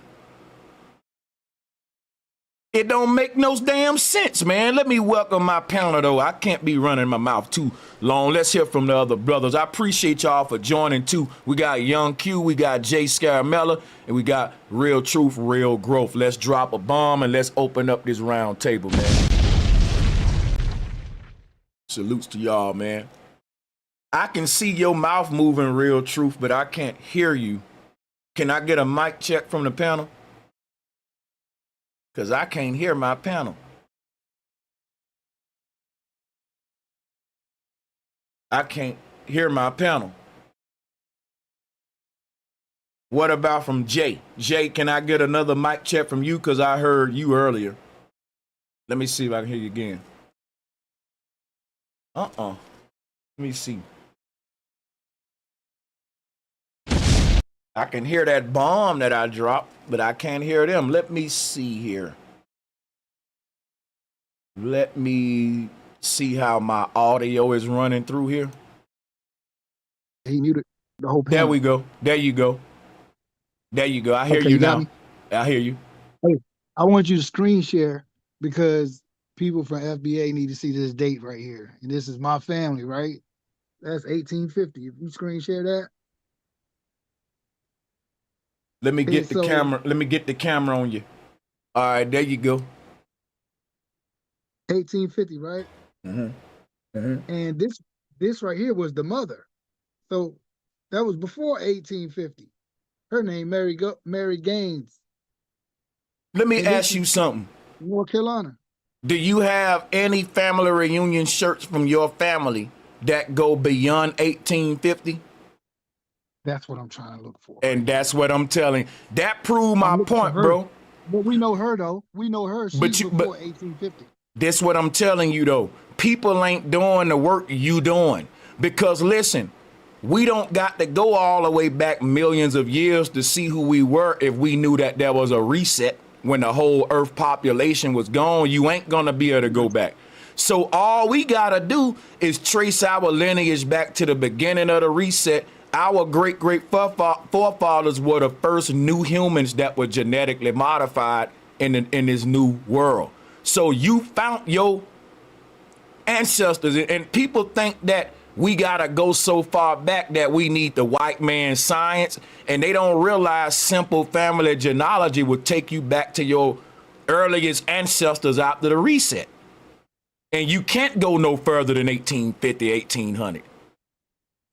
Yeah, we was trying to find this lady that was born in 1850, which is my third great grandmother. We were trying to find her mother's father. And that would have took us back in the 1700s. So that's what I'm looking for right now. And when you do, that's when you really gonna be entering like the subterranean area of this research. Cause now you going back into the old world shit. When you get into the 1700s, you dealing with, whenever you find some of your ancestors from the 1700s, those are the humans that was built different than us biologically. Yeah. And look, it's important what you're doing because I see the game, bro. Everybody's attacking us because it's been that way forever. They've been attacking us. All this Tartaria, they came over here, destroyed and killed everything, bro. They've been doing this for a long time. And so now it's like the enemy has taken over. And then now the enemy is recruiting you and his army to continue his bullshit, and you're protecting him. That's all it is left. Hey, supposedly the ones who hit us with the reset, this ain't the first time we fought against their ass, and before we won or whatever with help from other motherfuckers from here or inner earth supposedly, but then the last time we lost, and at that point they say we lost contact or quote unquote giants stopped fucking with us because they was fucking with us during the time of fighting their ass or whatever before the reset. Yeah. This is it's all about covering up this near past technological utopia, man. Like Tartaria is the wave, man. Like I recommend every FBA, every black person in America to get into Tartarian research. That is your greatness. And what's so crazy, all of the Tartarian channels are fucking white people telling our goddamn story. While we over here saying we're Egyptians and shit. And you know what, bro? One of the first things you showed, or one of the things that you showed me for the first time that I had never seen when you showed this shit a while back was the fact that we had motherfucking moving sidewalks in this bitch. Like, I ain't see that shit in Egypt. I mean, I saying that they ain't have it, but we had in the Tartarian Empire moving sidewalks, and that was within the time of the pictures. Yeah, you go to some of these old cities in the 1800s. This is the ancient remnants of a worldwide Tartarian empire that our people helped build. Like, let me go to some. One thing they will say, you had these huge, look at this right here, right? Let me show y'all some lies that they tell. Now watch this. Here go the World Fair photo from Tartaria. This shit built by our ancestors. Look. Look at this. Look at how lit up this is, y'all. Now, mind you, we did not have electricity yet. Ain't no power poles nowhere in this photo, y'all. You know what they was telling folks? All the light we see is oil lamps. Nigga, it's spotlights in the background. Now think of living in a world, a stone empire. You got street lights that go for fucking miles. Look at these big pretty street lights, man. Look at that. That's fucking gorgeous. A light like that they in an antique shop gonna run you just for one of them. We talking about an old world luxurious utopia, dog. And look, they want you to think that they was fucking changing oil lamps in that pretty light fixture. You gotta be kidding me. That shit was powering itself through the ether. Think about it. Who finna change oil lamps every day? In fact, you will have to change them twice a day. And that's a lot of lamps in your city. Ain't that much oil in the fucking world. You gotta produce a lot of oil to keep these lamps burning every day in your downtown area. And who builds a fucking stone building like this and get light from burning a damn oil lamp? It don't make sense. Hey, you know what this make me think about? This shit look like a cartoon. I think that's why they gave us cartoons. And it look, you know what it looked like? You know exactly what it looked like? I can tell you. It looked What? exactly like the Disney motherfucking intro. Whenever Disney do their intros before they movie and shit, and you can tell that they got their architecture in Disney. They the ones that had the secrets of Tartaria. It Walt makes you Disney think, was on game. yeah, it makes you think that it don't even make you think that deep into it when you look at it like this. It make you think like, oh, that's just a picture. That's the actual, man. That's crazy, bro. All right. And then literally, it's funny how this is what they show the kids on the Disney intro before they set them up to Right. use their imagination. Like, come And this on, It's shit like man. real. trying, Yep. like Sanchez said, it's like trying to tap into something in you that's ancient or whatever in order to indoctrinate you, in order to give you something that they trying to give you rebranded or repackaged. Yeah. Right. Cause I'm gonna tell you what really let me know that we don't know shit. The moment a motherfucker said, bro, you think pilgrims built this shit? Nigga, my fucking heart dropped. I never thought of that. The moment I was watching a Tartaria video, dude was like, the pilgrims are the ones that, if you look at what the pilgrims built, it was wooden shabby shacks. How the fuck did we let these people convince us that they were the Christians building these big cathedrals and holy stone architectures like you see in New York and shit? Literally, it's just like they didn't even really convince us. They kind of just threw it in there and we kind of just went with it. It's like Oh, it's they like an brainwashed. edited piece of history that's just thrown in that they just mentioned a certain type of way and then go past it. Look, this in New York, y'all. Like, the reason I'm pulling up New York, because I think that New York got like probably the most Tartarian architecture that's still standing. Why do I say that? When you go to New York and you see all of these Gotham style buildings in New York, bro, we didn't build that. The colonies that's saying that they was building America in the 1900s and 1800s, they was living in wooden shacks in the Wild Wild West and in slave plantations. Nail hammer, chisels, hammers, dirt roads, hauling shit on horseback. Bro, the steel beams in some of these buildings, and think about how silly this is, right? We know you need a crane to build the shit that I'm showing you now, right? Now watch this. The pilgrims would have had a wooden crane. Let that sink in. Let that sink in, the fact that the people that only had wooden cranes that can only lift shit to a few height before they tilt over and it couldn't be too heavy because it was wooden. They got wooden crane. A wooden crane moving a steel beam. That's stupid. So you can cut steel for a beam, but you can't make a steel crane? Man, come on. It's a fact that the pilgrims didn't have steel cranes. They had little wooden cranes, y'all, and they was never hauling a huge amount of material. You know what though? Yeah. As far as that go, I know a way you could probably find, or I know who or what probably has information on some of this shit would be the companies they used to like what was the Carnegie Steel. Carnegie, you know what I'm saying, was major, baron back in the day with JD Rockefeller and the rest of them.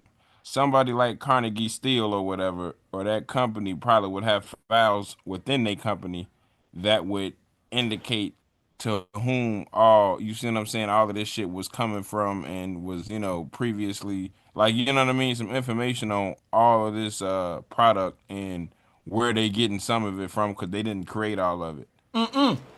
Listen, we already did the math, right? On some of these buildings, the smallest ones, we're talking about, man, let me show y'all something real quick, because I ain't gonna even guess about it. This is what's this train station called in Grand Central Station? Watch this. Let's go to Chat GPT, y'all. How many tons of steel and stone did it take to build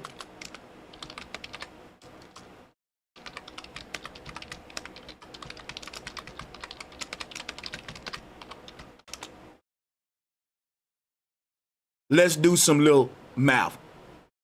Cause you finna talk about motherfuckers hauling material on a horseback with a little wheelbarrow, and now we talking about steel beams. That's some of these steel beams is like hundreds of feet, tons. Yeah, let me see you haul that on that little horsey. Come on now, cause when we start talking about thousands of tons, you can miss me with your hammer and your chisel and your horseback hauling. But see, people don't want to do this kind of research and thinking. My Chat GPT takes a minute because I tell it to be thorough. I got a different thorough version than most of y'all. I'd rather take a little time to get the right shit, to get the most thorough shit. You can set yours up like this too. All you gotta do is, if you paying for it, you should be, I don't know if the free version will do this, but go to thinking and it'll think longer for better answers. So one widely cited construction statistic, 118,597 tons of steel. Bro, we're talking hundreds of thousands of tons of steel to build Grand Central Station. And we didn't even get to the stones yet. But just to know that with the steel is crazy.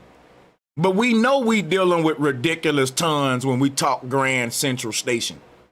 Like the Crystal Palaces, right? Let's pull that up. Look at how little this dude is, y'all, right here. Check this out. This is why people think giants built Grand Central Station. But what they don't want to know, humans just was building on large scales because we were so advanced. I ain't denying giants. I'm just saying little humans can do big shit when they smart, boy. Don't put that off the table either now. But look at these little folks. And I want to know who's lighting these lamps up every day, pouring more oil in them. That's funny. And you know what? They don't even look like oil lamps is the worst part. It's like, you're going to have to tell me something else, G. But you got it. You're going to have to tell us something. Like, I never thought about that. Like, in the old world, none of these old buildings had power lines. These are facts. Shit we never thought about, y'all. Like, I'm from Bama, and we got old ass buildings in Bama that's from Tartaria, and we never paid no. Like in Bama, you can be in the woods and shit, and you may come across an old ass stone building that's ruined, and they just tell you that's an old mining plant, And the shit be having all these slick little symbols and architecture, and you never think, why would an old mining plant look like a damn temple? I swear to God, bro, there's a building in my grandma's backyard, places in my grandma's backyard right now from the 1800s. They said, okay, it's a coal mine back there, right? One of the theories is that coal mine may enter into a whole underground grid of Tartaria. When you stand in front of it, it's like standing in front of an air conditioner. And they told us that it goes thousands of miles in the ground, and that if you fall into it, you'll die. So we never explored it. But I always thought when I was older, what if it all was a lie? What if we would have went into the coal mine and discovered an ancient civilization and shit? Cause this shit, I'm talking about in my grandma's backyard in the woods, it's a whole pit in the ground of stone, a stone opening. And they said in Bessemer that this shit go all the way back to the early 1800s. The city I was born in is named after a white man by the name of Henry Bessemer. Bessemer is a steel process, the Bessemer process of how to bend steel and shape steel. Henry Bessemer was a pilgrim. Let me give you a picture of him. This the dude who he the name of my city. Watch this, right? This white guy has been the guy that's been credited as the one that helped build a Statue of Liberty and helped build all these early structures in America to give us the knowledge on how to bend the steel or how we want it. But I'm finding out now, this dude is a whole lie. This is one of the pilgrims that stole the Tartarian knowledge, and he didn't even know how to build none of these buildings. Now, I grew up in the city of Bessemer my whole life, and I was always taught that Henry Bessemer discovered one of the most important steel processes in the world. And even in my city, Bessemer, it was an old steel city that was producing more steel than Pittsburgh in my city. But when we stopped making the steel, according to them, right, people went into poverty. It don't make sense. I'm going to tell you why. The time that they said we stopped making steel, it's the time where they should have been building all these big ass temples. It makes sense now that it don't line up, because they saying they the ones built America, but they the ones that was squatting on the old empire. And that's why it don't make no sense when they say, well, if you research the steel industry in America, the time that they said we stopped producing steel would have been the reset. And that would make sense, because look, they gotta explain why they was living in wooden houses, y'all. So they said, well, we stopped steel production. Steel production went to a halt at the beginning of the 1900s. But how the fuck is steel production going to a halt at that time when y'all are claiming that y'all are making these big ass palaces? See, it makes sense. We were the ones producing the steel using technology that the pilgrim didn't know about, which is why steel production stopped the moment we became slaves. It's crazy that you brought that. Yeah, my bad. You can go ahead, my bad. Yeah. No, that was interesting, man. I'm glad you brought that up, because look, so I'm from Kinston, as you can see on my shirt, right? But so I was living in Raleigh. Now, if you heard anything about Sir Walter Raleigh, right? He was like one of the sirs that worked for the king, queen, whatever. They were the ones that went out and scouted looking for the tribes, the royal tribes and stuff. But anyway, so I was in Raleigh one day. They got these real rich people houses. I mean, the Masons joint is right up the street from this place, bro. Right in the back of these people's yard, they had to build around it. It's two castles right beside each other. They can't tear them down. They right back there off to, you can't see them. It's right off to the side, but off a main busy street, like a main busy big ass street. And yo, I'm telling you, that stuff right there, I'm telling you, that stuff had been here for so long, but my people been here for so long. So I don't believe we lived in no teepees and all them niggas selling out talking about some Africa, man. They stupid, man. And then think about this too, about the whole lie too. We stopped steel production when we would have been using the most steel we ever used in America. Then we started back producing steel after the mid 1900s to build the skyscrapers that we see. See, in New York, let me show y'all what I mean here. Because we on point right now, man. I got a fire panel that's on point with this shit. And see, the thing about New York that we never pay attention to, watch this.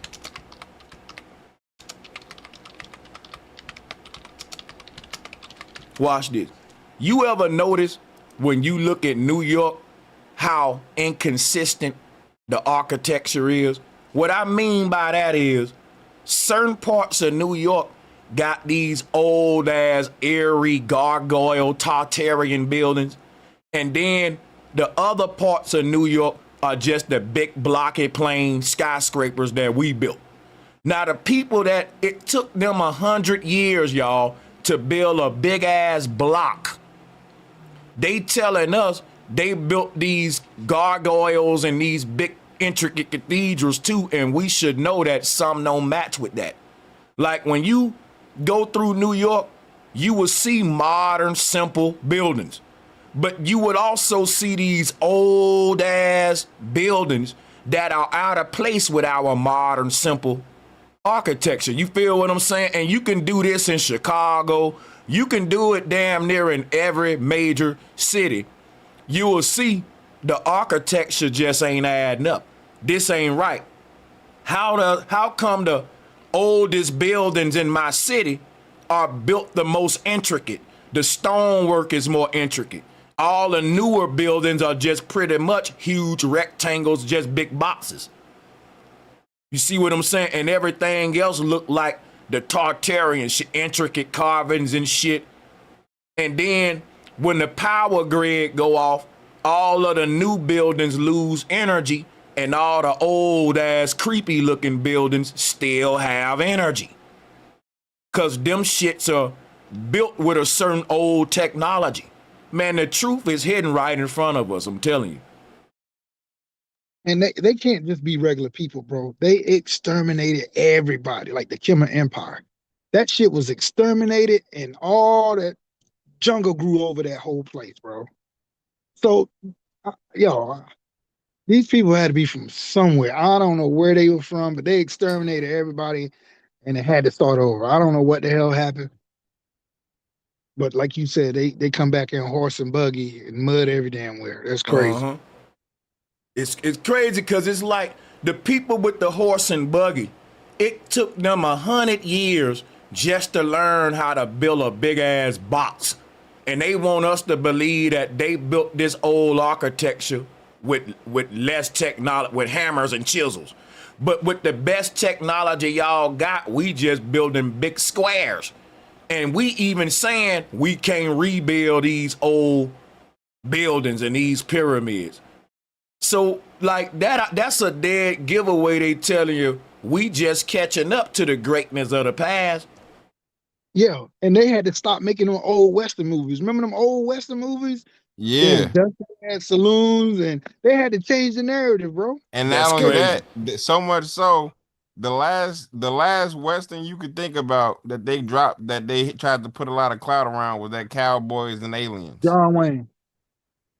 It's like they started putting Cowboys and Aliens together, some shit that don't even go together because they trying to make sense out of what the fuck was going on during the time period. And it's just like one of the biggest things Sanchez always said that kind of really rung a bell or struck a chord is when niggas were just talking about how this shit is all a result of ancient AI. It's like it's so much that kind of points in that direction. It's ridiculous. You know, and one thing is why I used to bring up ancient AI is because I know we had electricity and tools, and I know we created AI before they did. I wouldn't put it past us. But I'll say this. It's also possible that the AI we talking about were self-operated machines. We got them today. We got these big ass bulldozers, machines, and certain, you know, that can be self-automated and operated without a human and shit. And that will explain Like I feel like 3D printers. They probably had 3D printing back then, which is how they got certain buildings. Yeah, like the intricacy of the stonework. We can say, what if that was an automated process in a to where you build a sort of scaffolding device around a huge stone, and then you program it like a 3D printer to cut the stone. And they would probably think, well, how was they cutting these stones? Well, it wasn't us. It was machines we was using that was cutting it to precision that we can only do with a 3D printer today. So I can see that too. I can see that. Mm-hmm. Hey, look, also, I want to bring this back up. Man, when you was talking about the cities under the cities, bro, you know how we astroplane. We go to our other life. Bro, I was there the other day. I was looking at this, like across the street, I was looking at the regular house, but right under it, it's like the ground was tore down, or like I had some kind of vision. I could see the whole world under that shit too. And yo, it wasn't like, bro, it was like, that shit was crazy. I could see the underground world. I could see the houses. I could see the people, everything, the cars.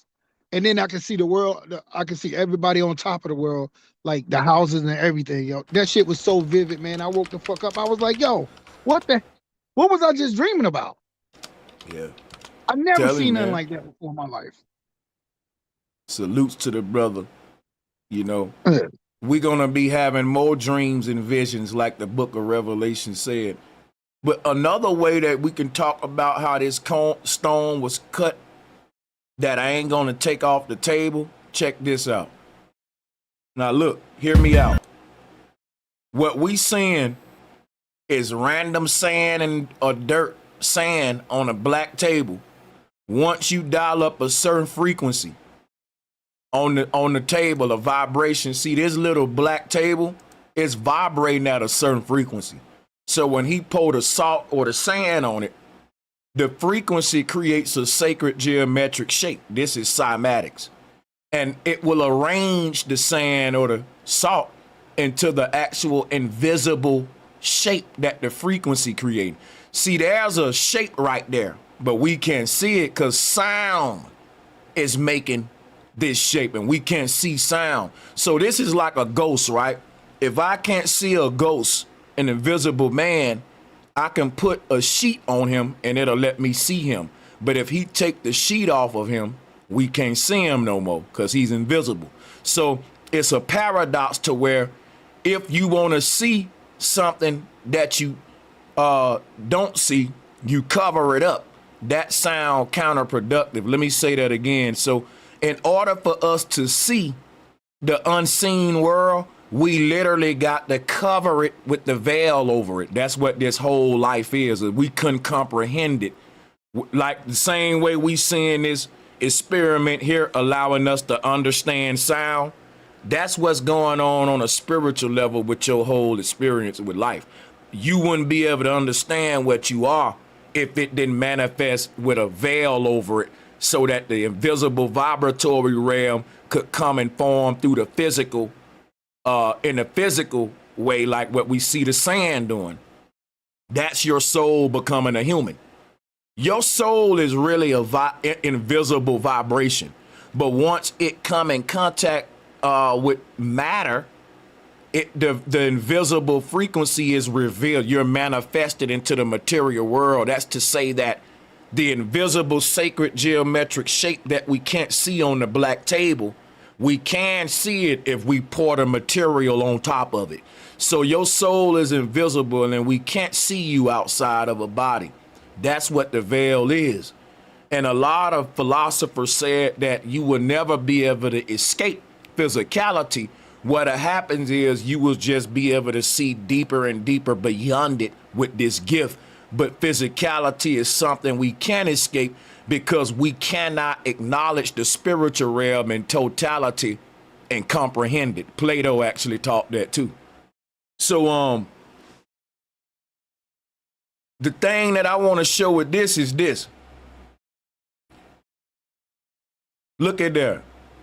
The possibilities are endless what you can make on this plate, just simply dialing up different frequencies from a snowflake, a fingerprint. And we can put your fingerprint on here. If we dial in the fine-tuned frequency, we can dial your frequency up right here, and it'll show your fingerprint on the table. And when we get, so I'll just say this real quick. When it go to how they was cutting those stones, I'm saying, what if it was with cymatics? What if we was able to manipulate sound in a way that would make Nikola Tesla jealous, right? And we know Tesla was learning from the gods, and he was talking about how sound is like the key to understanding how to manipulate matter and all that. So there's some truth to the fact that you can chop off a huge slab of stone with sound and not cutting through it.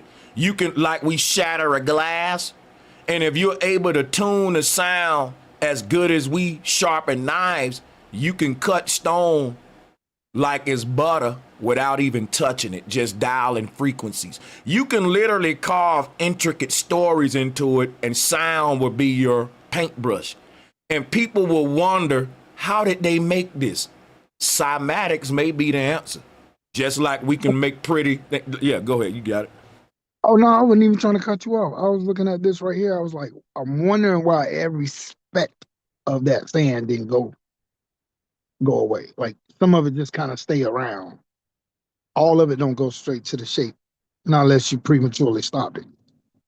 You see how little specks keep laying around? Why don't it all just go? What do you mean? When it makes the shape, right? Yeah.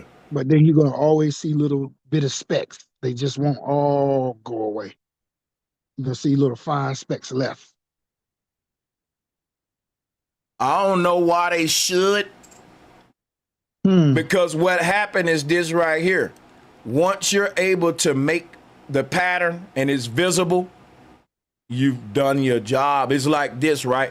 If a painter is painting a picture of a human and he's etching it and sketching it, he's just abstractly kind of wiggling the brush, and he's making these scribbles turn into a line. He ain't just making a straight line. What'll happen after he finished making the face? It'll be scribbles that just kind of linger around. It'll be sort of, if that make any sense, because I see what you're saying now. Yeah, but the whole thing, yeah. On a spirit, I ain't thinking on a, I don't want to use the word spiritual. I want to use the word scientific, because cymatics and manipulating sound to manipulate matter should be more in the realm of science. But since science have hijacked the word science, we still look at this like spiritual when it's a scientific experiment. So that's what I was saying.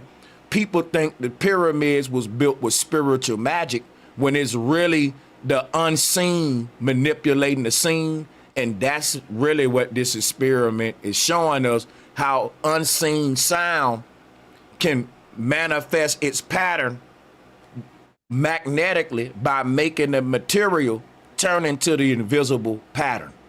So now the question you asking is, what's up with the little bitty specks in between? If you can, I got you. Listen, if you can see what the sound is doing on an invisible level, you will see that each of these little dots, right, is right there, in my opinion, because everything is like static moving this shit, right? Like everywhere you see the waves happening, it's a sound, the sound pattern is doing that. And because it's magnetic, the stone, the grain, the rocks that you pull on here, it's gonna be attracted to exactly where all of the invisible energy is flowing. It's like the magnetic ley lines on a flat earth. You know what I'm saying? But the whole thing that I want to point out with this right here, there's like a wave of energy that we can't see.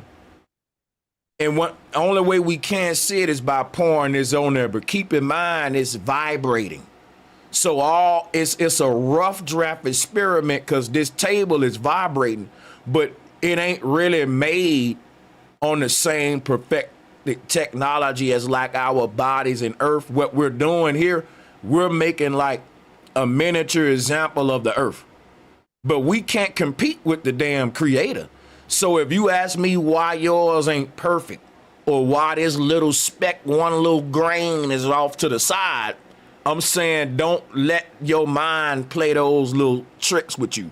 Because the point of this is, do you see the overall symbol here? You see what I'm saying? Because I don't want you to misinterpret the point of this black table experiment. It's showing us how things come into manifestation. Like once you end the vibration and the table stops shaking, this whole pattern disappear. That's like saying once your soul leave this earth, your body gonna break apart, fall apart, and all the shit that's keeping you gonna decompose and scatter away like these sand grains. I was gonna actually say in the end, it's probably acting as the aura of that physical shape that it made. That's probably what the sand grains are. Does that make sense? What I'm saying is this: you can't see the aura. The aura would be the invisible sound wave that we don't see. The body would be the sand grains that we see. Those sand grains represent what the spirit is, but it ain't the spirit. Let me show you something real quick, just to answer you. Let me show you something.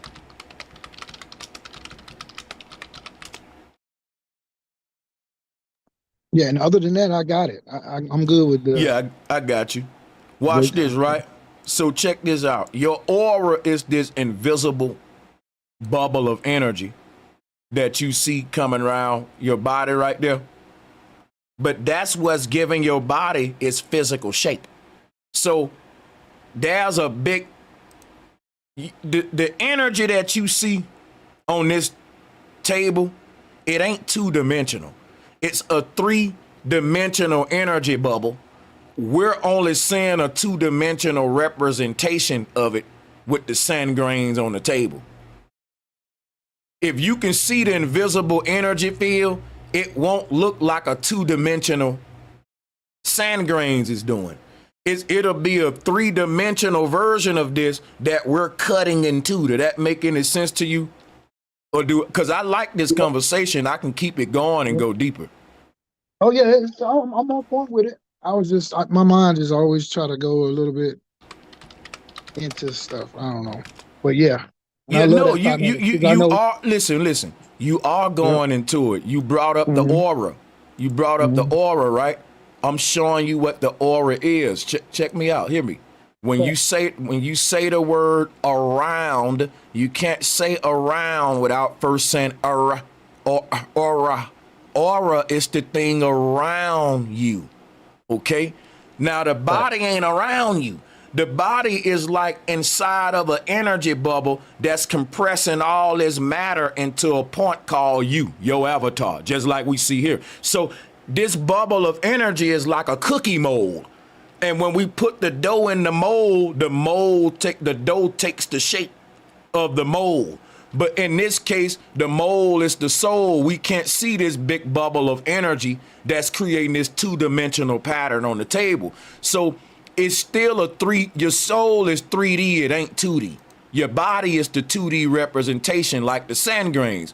It's like cutting into an orange. This pattern that we see is not an accurate representation of what the orange is. On a 3D level, it's a big globe with a bunch of triangles making a spear. But if you cut into it, you get the AE map, the flat earth, the two-dimensional version. That's what I'm saying. We're only seeing a two-dimensional reflection of the whole overall thing. We ain't experiencing 3D. That's what I was saying about Plato's cave. And then I'll show you another example. how 3D projects to 2D. When 3D projects to 2D. Hold on, let me pull this up. Matter of fact, let me go to my slides real quick. My bad.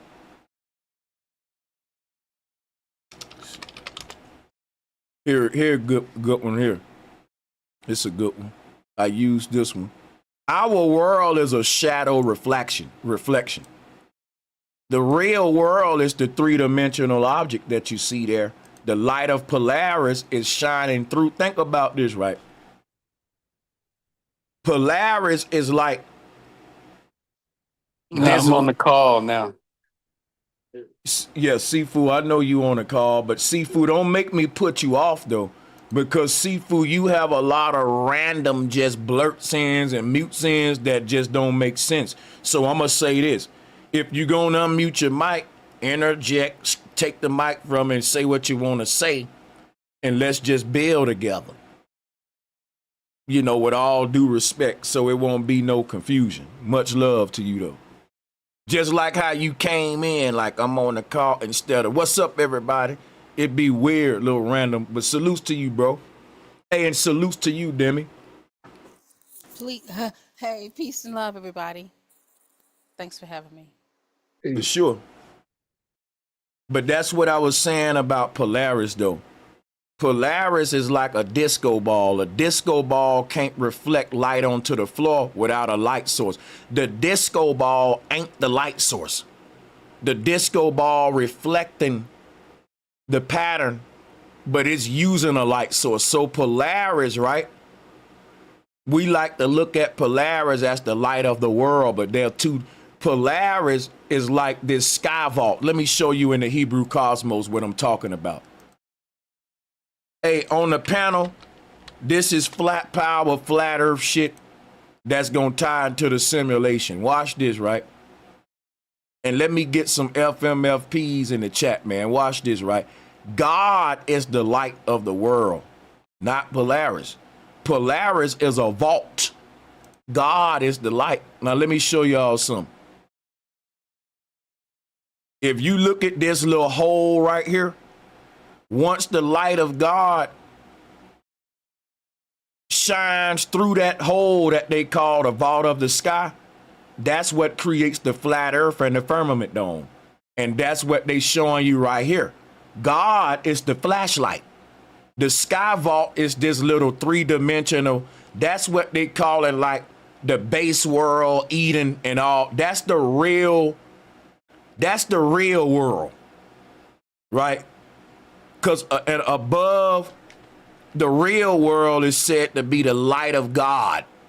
And that's why you will see that all saying the throne of God, exalting in heaven and all that. But it's levels to it. Heaven is like this three-dimensional mold.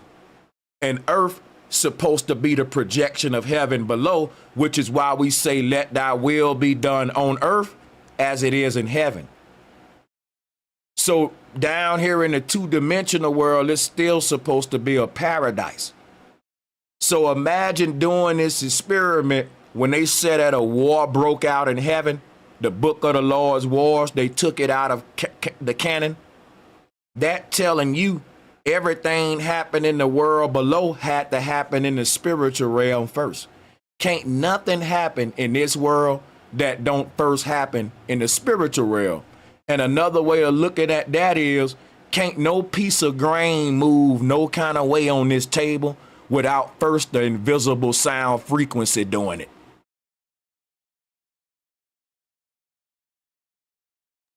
That's just a manifestation of it. That's right. Yeah, that's all I'm saying.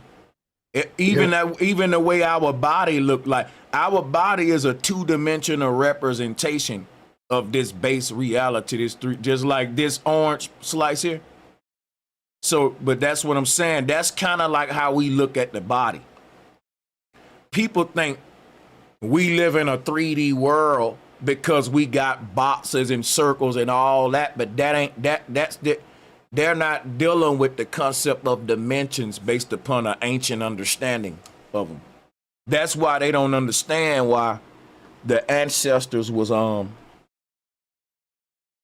making that whole connection, saying that basically the earth realm is a reflection.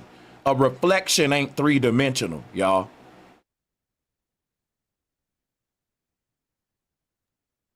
Like looking in the water, like you looking in the pond. Yeah, that's right. That's facts.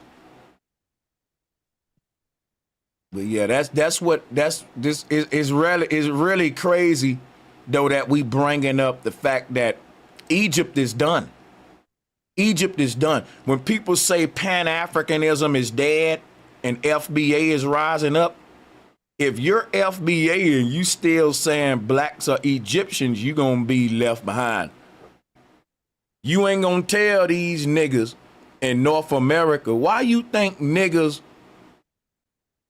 we so attached to these damn ghettos and street corners. Now you can say cause we dumb and ignorant, but could it be that deep inside we're territorial cause we know this is our land, but the people in power got us aiming our anger at each other, so it's creating gangbanging?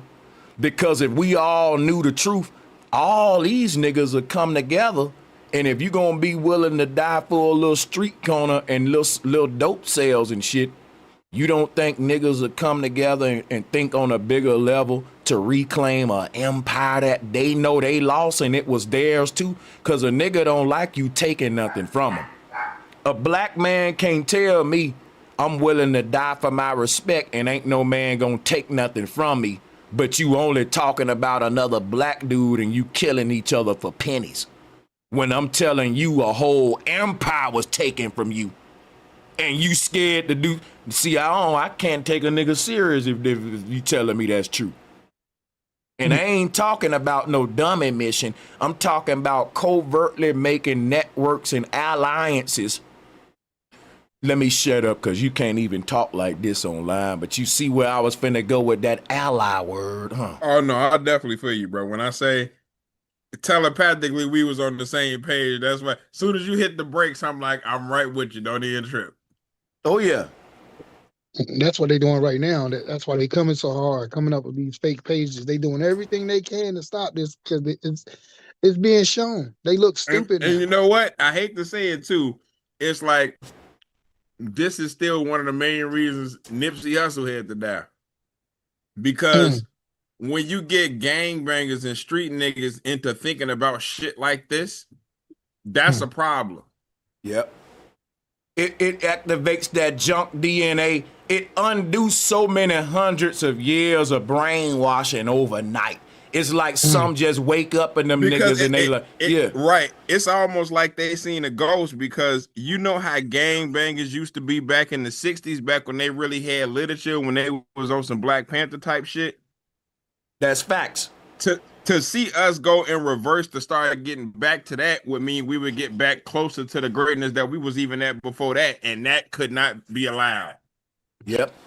They keep misdirecting this ancestral awakening. And this is a big spiritual push coming from the other side, because remember what I was just saying now, we only doing what the invisible frequency of the invisible realm of the dead doing. We're like grains on this table moving around to the spiritual world that's going. And I think our ancestors is fighting the same people we fighting in the unseen world. And the actions we're making in this world is a result of the war in heaven that's being fought. Even all the government decisions, like certain shit may happen and it don't make sense. It's because we ain't connected to the spiritual realm and they still fighting. They can see a whole nother world out there. They got antennas and shit to fight spirits that we don't see that's trying to work on our behalf. They ain't just fighting against the living. They fighting against angry spirits that's here on behalf, fighting for their kids that's trapped inside of this false matrix that we in, man.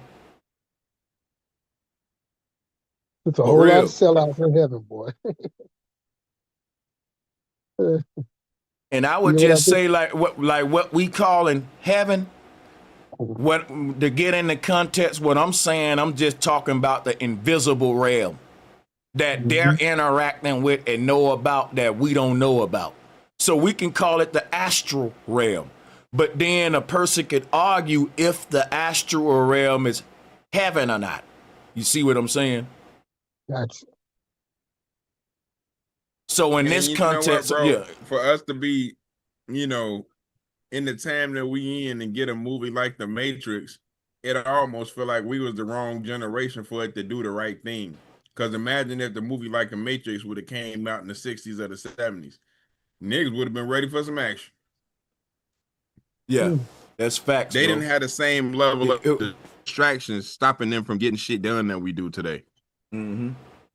They were more Because unified. basically, all of our distractions is arguments, debating, and infighting about who we are for real. And that's what I'm saying. They was like, we know these people gonna want to wake up and find out who they are because we took their identity from them. And once we know that that awakening is coming, they already had a built-in program. That's what I was saying about the neo-pagan movement. They saw that shit in the 60s. They said, look, if we'll lose everything if the original owners of this house that we squatting in come back and realize, think about this, right? We in this big ass pretty house, right? And inside of this house, the people that's controlling the house, they the squatters. We're in the house with them and we the butlers and the servants. But it's our ancestral house. And the reason we the butlers is because we don't know that. And every time we try to reclaim the house, they get a bunch of our niggas to say, oh, your house is in Egypt, man. Your house is over here. This ain't your house in America. Black man, your house is in Africa. No, And you're the- definitely right. And the squatters can just keep controlling the house while we stay servants in it.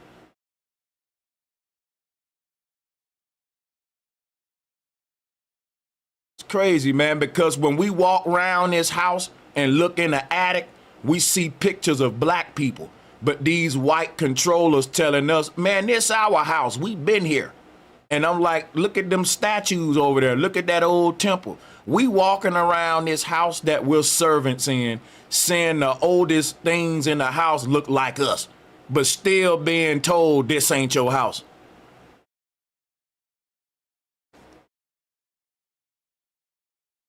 Hey, shout out to Citizen, man. My bad. I got the Holy Ghost, man. I got to give him this download for sure. You good, bro? I was just letting you cook, man. I was just listening in. Yo, Quentin, what up, bro? I ain't talked to you in a minute, man. Good to see you, man. What's happening, yeah. broski? Ain't shit. Yeah, I feel what you're saying about it being like a spiritual war, because I talk about that a lot, you know what I'm saying, in my content, where, you know, I get into the politics, the legal stuff and all that, but I never neglect to remind people that this war that we're fighting, it's happening on a spiritual level too, because if they didn't utilize the spiritual aspect, their mind control techniques would not work as well. Because in order to weaken the mind, you have to weaken the spirit. You got to give people gloom and doom. You got to make them believe that, you know, everything is going in the opposite direction than what it's actually going in. If it's going good, you make them believe it's going bad. So they self-sabotage, they give up on themselves, and then they fall in line with the rest of the slaves, because it's like this. You're fighting an enemy, you're beating that enemy because you're waking more people up to their deception. But that enemy, through their propaganda programming, is kind of like what the Nazis did when Berlin was getting overrun by the Russians in World War II. They were on the loudspeakers announcing to the Russians that their comrades have surrendered, and, you know, the Germans are winning, so you might as well put your guns down and go back to Russia, in order to kind of like psych them out of fighting. You know what I'm saying?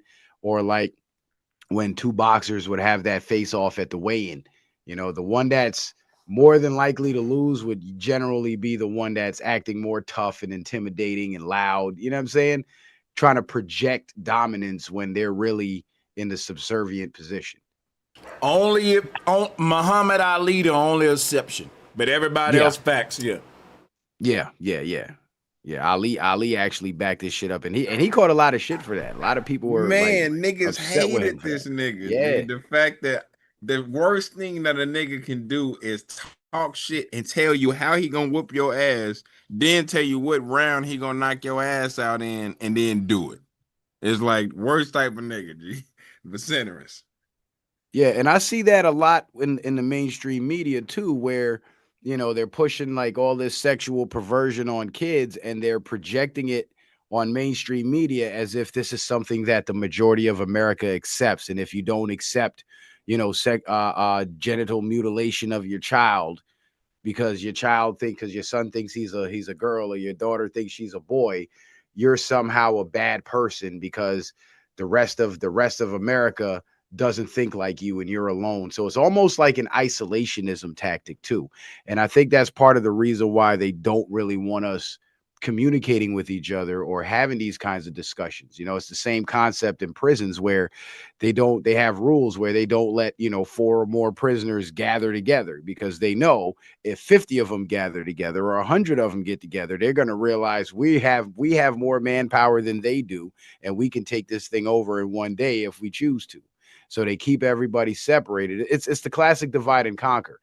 So when it comes to the identity of indigenous people in this land, they always going to have the agents throwing in the bullshit theories like Yakub and Egypt and all that dumb shit. Just like you said, bro, Sanchez, to keep us arguing about the dumb shit when the truth is right in front of our faces. That's facts, man. And I'm just getting tired of, if we're going to argue about something, it need to be us defending our delineation movement and our exclusive identity, because you can't fight about that. So if we want to argue, we can need y'all arguing that. That's what politics is for. So if you want to be an arguer, get social political, get your activism on social politically for your group. Because that's going to be part of us identifying a group of people who are the indigenous ones of this land. And that's going to take a lot of verbal wit, charisma, and research. And that's what I would recommend to the people who would want to be a lawyer for your ancestors. Because that's all this is right now. Right. That's what we're doing, because they're using, the structure of government and law to control us, to keep us separated, to keep us ignorant. So we have to, we got to beat them at their own game, so to speak. You know what I'm saying? And us having these discussions and these debates is what's most important. And I love your breakdown about race and versus lineage, right? Because for a long time in this country, Americans, black and white, have been divided based on the concept of race. But once we start talking about lineage, that takes skin color off the table at that point, because throughout all of our lineages, we have people in our families that have different skin colors that may come from different ethnic groups and whatnot. And also, when you talk lineage, now you can have common ground with other Americans who are not black, the white folks, because a lot of them got lineage that go all the way back to, when the indigenous people were in charge of this place. I mean, the influx of the white Europeans came in later. What's up, but there were Hanaga? white people here. What's good, Hanaga? Welcome back. You got the flow. Bro Sanchez, the goat, man. Well, you got the the flow goat, out the lamb. You got the flow out the you got the flow out the citizen, man, brother. Welcome to the show. I just muted you for a minute so he can land. I'm gonna just land right here though. I think that the lineage conversation is way more productive and it's way more important than the race conversation. You said it, the delineation. The lineage, the conversation about lineage is a lot more fruitful and more important than the skin color or the race, the black people, the white people. So when you get into the whole Yakub created white people and all that stupid shit, that's all based on the race concept. That has absolutely nothing to do with lineage. It's completely made up. It's false. And it's also a slap in the face to the creator, because we all know the creator created humans. It wasn't Yes, another facts. human that created another group of humans. That's goofy as hell. The only group of humans that can create another group of humans are our mothers and fathers, because that's what they're put here for, to be fruitful and multiply. So to even conceptualize the idea that this individual created a whole race of people out of, you know, whatever, it's comical, bro. It's comical. It's And the Adam and and I Eve thing all over again, and coming from a go ahead. yeah, so I want to go into some real quick. Somebody in the chat room keeps saying we are all the children of Mother Earth. No one owns this land and all that. And I'm gonna tell y'all something real quick, right? Why are they telling that to us versus the real people that own the land? If they really believe no one owns this land, then shouldn't they be on our team waging war against the damn owners? Because you talking like that, but you lying. That's how I know you an agent. Because we're literally going against the owners, because we believe no one should be owning this land but the people who maintained it. Think about this.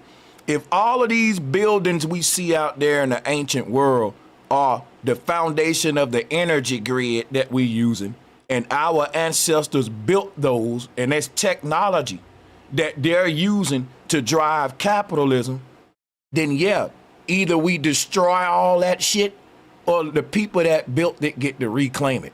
Because all they did was claim it. They didn't build it. We built it, and we just trying to reclaim our ancestral shit. And people will say, no one own this. Now, I'm going to show y'all how evil y'all is for thinking like that, right?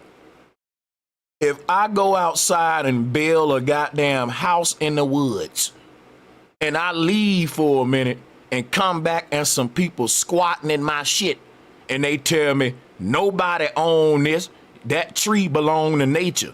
Them nails belong to nature. They right, but I put the shit together and made it a house, so it's mine.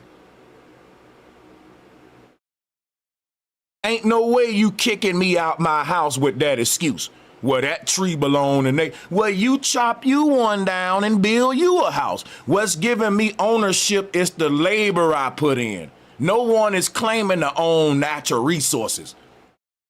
But if I find a goddamn rock and carve it into a pretty work of art, can't nobody take it from me and say, but you don't own this rock. Give it to me. Bro, I carved this shit. This rock was just sitting there.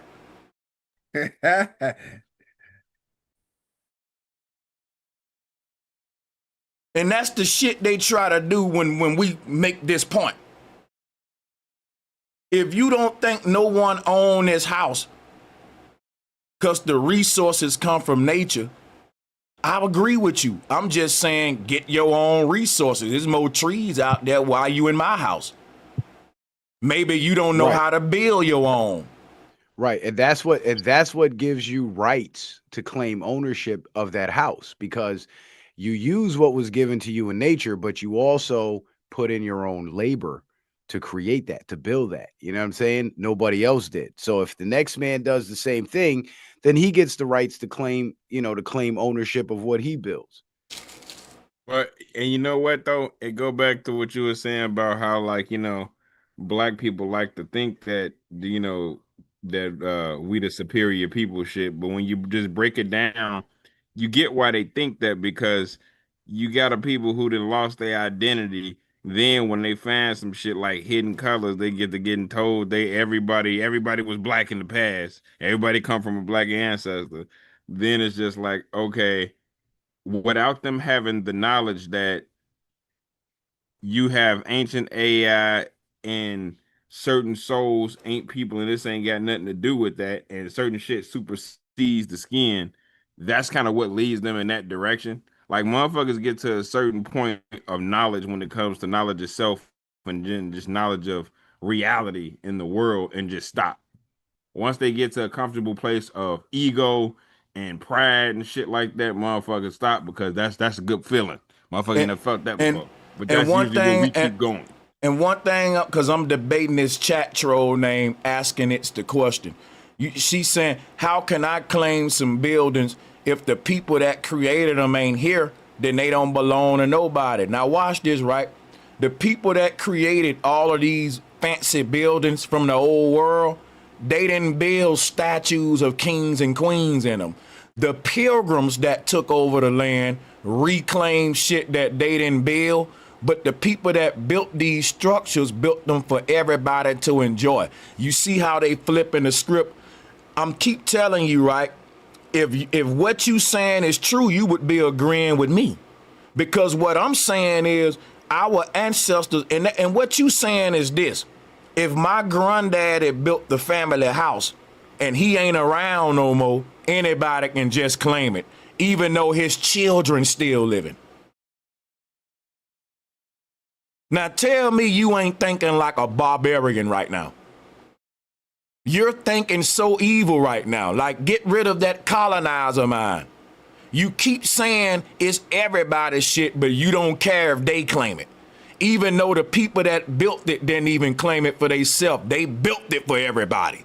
Like, our ancestors built that shit and they built it for everybody. And the people that's claiming ownership now only letting their own self enjoy it. And you coming up to me talking about ain't no owners to this shit. You're stupid. Yeah, I mean, it's even recognized in law when you have a relative that passes on and nobody shows up to claim, whatever money or property they left behind. The local government, the county or the city, would take ownership of that property, but they would post it on a public forum for, if the rightful owner was to show up, or the rightful heir was to show up and file a claim for that property, they would turn that property over to that person. So even in the modern world, we see that reflected, where even though there's nobody there to claim ownership of it based on who owned it before, there's a recognized heir to that ownership, even by the government. And what's so crazy? Yeah. No, and then to the house building example, right? My granddaddy builds a house, and my granddaddy tell his own family, y'all gonna share this house with the community. Even though I built this house, no one own it. My children get to live in it, and if there's somebody from the community need a place to stay, they can live in it too, right? But then some people come and claim the house, kick everybody out. They allow us to stay in, and they get to have immigration laws on who come in the house, who get to live in it. And the only way we can live in this shit is if we're the butlers, right? And you keep talking to the butlers about owning the house, even though they slaves in the house, and the owners that's running the shit ain't even the rightful inheritors of it. They keep saying the people that built the house ain't here now. So technically the house ain't nobody's. And if they believe that, then they wouldn't be running the house. Because the people who built the house was saying it's for everybody. Now they saying it's for everybody, but only treating it like it's for them. Then when we come and point that out, y'all tell us what you need to be telling them.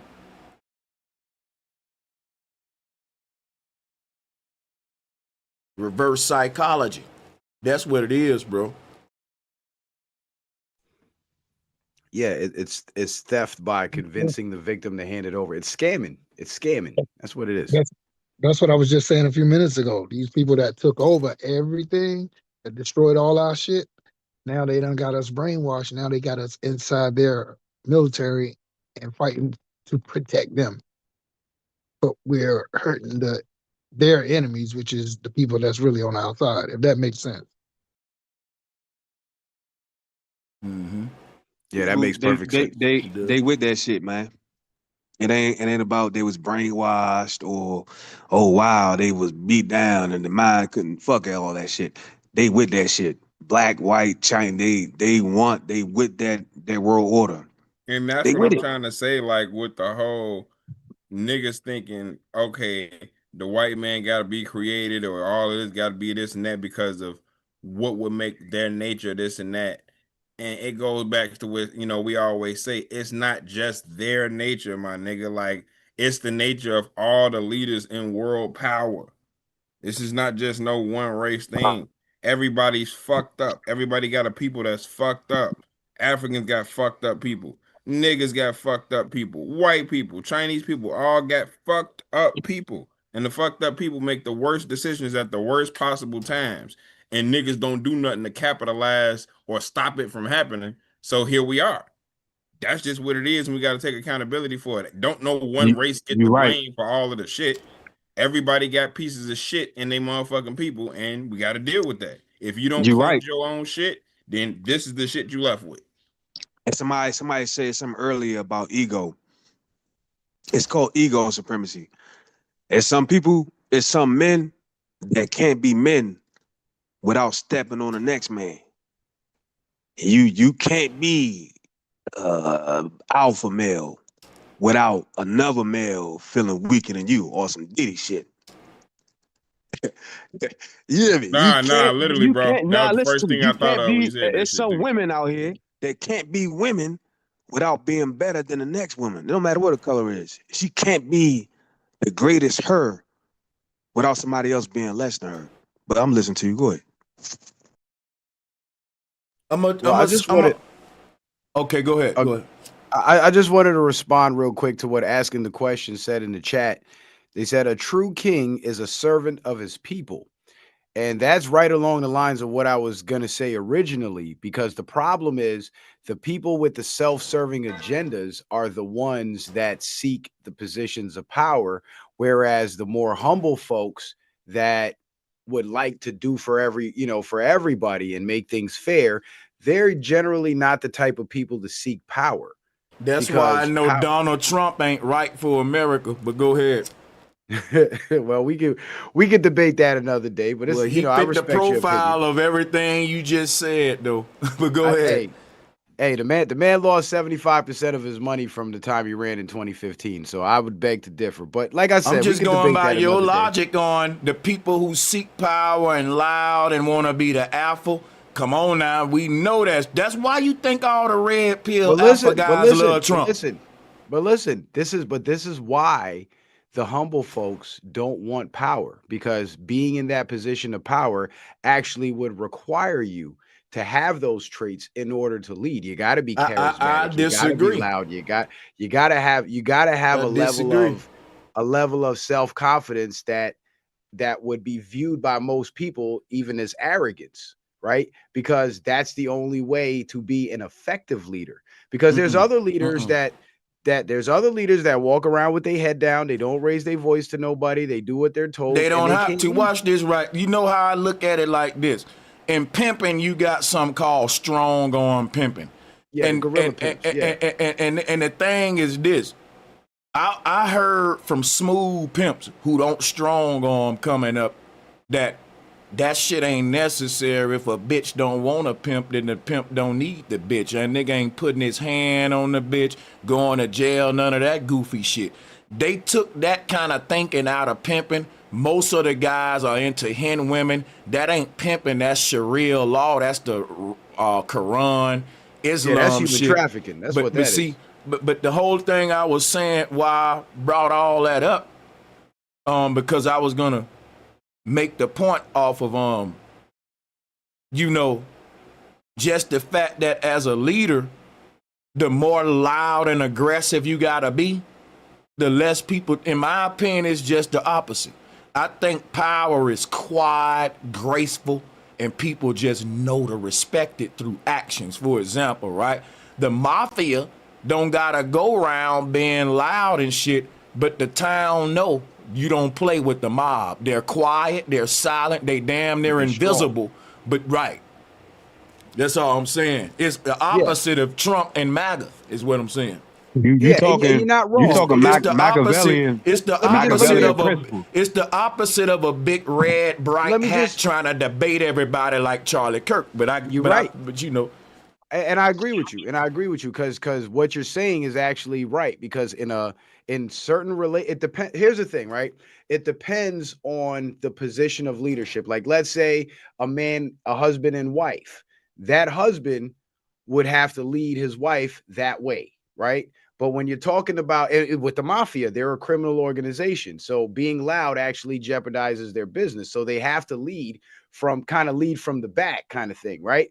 But when it comes to politics and dealing with hundreds of millions of people with all different opinions, you have to have the power to persuade people into your opinion, to go along with your plan. And You got to that kill them. can't be done. Not necessarily, but that You have can't to be be willing done. to kill them. That can't be done by leading from the rear. In a situation like that, you have to lead from the front. So you're not wrong what you're saying, bro, Sanchez. It just doesn't work in politics. That's I'm gonna be real with you. Politics ain't showing us real power. Politics is showing us a circus show with a fiat people who ain't really in power, and they ain't really trying to make us respect power as much as they are trying to make us get into idolatry and personality worship, which is why what's good for the goose ain't good for the gander when it come to Trump. I would definitely disagree with you because Trump still can't get people to respect him, even though he's loud, arrogant, stupid, ignorant, and aggressive, and orange and red hats and all that damn attention he's seeking. That's very descriptive. But my whole thing is this right here, though. With all that, people still mock Trump, treat him like he ain't shit, throw stuff at him, and all that. So what I'm saying is, if you're being loud and all that because you want people to respect you, often the opposite happen. I remember when we used to go out when I was young. All the homies would go out, we'll meet up with the chicks and stuff. You know, the loud niggas think they gonna get the girl. They always do, and then the girl always go to the little quiet nigga. He's mysterious and want to know about him. I had to learn that, like, quit trying to be seen. If you fly and you fresh, just let it come to you, man. You look goofy. Like, I'm just serious. And you will be surprised. It's the law of attraction, man. Power makes shit come to me. Power ain't, look at me, I'm over here. Hey, I'm a salesman. Hey. No, that ain't power. That's goofiness. And it shows with Trump. Facts. But I get you though. I was gonna say, that's like when you was talking about before, like a long time ago, how people always want to be first, like wanted to be first. We was the first. We was the first. We the ones that did it first. All that dumbass shit. It's like, you feel what I'm saying? Like you need your ego to assert itself. You can't just be in your own realm.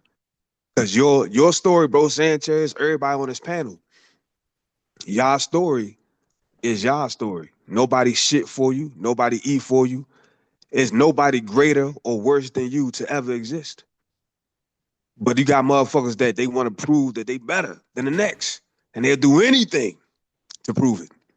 Kill, murder. You know, I truly believe that, that Trump with Project 2025, man, that's just the last hurrah. Because they know that, their culture is doing. And that's the last hurrah. A lot of people bought in on the, make America, code words, make America great again, with make America hate again. And I really believe, with the baby boomers, they're dying out. And so, with the Project 25, they needed someone like Trump, the arrogance, the way he is. They needed that. They needed their energy, so he can get the blame. But, I truly believe is to put the white man, white angel, evangelistic Christian white man, the woman know her place, and all the others would know their place. And it's beginning to backfire on them. That's what I believe, bro. I truly believe there was the last hurrah for the white man, bro, for the YT man.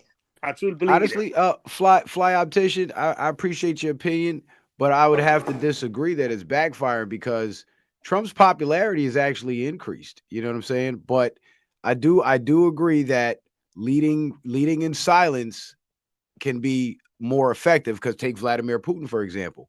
He's like, personality wise, he's the total opposite of Trump. He barely even says anything. And when he does talk, he talks in a low tone. You know what I'm saying? The translators translate what he's saying, and what he says resonates with people. But the difference is, right, the countries. When you look at Russia is a lot less diverse than America is. So Vladimir Putin only has to appeal to basically one personality type. Whereas in America, we have all this diversity, and there's all these different point of views that you got to be loud to be heard, because you got to talk over the chatter. You know what I'm saying? But you know, I appreciate you guys' opinion. We could agree to disagree. It's all good. You know, I No, I love y'all, definitely brothers. feel you on that, bro. Like, it's definitely a difference in the. You know, I feel like, to your point, it's not no like last hooray or no white man, because you got to think of it like this, bro. The white man in America don't represent the white man of the world. Just because America fall don't mean Great Britain gonna be fucked up in Russia. And you gotta understand, all whites ain't united necessarily. Rich whites are. So you got whites that share different, you know, a difference in an opinion and difference in views. Then you got whites that ain't never seen wealth, all since the wealth has been held by white people. You got poor whites that's been poor whites since rich whites then came into existence perpetually. So it's not like a end for the white man thing. Nah, it's just another end for like a way of life of people in general. We all gonna get affected by this shit, bro. And I wanted to respond to Paul's earlier comment that I think was kind of worth me responding to. He said that when you focus on self and battering yourself, you ain't got no time to argue. I'm gonna be honest. I think if you ain't arguing, ain't no way you focusing on yourself. Because when you focus on yourself, you're gonna see what they doing to the air, your DNA, the food you eat, the water you drinking, the music they got the kids listening to, and how they going out there promoting everything like it's okay. We got everything under control. We trying to help y'all out. Once you go to get knowledge of self and what's going on this earth, it's gonna force you to go out there and fight the spiritual war that's taking place. Which side are you gonna be on? Because if you say neither, then you on the side of evil. The word spirit means breath. It's a reason the Creator gave you energy in your body, a voice to live. Tell the truth with it, brother. That we need your help on the side of righteousness. And then if you know the knowledge of self, you won't even be able to be fully comfortable in this world, knowing the level of oppression that's taking place to innocent people and babies and children, and even the elderly people working their ass off, Social Security getting taken away, and just the medic. Like, come on, bro, you got to get out there. And what'll happen is people will act like they're doing some spiritual action by not fighting for good. And you know that the only way evil can prevail is what, y'all? If what? Who know the rest to that? If good men do nothing. Thank you. Appreciate that, bro. I kind of disagree in a way, because good and bad. I mean, see, I'm looking at the not anarchy, but I'm looking at the world from a self-governance. Every individual in reality is supposed to, because no one Can else. I ask you a quick question before you go any further? Yes, sir. It's the way you looking at the world in your mind right now a reality of what's outside? Yes, because when have you ever seen somebody else take a shit for the next man? No, what I'm saying is this. You were saying every human's supposed to govern themselves. Now, I agree with that. Yes. And what I'm saying is, but that ain't our reality outside, and we know that. See, now I believe that that is the reality, but many people aren't living in reality. Many people, here's the they thing, really right? think that they're not shitting Watch this, right? on their Watch own. this. Watch this, right? If every human out there can govern their own actions, then how come the people out there touching babies and stuff? That mean they're out of control, aka they don't know how to control themselves. That mean that their mind have deteriorated to a level that somebody else need to control them, because if they touch my baby, then it's over with. And my thing is this: if people could govern themselves, there wouldn't be robberies, there wouldn't be muggings, murders, none of that stuff. Wouldn't even be colonialism. I wouldn't even be talking about this now. But I wouldn't even be talking now. That's nature. In nature, some of people's most celebrated animals, like lions, they eat babies, blood, alive. They eat them from the throat, kill them. slaughter, My eat them. thing See what I'm is saying? So it's how do like we yeah. know that that's nature though? And why would I compare myself to a damn lion, bro, when I'm a god? And a I agree lion, with you. and a lion is a deadbeat daddy.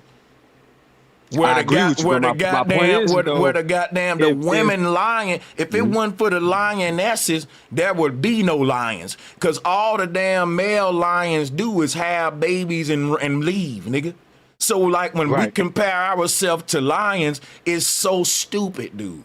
right, I It's agree. actually dehumanizing yourself, Yeah. is what it is. I like rhinos and elephants and shit, but what I'm saying is, even if that lion decides to try to eat the little rhino baby, that lion is governing itself. It's fucked up, but that rhino that's going That to no, defend his that's rhino baby, the I'm lack. governing myself. What I'm telling you is this.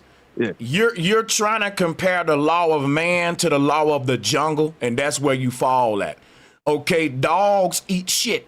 So should I do it?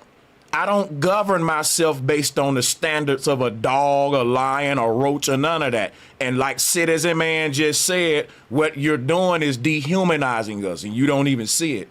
Please, let's talk the way humans do business. We establish laws and moral codes for billions and millions of years. Why would we throw it out the door for you to tell me how a damn animal behaving when I'm a god?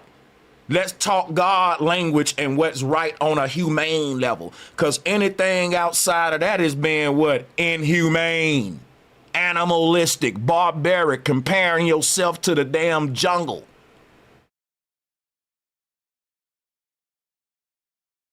That's all I'm saying. And I think those types of talking points are also part of the deception too. Because when you think about it, human nature is like if a man gets with a woman that has kids, what human society would expect of that man is to be a father figure to those kids. You know what I'm saying? But when you look at how lions operate, when stepdaddy lion comes in, he kills the cubs. He kills the stepkids. So to compare ourselves as humans to the lions, Yeah, again, it's dehumanizing because we as humans don't operate like that. That is not right. See, our that's what moral I'm code. saying, bro. They want to pick and choose too, because it's certain animals that will step in and stepdad or stepmom when it comes to kids, or it's certain species that take care of other species kids that don't even come from the same species. Yeah. what do you mean humans don't operate like that? Humans eat baby animals all day long. I mean, it's not the norm. That's what I Yeah, mean. It's not the It yeah, norm. is but the we norm. also It's take Let me exactly the animals in the explain norm. wild. something. Let me Okay, all explain right, some of look. y'all. Humans, Hold I on, have humans eat stepkids and I animals. haven't eaten them. Hold on. hold Humans on. eat Let me just say eggs, this. eggs. Hold Let on, me. this will be quick as well. I swear. Q, you got it. He wrong. Because look, when he said humans do this stuff, Jeffrey Dahmer ain't a human by human standard. When people do what he do, we even call them a fucking animal. If a nigga can call you a rat for snitching, you mean to tell me I can't call a nigga an animal because he behave like one? Yeah, we demote you as humans because we know it ain't part of our moral code. If a nigga eat a nigga in front of you and you call him an animal, you didn't lie. He's an animal. As a man thinketh, so if he. If he think he's a wolf and he act like it, he can look like a man, but I can't say he's what I am, dog. Don't do me like that.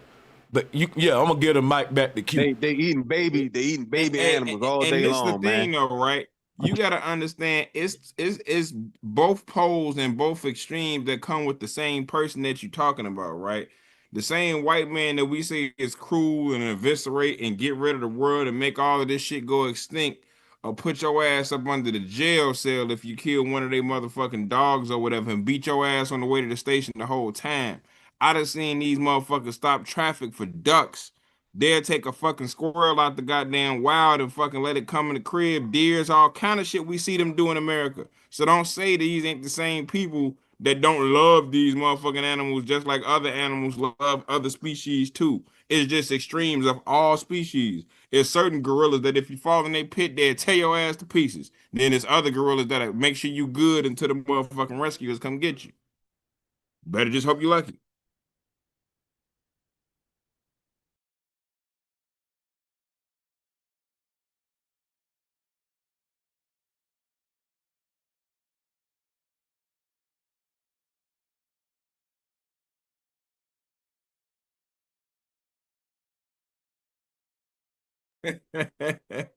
Nah, literally, bro. Literally. Hey, my mic was muted. Let me repeat that one more time to them. I was telling him, y'all, when it come to comparing yourself to animals, based on what Q was saying, I'm not even comparing myself to the good gorilla. I'm just not comparing myself to animals. So for example, if I spare your life, it won't be because I saw a gorilla spare your life. It'll be because I'm a human and I know better. See, what y'all don't realize, Darwin did a number on how we see ourselves, because your very humanity lies in you. Your very humanity lies in you not acting like an animal, basically. So when people say he's a human, they ain't really talking about your biological makeup as much as your mental paradigm, because humanity is a mental condition. And when they say we need to restore your humanity, that means we're acting like animals. So when you compare yourself to animals, you're literally proving you ain't one of us, because the very word human is there to separate you acting like the beast of the field, which is why we say if you ain't biting a nigga face off like Jeffrey Dahmer and all that, we say you're acting humane. But if you do what Jeffrey Dahmer did, we say that's inhumane. What's the opposite of being a human? He's acting like an animal. So your very humanity lies in you not doing what the animals do. Hey, bro, I think about George Bush father, the speech where he said and I think it's like 91, he like, we moving towards a new world order, not the law of the jungle. So it's almost like they was going against the law of the jungle. They allegedly, the I'm going against the white man. Oh, okay. So they allegedly, and I'm not disagreeing. That's what I'm saying. But it's like animals allegedly are controlled by their nature and shit. Like that's what they say. Your nature isn't an animal nature. That's the I mistake agree. you making.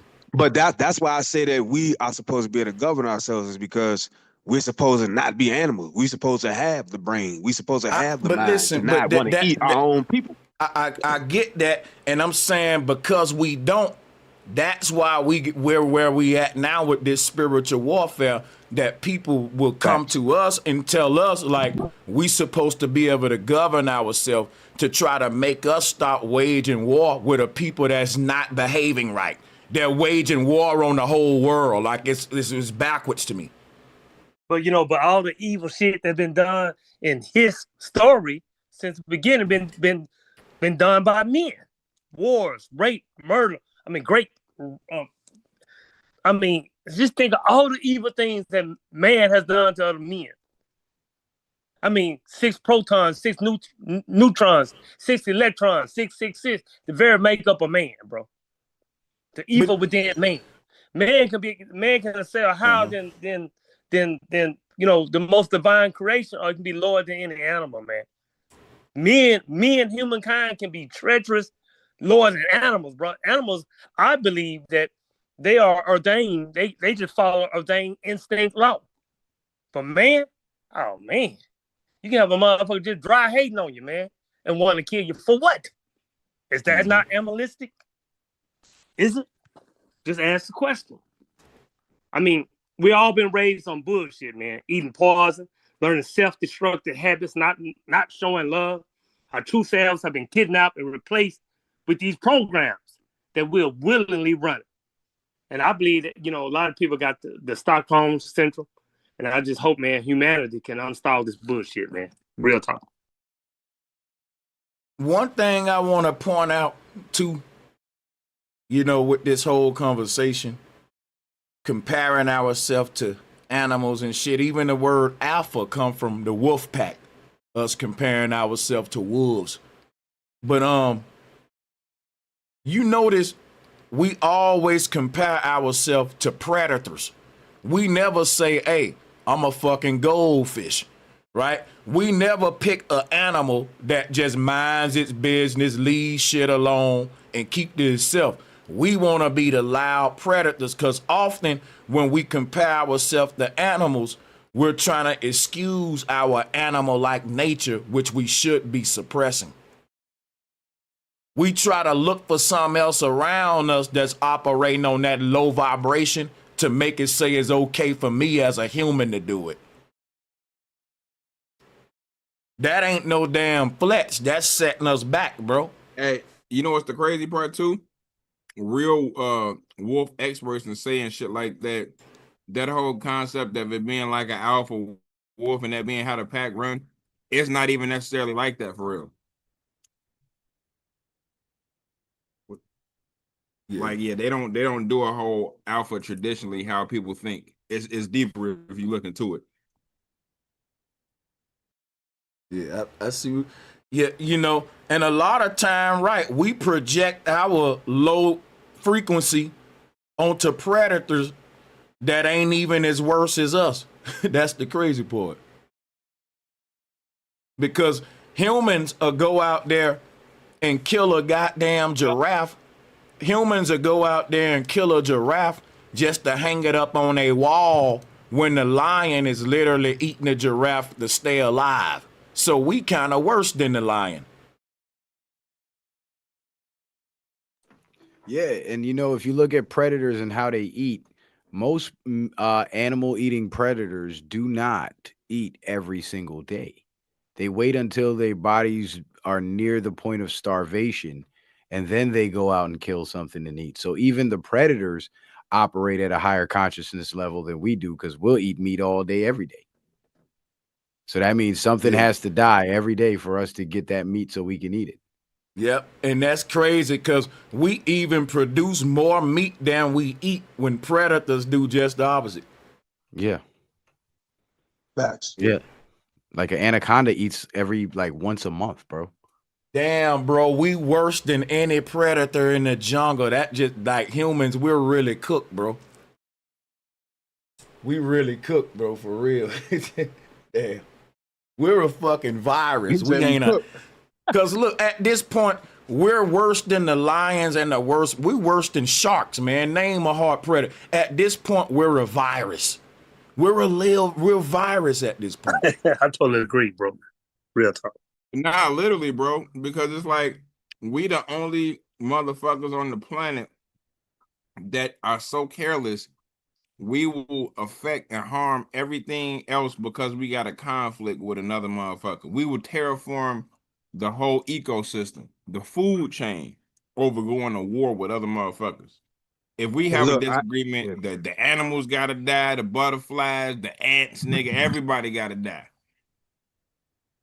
And look, that's what makes humans so fucked up. I ain't trying to make this a little vegan debate, but you got the ram. You got a ram on your profile. What do rams eat? That ram is a symbol of the uterus. The you can translate but that on the What symbolic. do they eat though? The real ones though. What they eat? Don't they eat grass? Yeah. You feel what I'm talking about? The strongest animals in the jungle is vegans, man. And it's crazy overall. The damn Baphomet is a vegan. I know I got to be a vegan if the Baphomet won. God damn. I'm rolling. I'm rolling. Nah, I think Baphomet is a cannibal, bro. I think Baphomet eat that special meat. Yeah, that's crazy. The strongest animals, man. The rhino, vicious. The elephant, vicious. Hippo, vicious. Giraffe, vicious. Ram, vicious. Bison, vicious. Bull, vicious. Horse, vicious. The most strongest animals in the kingdom are herbivores, man. But you also got to consider this too, though. They have different digestive systems from us. Like the human stomach. Here you go with that, John. The human stomach cannot digest what those other animals eat. So the nutrients that ram would get from the grass through their digestive system into their bodies, our bodies can't process that and produce those same nutrients. Humans got to eat female and baby animal parts. But I do agree though that the veganism is the original way humans were. But here's my belief though, because humans have been eating meat for so long that our pregnant mothers were eating meat. Their pregnant mothers were eating meat. So by this point, it's almost ingrained in our DNA to do it.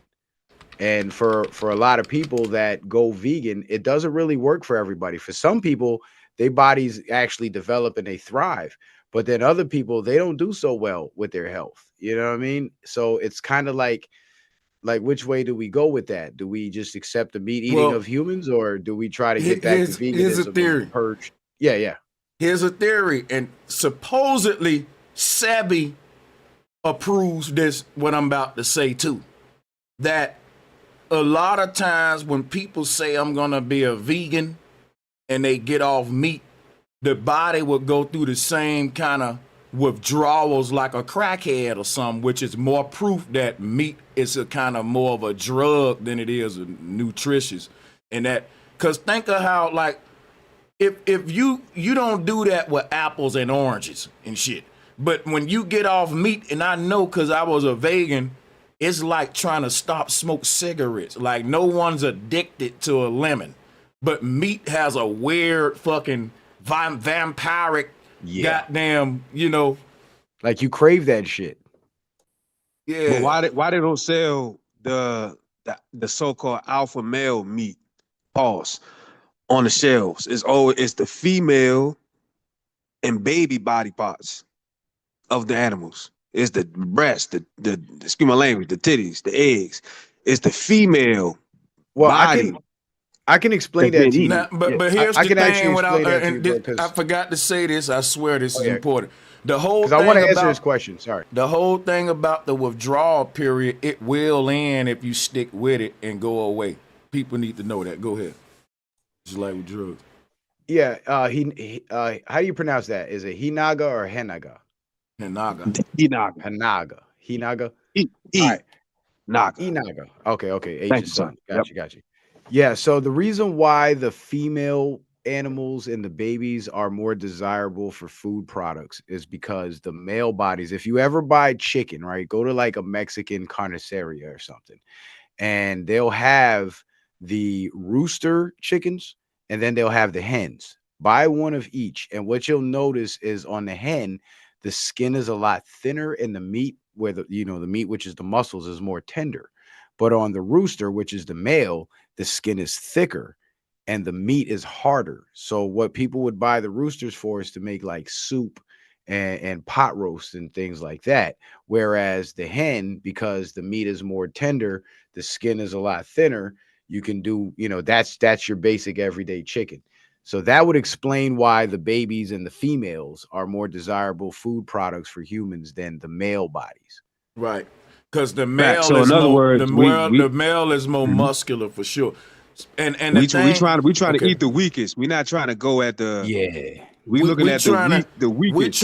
We trying to eat the damn fattiest because the Right, male we want what tastes the right best. because the male is weak too. He can't overpower us. God damn it! Like his ass. Hey, I feel like a you piece know. of shit. I'm eating some chicken right goddamn now. Say, man, every year I do a 5-day water fast, right? I'll go 5 days, no food, no calories, just water with sea salt in the water, man. And when I tell you food is an addiction, it's like, I don't even like whole ass Arby's. I be saying Arby's come around, I'm like, God damn. I do like Arby's, You know what I ain't gonna lie. I'm like, damn. But it's an addiction, man, because your body and your mind is spiritual warfare, especially when you go through a water fast with no food, bro. I do it every year from May 13th through May 18th to commemorate my mom, And it's a beast, bro. It's a beast for real, bro. Yeah, and we're told to eat 3 meals. Oh, sorry, bro, Sanchez. No, go ahead. No, I was saying we're told to eat 3 meals a day every day. And do you know that the human body would actually thrive better and be healthier if we ate 1 meal a day every other day? But because we've been taught this gluttonous culture, and we're Now in this watch society this. where Watch food this, is right? overproduced, we're overfeeding ourselves. You're going down a rabbit hole that I want to go down, and it's finna go to Tartaria and some deep shit now. Because watch this. Let's take what you just said, citizen man, is you're not healthier the more you eat, which is what we learned from barbarians, because that is an animal way of thinking. Let me store on fat and shit for survival, right? In our old utopias of abundance when everyone was lean before obesity, I keep on saying, like, we wasn't mass. Everyone was vegan in the Garden of Eden. We know that in the Golden Age. Everyone was vegan, So we ate less. I don't even think we ate that much for real, because I'm gonna go into some deep shit. I think we had became sort of like transhumans. But we was like, if this is a word, we were good transhumans. Like, we was the kind of technological world that used sound vibration to kind of take away our predatory or animal nature, or to combat the flaws that would exist within our biology, which means that we didn't inherit a perfect earth. It was a work in creation. Like what I'm saying about Eden, it was a heaven that was made based upon us using technology and everything to create the best world outside, where nothing had to hunt nothing or nothing to know. This may sound crazy because a person may say, well, ain't it always been predator versus prey? What if predator versus prey is a new earth after post-apocalyptic reset, where we got rid of so many different plants that was once here, so many different other life that was here, that it messed up the natural ecosystem and shit started eating each other. That's true, bro. Because at that time, bro, you know, when you fast and you become one with Mother Gaia and one with the spiritual side of you. You know, like you say all the time, Brother Sanchez, energy cannot cease to be, created, nor, can cease not to exist. So during that time period, they had bells. Remember, they had the ringing of the bells, energy, frequency, vibration. Yeah, they clean more in tech. tune. Yep.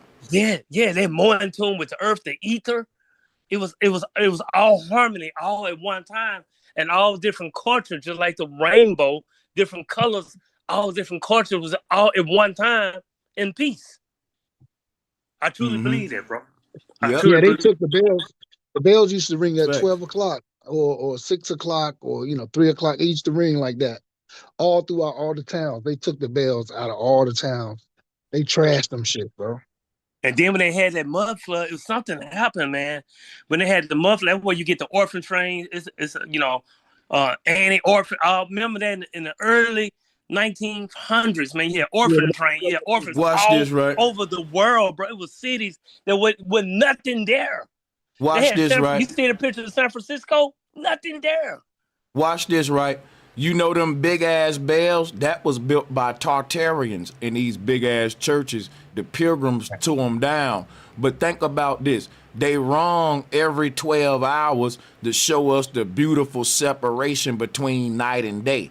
On the globe model, you don't got a perfect 24-hour day. It's like 23 hours and some change, because they changed the heavenly math of the 360. They got leap year and all that. They tore those down because, believe it or not, you can use that to debunk the globe model, because in the old ancient zodiac system is a 360-degree time wheel above us, and it ain't 365 degrees, which is why the way we divide time is based upon numbers that are equally divisible by 360. For example, a minute is 60 seconds. That's equally divisible by 360. An hour, 60 minutes. You see what I'm saying? A year was 360 days. Everything was equal divisible, so you wouldn't have a leap year. And the seasons wouldn't be off. So that's what I was saying. When those bells ringing every 12 hours, that's deep, Hey, Brother Sanchez, and what about the clothes? Back then they were satin, silk, and when they turned into the polyester, because the energy, it messed off our energy within our body, man. They was in church and in hospitals, everything was satin or silk. Yeah, and you know what's crazy? Let me tell you why. Crazy, man? Let me holler at you. Watch this, because what you going is deep. It tied to the bells. See, when they rung them big ass bells, that vibration go out throughout the whole city, and it resonate the jewelry we wearing, the gold on you, all that. And see, what happens is, at the change of the guard, when the sun and the moon changing and we going from night and day, the reason they ringing the bell is because to tune your frequency from the sun to the moon, the serotonin, it aid with that. It shifts your frequency to the night energy. When you hear that bell, you know, okay, it's time for me to wind down. We at that 12 hour. It was really everything was so coordinated with the sound and shit, people was reverse aging. You know, we can even with the organs in the windpipe through water. You see what I'm saying? It was all in tune with the energy, the frequency of Mother Gaia, bro. And they just took it away. They took it away, bro. They took it away, bro. I don't know if they took it away, but I feel like people, the fear. Well, we ain't got it. The fear of death. The fear of death and the lack of knowledge of immortality. Like, that's what really got people. You know what I'm saying? Go ahead. I mean, the fear of death is one thing, but to say they didn't take it away is another thing. You can still say people have fears of death while also agreeing that they did take away a lot of knowledge that we want. So they convinced us to believe they took it away, because technically, even if I'm afraid of death, when we say that, this is what I'm telling you. When we say that they took it away, we're saying we once possessed something, right? And it ain't on me no more. So, for example, if we all in the room, right, and I know my wallet was in my pocket, Hanaga, and I'm reaching in my pocket and I don't feel my wallet, you can stand up there and say, bro, you just tripping, your wallet ain't gone. But I'm feeling on my pockets and I'm trying to see where my wallet at. I'm asking people in the room, you the only one telling me I still got my wallet when I'm feeling on my pocket and ain't nothing right there. You feel me? I'ma think you got my wallet. And you see what I'm saying? Because you won't agree with me that I don't possess this thing. It ain't on me. I don't own a big bell. I'm not ringing it at 12 hours every day. I used to, my ancestors used to, but it's not happening anymore now. And you telling me it is, and it's making me scratch my head. Yeah, there was a mud flood, bro. That's why the cities were sunken. You know, they had red brick, bro. And red brick was energy. It was one with the ether. That's how they was getting free energy. Energy is free. But when the Rockefeller, Rothschild, they brought in oil and fossil cells, they took it away, bro. Like you were talking the other day, Brother Sanchez, about the blimps and the air balloons. Oh, that was free. It was free. It was taken, bro. It was taken. Something happened. I don't know, bro. I've been research. Something happened, man. Something happened. And it was a major mud floods, man. And it was repopulated with the heathens, man. It was, man. They was given, like you said, founding fathers, they found it. It was right there for the taking. That's why they said orphans all over the world, especially in the United States. It was orphans all over the world. Had to reprogram this shit, redo it all over again, fill these cities back up, man. It's kind of confusing, because it's like you said, they took. It's hard for me to even say that they took it, because when everybody die, your spirit gonna do what it do anyway. Yeah, so I ain't talking about they took it. I ain't saying they took it from my soul. I'm saying they took it from my body. When we talk about the bells and shit, people's souls don't own that. Yeah, that's physical property, bro. That's why I'm saying you making everyone scratch their head. I don't know what, listen to the context. I don't know if you multitasking, but just listen what the conversation is so you can see the context and stuff. You know what I mean? They made us forget who we are, bro.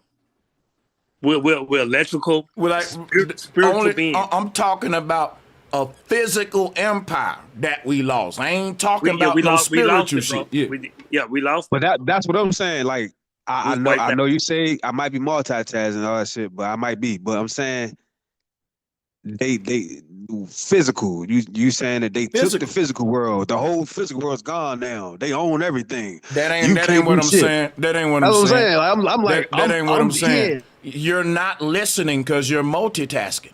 And am I saying that on the panel, y'all? Am I saying that? Yo, you saying it? We hear you. Yeah. Am I saying that these people took the physical world? No, an empire ain't the physical world. An empire is a bunch of buildings, land, technology, old systems, devices, patents, intellectual property. All that makes an empire. I ain't saying they took Earth. I'm saying that they took away a heavenly system that was established by my ancestors. Like, you need to know that, bro. And you need to know that's what we mean here, so you don't go and misinterpret this nowhere. Don't, like, that's why I really don't, if you know you multitasking, then guess what? Don't really be too definitive with what, kind of like ask us to catch you up. We'll do it. I feel you Well, back you know, in the the loop. Hindenburg, right, Brother Sanchez, the Hindenburg, they had to make that crash, right? You ever studied that? And when the Hindenburg crashed, they was, you know, that when radio was real big through the people way they was getting the news and entertainment. But they put so much, because at that time they were destroying the Airbuses, man. And so the Hindenburg, you know, they made it so like it was just so much drama, and people went against it, man. That's when so-called airplanes came about. But we've been flying, bro. We've been having electric cars, and there's nothing new. It's just been reprogrammed, repurposed, man. There's nothing new, man. Nothing new. Yeah, scare tactics. They took away those hot air balloons. They didn't want you to see that true shape of the earth. And then on the airplanes, they put the funny looking windows in there, the bubble windows and shit. Exactly, bro. And that's why them big buildings had to look like a little antenna thing, because they used to go up there, and that's how they get that free electricity, free energy. The Airbuses, man. It's man, it blows my mind. You know what's crazy though to imagine? Like, you know, the shit that we see in our time and shit like that, and the cover-ups that they do behind doing the shit, but you know, we know the truth. Like, imagine being like a flat earther or being around a time where Mercator dropped the map and shit like that and was showing all of that shit. Then they started to do the Admiral Byrd cover-up and all of that, but you was on game.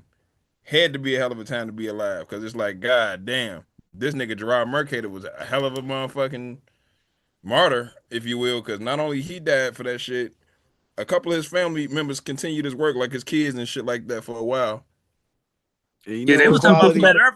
It was in the encyclopedias all the way up to 1930s. Yeah, they took it for granted though, because see, they weren't starved for that knowledge like we were. So they took it for granted. Go ahead. One thing we need to realize when we say that it was just a physical kingdom that was taking a physical empire, that ain't really true either, because this physical empire was connected to the spiritual realm. It was based on spiritual technology, because it wasn't no separation between physical and spiritual. That's why our ancestors was able to connect with the dead, because they had, like, when we went into those churches and stuff with the big antennas up there, my theory is that that same antenna that was giving us free energy was a communication device that allowed us to connect with the invisible realm of the dead that are among us right now. And this was the most advanced paranormal type technology, where imagine a phone call away, you can talk to your dead loved one. This was the kind of technology that people was talking about, and they just not trying to bring it back today, but in like an artificial way where you can keep talking to your dead and shit. Yeah. I got a theory of how that worked, right? Because, you know, I'm the frequency that my father was, right? That he put into my mom, right? So when you go into church, you can bring back that frequency, because you are the frequency that brought you here. If that makes sense. No, that ain't what I'm talking about. I'm talking about literally right now. I can say, y'all want to holler at grandma? Hold up, hand me this device right here. Hey, grandma said y'all need to be doing this and that. And then we literally talking to our dead loved ones who are living on in the unseen the windows world. In the cathedrals, Brother Sanchez, remember the windows, how they was, they cover them up with that painting, but the windows, it wasn't covered. Those certain designs that they had in the cathedrals, man, and when they were playing them windpipe, playing them organs, they were bringing in free energy. Well, my whole thing is this: there is so many myths that ancient people were able to communicate with the dead, right? And we see these myths carried on by people praying to Jesus, who was an ancient dead man that died, to give them answers, even though he dead and all that. But when I say that we was literally doing that with our ancestors, people get crazy with me. But the church can do that, yeah. Every master who came, matters Yahshua, whatever his name, Jesus, you know what I'm saying, Christ, Buddha, every master came to teach mankind. I can't say humankind, man, not mankind, but man, how to tap into your spiritual being, to your divine. Well, what did Christ say? He said, "You would do greater works than I." You think he did some work? Look, he said, "You would do greater works than I." The kingdom of the divine is within. Ye two are gods. I mean, it's right there. That's deep right there. I just wanted to build off of what Quentin said, what Young Quality said earlier about the time period when all this technology was around, and he said it was the greatest time to be alive, and I would agree with him.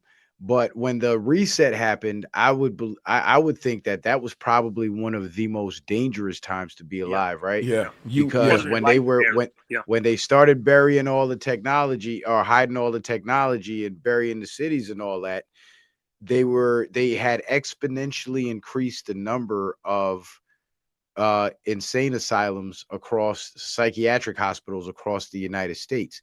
And what it says was what's said about that is the people that survived the catastrophe, that knew about it, whether it be kids or adults or whatever, they were brought to these places, and then the places were turned into mental asylums. The people were drugged up and locked in there, and the stories of this past civilization never got out.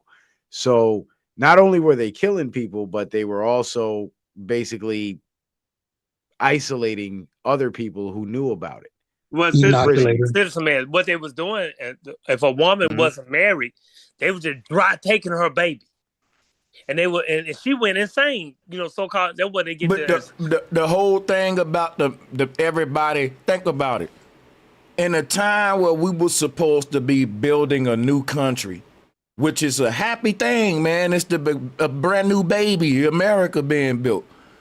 It's the highest point of crazy people, which is something to think about. Because what they're doing, that's hiding a great nuclear war. Because if you born in a radiated earth, you're going to have crazy people. Not only that, again, it explains why everybody was wearing wigs and prosthetics and their teeth was falling out before they was 20. True that. But you got to understand, Great Britain was sending the worst of the worst over to what they call this, the lost land, new land. They were sending the worst of the worst over here, bro. That's what, I wouldn't doubt that, but I'm just saying that at the same time, I think it's deeper than Britain. I think we dealing with a whole worldwide takeover of that Tartarian empire, that we can say Britain, but we should say Freemasons. Because check it out, all of the new governments of the world was established by Freemasons, who would like to give you a whole nother history of how your shit came to be, while they know the truth, which is a great war that was fought that they ain't really telling us about. They retelling it in another way. They making us think it's different nations going to war with each other in the 1900s, when it's really an old empire being wiped out. World War I. That's what it was all about. Yes, sir. Yes, sir. Yeah. And look, and I'll say, both of y'all, you're right. And I would say pain and death. Somehow, some way, the threat of pain and death is being used to do whatever the fuck whoever want to do out here. But what and I'm gonna tell you something right now, though, real quick though. Ain't no way Britain sent prisoners over here to build a new world. Because think about what I'm telling you. The IQ of a prisoner in Britain, think of like Barabbas, some big, strong dummy. You ain't coming over here building this architecture that I keep showing y'all that we see in Tartaria. I agree with that. Out of prison. That's what I'm... Yeah, I get you. They came over here to... They sent them over here. I believe they sent them over here. Yeah, as punishment. That's what I'm saying. But listen, when we go with that narrative, the same people giving us that is saying they built it. And so that's why I said I ain't taking none of that shit then if I gotta. Because what they gonna say, say, well, look, don't take none of it if you gonna try. You know what I'm saying? Yeah, that's real talk, baby. That's real talk.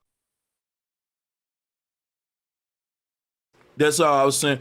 Because when I was researching this shit, the reason they trying to tell us we sent them over there, and that whole story, is not to show that the whole world was already technological. People was getting around on airships and everything was open to everybody, sovereignty, autonomy. You didn't have a passport or ID, so you didn't show nothing aboard an airship. That's pyramids autonomy. all over the world. Pyramids Right, all over the world. Hey y'all, that's why this shit gotta be deeper. Go ahead, my fault. And the whole thing I was trying to say was this right here, y'all. They hid this old world by telling you a story of the World War I as nations going to war with nations, when it was really the old world going to war with the new world. And it was like that was a secret order that was infiltrated into Tartaria worldwide, which is why the first governments was all founded by secret societies. Because in order for you to destroy the old world, you had to be secretive. But remember, the old world wasn't a world of privatized entities controlling everything. So the first secret societies literally had to be very secretive in their operation to take over. And that's where the symbolism, all this shit come in, if you ask me. But we can go into that. But there's a reason Masons founded the country. But here's the deal, though, man. Remember Titanic? Yeah. That wasn't really the real ship they was on. It was another ship. And, Chase, the guy who owned Chase Bank, all them, Rockefeller, they didn't get on the ship at the last minute because the people on that ship. That's after that happened. After Titanic went down, that's when the Federal Reserve, which is not owned by any federal, came. Everything changed, bro. Even the education system changed. It came into Rockefeller education to teach people to be workers, robots. We was all one, and it was changed. It was changed. Hey, bro. I wanted to say this shit got to be deeper than what any history has ever taught, because why is it certain animals and certain bugs or insects that still thrive today? It's like, but I'm gonna say this: a bug thriving ain't got nothing to do with none we bringing up right here. Is neither here nor there. It don't change I disagree, none we saying because guess what? They study the bugs animals ain't to thriving. learn about the technology. Listen though. The bugs ain't thriving, so your premise is started off flawed. The bees going away. The damn insects getting pesticided. In the old world, we didn't spray the bugs with pesticides. In this world, I would hate to be a bug, and you telling me the bugs thriving. In the heart of the jungle, in the heart of the forest. No, if the bees go down, we won't have nothing. The world will begin to decline. But the jungles and the forests are getting smaller with more development, though. Where? Rainforests are being decimated. They bro. So you know the measurement of the whole earth. What the fuck does that have to do with the conversation? Wow, this dude. I literally just said development is reducing the size of the forest in the jungle. So if the bugs are supposed to be thriving in the forest and the jungles, bro, can I speak, please? I say, who know the measurement of the whole earth, man? Jesus fucking Christ, bro. Jesus fucking Christ, you got all the maps of the whole jungle, huh? Bro, can you let the citizen man talk, bro? Actually say something. Jesus Christ, bro. All I said, you said the bugs are thriving in the forest and the jungles. I said the forest and the jungles are getting smaller because of development. That is factually true. They literally just cut an 8-mile road in the fucking Amazon jungle to host their stupid ass climate summit to save the planet. So if you're gonna, if your argument is the jungles and the forests are not getting smaller, I sure would like you to prove that, because that's literally what's happening. So if the area where the bugs are supposed to be thriving is not thriving, then the bugs aren't thriving either. It's mathematically impossible. Wow. Very intelligent response. Thank you. That's what I'm saying. You know what you just said was intelligent. Your response just proved my whole point, because you didn't have shit to say, bro. Stop it. If you're wrong, just say you're wrong, into a whole nother. Because what I said was factual. What I said was factual. What you said was a lie. What I said was true. All right, but let's say, is this facts or not? It's bugs that have outlived many different civilizations. Is that true or not? Can you tell us why does that can you tell us? Man. Hold up, Hanaka. Humans have been around just as long as the bugs have. Have you forgotten? Right, and I'm trying to get him to even tell us why that even matter with what we saying. If He's you just trying can to be tell right. That's all me, it is. right, if you can tell me that a bug been around this long, it don't mean we wrong about the reset, because listen, if you go and research the reset, they repopulated the earth. Like, think of the Noah's Ark story. But in the Bible, instead of a dude repopulating the damn earth on an ark, the earth was just repopulated itself because everything didn't fully get destroyed. It was like 90% type shit. And that 10% was used to repopulate the earth artificially, which is why after a certain point, our blood ain't like none of the ancient or original or what old world humans. And even science will tell you that. They'll tell you our biological makeup and all that is like damn near night and day. The older you go back and research human biology, they try to say it's because they try to, bro, relax, please. I don't know what's wrong with you, but relax, bro. Now they try to say, right, that it's because of evolution. But guess what it is? It's because of mutations, y'all. It's because the environment changing and radiation and all that is what caused mutation, is why we lost a lot of our abilities. Those abilities were lost in the old earth environment. This new environment we in is what makes us not even be able to access all the potential we got as humans, which is why in order for us to restore ourselves, we got to restore the environment around us. That right there forces you to go out there and be active about what's going on in the world, because your children got to inherit this place. All right, can I just say it? All right, y'all giving Freemasons and secret societies We giving them too much credit, right? I literally clap said it up nothing for about this secret man, societies y'all. or Clap him up for but listen, let me just say this, brother. We giving him too much credit. Naga, I'm sorry I got rowdy with you, bro. I didn't mean to. I'm sipping on something. I'm a little sauce. And you said something that was not true. And the fact is, bro, the whole reason why we're fighting this fight is because nothing natural is thriving anymore, because we're living in a society where they're trying to synthesize everything. You know what I'm saying? And I don't want you to. The only thing being synthesized is our minds, bro. Air is still air, man. Ground is still you know ground. what? Things are still things, man. And you know what? You know what happened? I'm gonna tell you what I think. I'm gonna tell you, when people say you giving the Freemasons too much credit, bro, that's their way of not having to deal with their enemy because they scared. It's a cop out, if you ask me.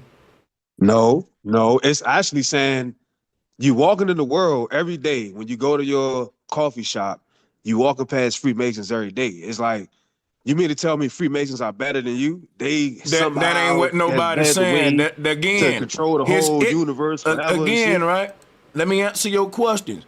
By me telling the truth that Freemasons founded this country, Freemasons created a new system called capitalism that only benefit 1% of the people on earth, and you telling me that's me giving them too much credit.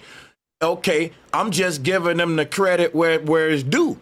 A person, if I say the system we living under today was established by Freemasons, you got to give them that credit. They give themselves that credit, and it's just the truth.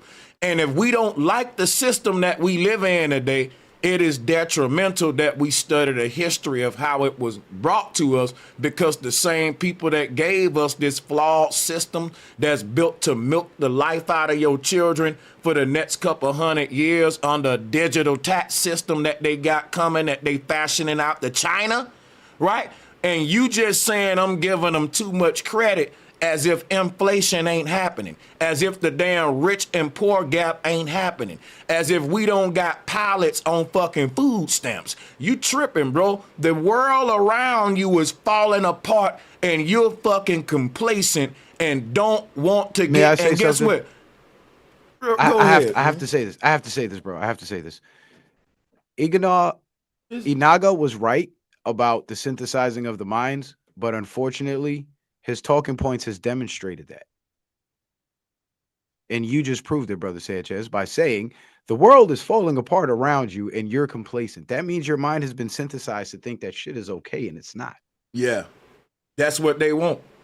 No. Yeah, That's that's what not what they I want. said. I didn't say that. What I'm saying is, it's certain So the bugs were elements. thriving.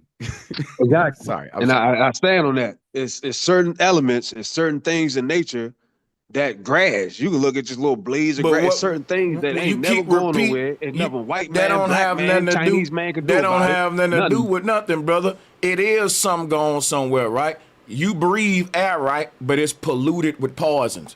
So you never technically even know what it's like to breathe real air. You too happy breathing the fake shit. You Yeah, got we pay all. for Listen, energy when let the me shit cook. Let me free. cook, bro. Hold up. Look, you drink water that's got a bunch of pollutants in it, and that's all you know. So you think is good. That's why you're talking like this. This the mentality they want so that we never raise up. We're born in a wasteland of scarcity and inflation where people got to beg for subsidies when these people were once goddamn in a sovereign empire. Like they're living on a level of beneath these rich people, dogs living better than some of y'all. But see that's what I'm saying. They've made us think so little of ourselves. We don't know if you don't know what you never had, then guess what? You can live in this world and be happy. That's why I said the knowledge of history of what really happened on earth, it's gonna make you seem like you crazy and tripping to everybody, because if they don't know this knowledge, they don't really know how bad the world is for real. They don't have nothing to compare it to from the old world knowledge and all that we got. They don't know that they breathing fucked up air, that they're experiment right now. That even as a human, you don't even exist in a state that nature really wanted you to be in right now. You've been modified. So, but you happy though. And only thing I'm saying, I'm not giving nobody credit by pointing out to my people they using vibration energy in the atmosphere to control us. They putting stuff in the water, the food. A person may say, man, you giving them too much credit. No, what it is this kind of shit scare people. They don't want to deal with the truth of what's going on. It's easier to just fucking cover your ears and keep going to work. And when a person talk like this, you got to try to cut it off by acting like I'm bigging up these people by telling you exactly what's fucking happening in the world that you don't want to deal with. No, not I see what you're saying, but that's not where I'm coming from. What I'm saying is, if I want you to believe I'm controlling your universe, my whole key is to make you say Hinaga control the universe. I'm the one that's doing it. Me, Hinaga. You don't get My what I'm whole point is saying, for though. you to say I'm doing it. So when you stop saying I'm doing it, you say this my shit. Man, let me get to another caller. This ain't going nowhere. It's a waste of time. I'm gonna tell you why it's a waste of time. He act like because I'm saying that they spraying chemtrails, they spraying it. If I stop saying it, they'll stop spraying it. That's his mentality. Because he acting like me saying this is me just believing that the enemy paws in my sky. Because the enemy bluffing. He ain't really pausing in the sky, right? He just wants Sanchez to believe he the big boogeyman, and the water I drink is actually healthy. The food I'm eating is actually good for me. And the damn people in power just lying about it being high fructose corn syrup and all that shit. They just lying. I mean, yeah, you feel me? And that's literally what the establishment media preaches to us, right? No, you're not being poisoned through your food. No, vaccines don't cause autism. No, chemtrails don't control the weather and screw up your frequency and make you sick and all that. No, you know what I'm saying? And it's like it seems like this brother is just giving us a different flavor of the same propaganda. You know, it just sounds cooler. It's saying like we're just making I control, I control the universe. So if I believe it, this is what it is. But you can believe whatever you want, but that doesn't mean your beliefs align with reality. Bro. Right. That's saying. facts. Because what you're saying, the crazy thing about what he's doing, man, he don't really want to deal with the truth, y'all, at the end of the day. Like, he got to deny that the shit is actually going on and not deal with it, and then flip the script and say, you the scared one. You the one make. It's just like what they do They say conspiracy theories like to make a boogeyman.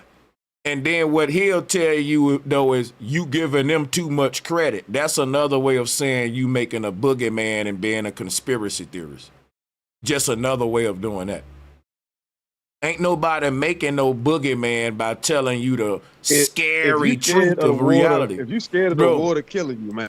Ain't nobody, this is what I'm telling you. If you ain't scared of the water killing you at the ocean, you don't need to take your kids to it because you ain't a good parent. Fear is there for a reason. You the type nigga that'll whistle next to a cliff and say, Sanchez, you tripping, it's all right. Oh, dumbass. You know what? It's not about being scared. It's more about just being aware. Because if you know that there's chemicals in the water, now you know you have to filter your water. But if you're not aware of that, you're gonna drink all the poisons and not even make any efforts. He gonna do it. He's gonna drink. He's gonna hold up. No, he's drinking He has been drinking it, apparently. And guess what? And guess what else? He gonna tell you ain't no poisons in this water. Pour me up another cup of that shit. I'm telling now. He the type dude that Barkeep hit me with another fluoride. Double shot. I don't need no filter, boss. Watch this, Sanchez. I can drink right out of this creek. Hey, we gonna say, look, okay, if you think the environment ain't polluted, go drink out that river that factory dumping that waste into. You right, Sanchez. I'll scoop me up a cup because you tripping. Pour me up a cup. That's him. The man said the bugs are thriving. Like roaches are bugs, and roaches are very resilient bugs. But they're not thriving in my house, and I'm sure they're not thriving in most of our houses. So to say the bugs are thriving is kind of all right. Fuck the bugs for a second, man. The sun. I can't get past it. I'm sorry. The sun. The moon. They can't fuck with us. I'm just saying. They want you to believe they run the world. They control the universe. Guess what you doing right now, bro? When I'm telling you what the bully doing to you, guess what you saying? He didn't do that to the sun. I don't care if he took my shit. He didn't take it from the moon. That's some coward shit. That's what you doing right now. I'm telling you what they doing and you ain't talking about the sun and that. And it's facts that they doing it to you and your children. And you saying, so what they killing me? He can't kill that sun. So what? He pausing to me. But so he look, that cloud still right there, Sanchez. Nah. See, look at that ladybug. You know, running the world. Hey, that's you know weird. what though? Let me just say one thing. Let me just say one thing, and I'm gonna stay quiet for a while. I'll tell you one thing though. When Inaga said, "I control the universe," like he really did take control of the show, bro. Like he really did. So I gotta give him credit for that. He worked that shit. Like no, I didn't. I just controlled my own voice. You trolled the shit out of us, bro. I control my universe, man. I don't. Hey, you're doing a hell of a job, man. You're doing a hell of a job. That's all.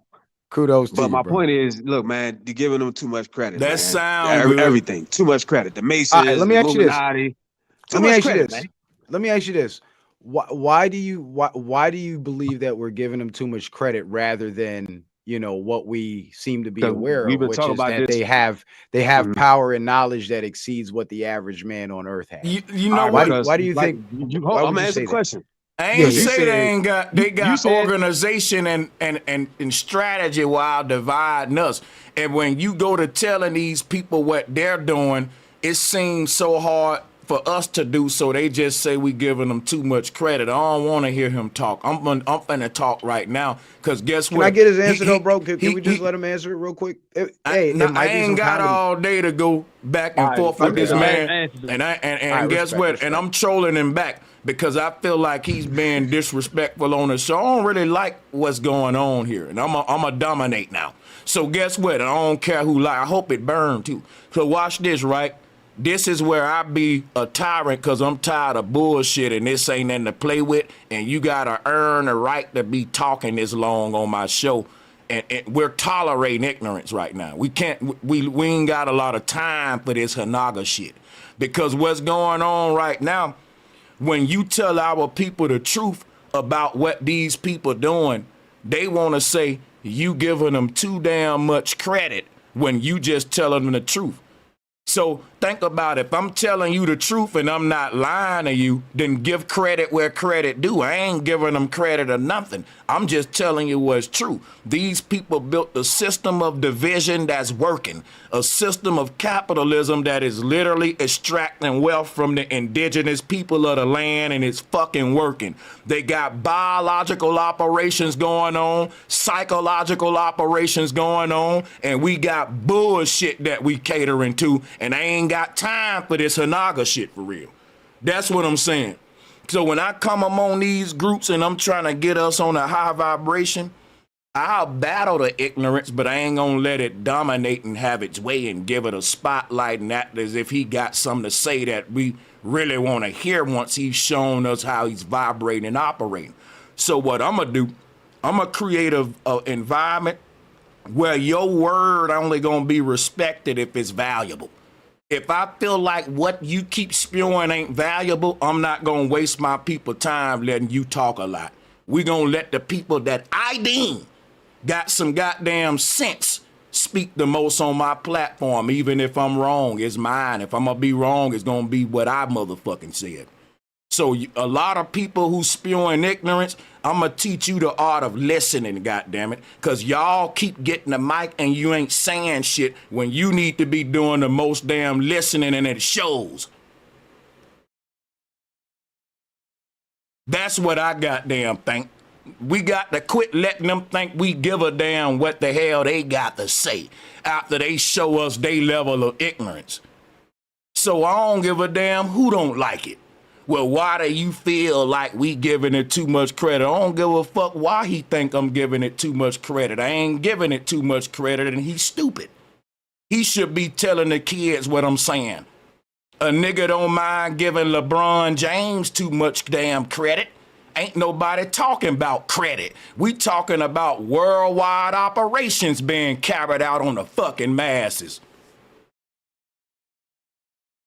That part. How he switched the narrative to a credit discussion.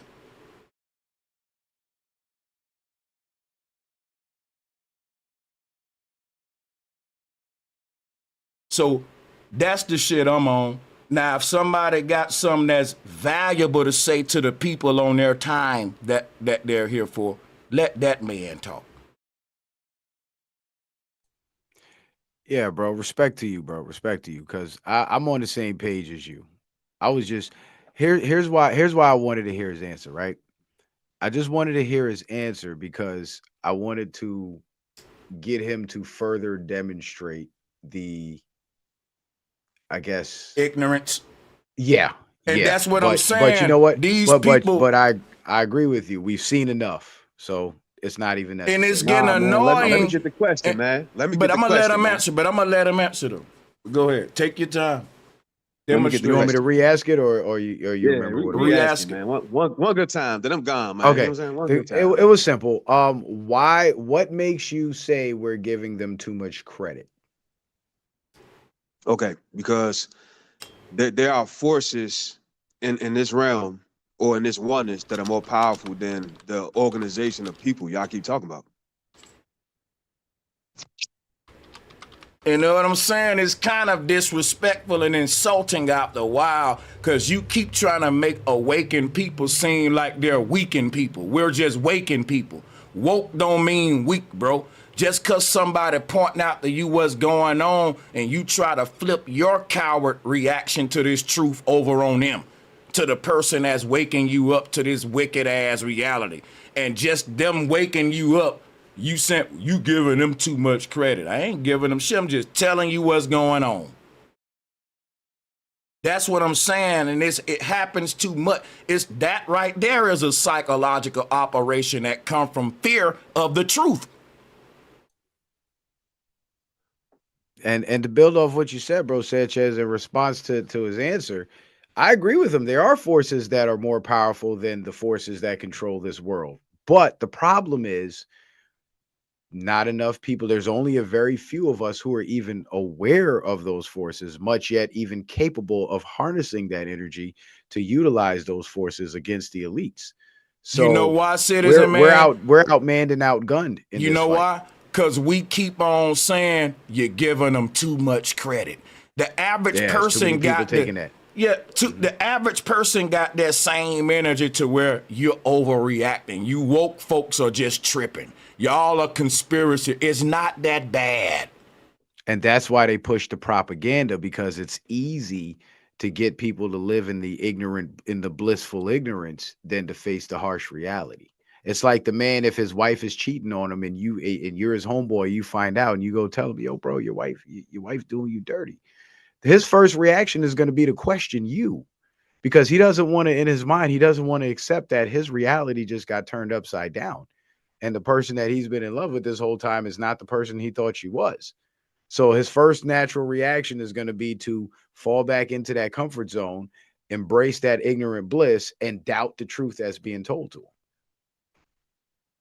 And a lot of people would rather be comfortable than to grow. And listen, I ain't got nothing but love for the brother, but I'm telling him he got a dangerous, complacent mind, though, man. Is that right there answers citizen man question why it ain't a lot of people fighting against evil, and the only way evil can prevail if good men do nothing.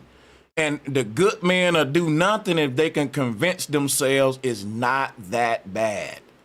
And you know what's crazy? You know what's ironic about that whole statement, though? If a good man witnesses evil and he chooses not to do nothing, can he be considered a good man at that point? He's not. If you stand by and you watch a woman get raped and you do nothing about it when you know you had the opportunity to, are you less guilty than that person that committed that violation? Right. Just as evil. Especially if you say you can't even call them good men.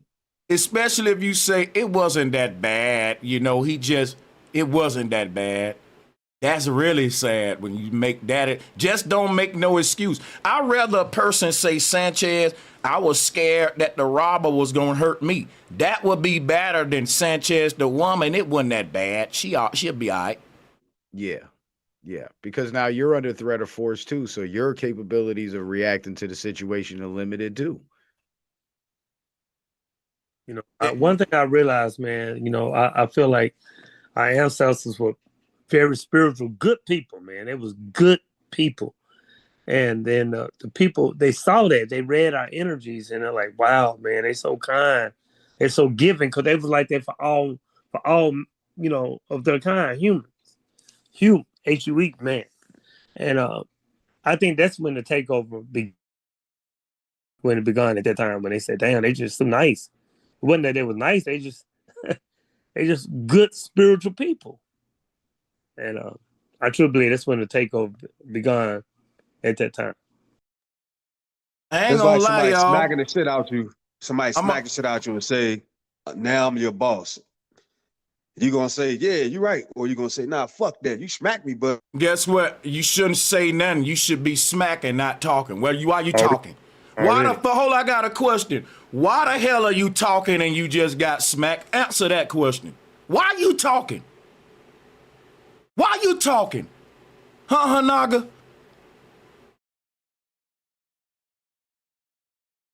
Go ahead. Talk. What's the question? Why you talking? You just got smacked. I don't feel like I got smacked though. That's the thing. I don't agree with that narrative. I'm going with your analogy. We using your analogy though. But so that's we going what my I'm analogy. saying. So we gonna go on my analogy further. I don't feel like I got slapped. So that's what But I'm the reality is you did get slapped. But So that's what I'm saying. Okay, so guess what? So that's what I'm saying. Because guess what happened? Because hold up, no, because guess what? I'm using your analogy. Your analogy was a smack, not mine. I ain't felt like I got smacked. What I'm telling you is this right here. We got smacked.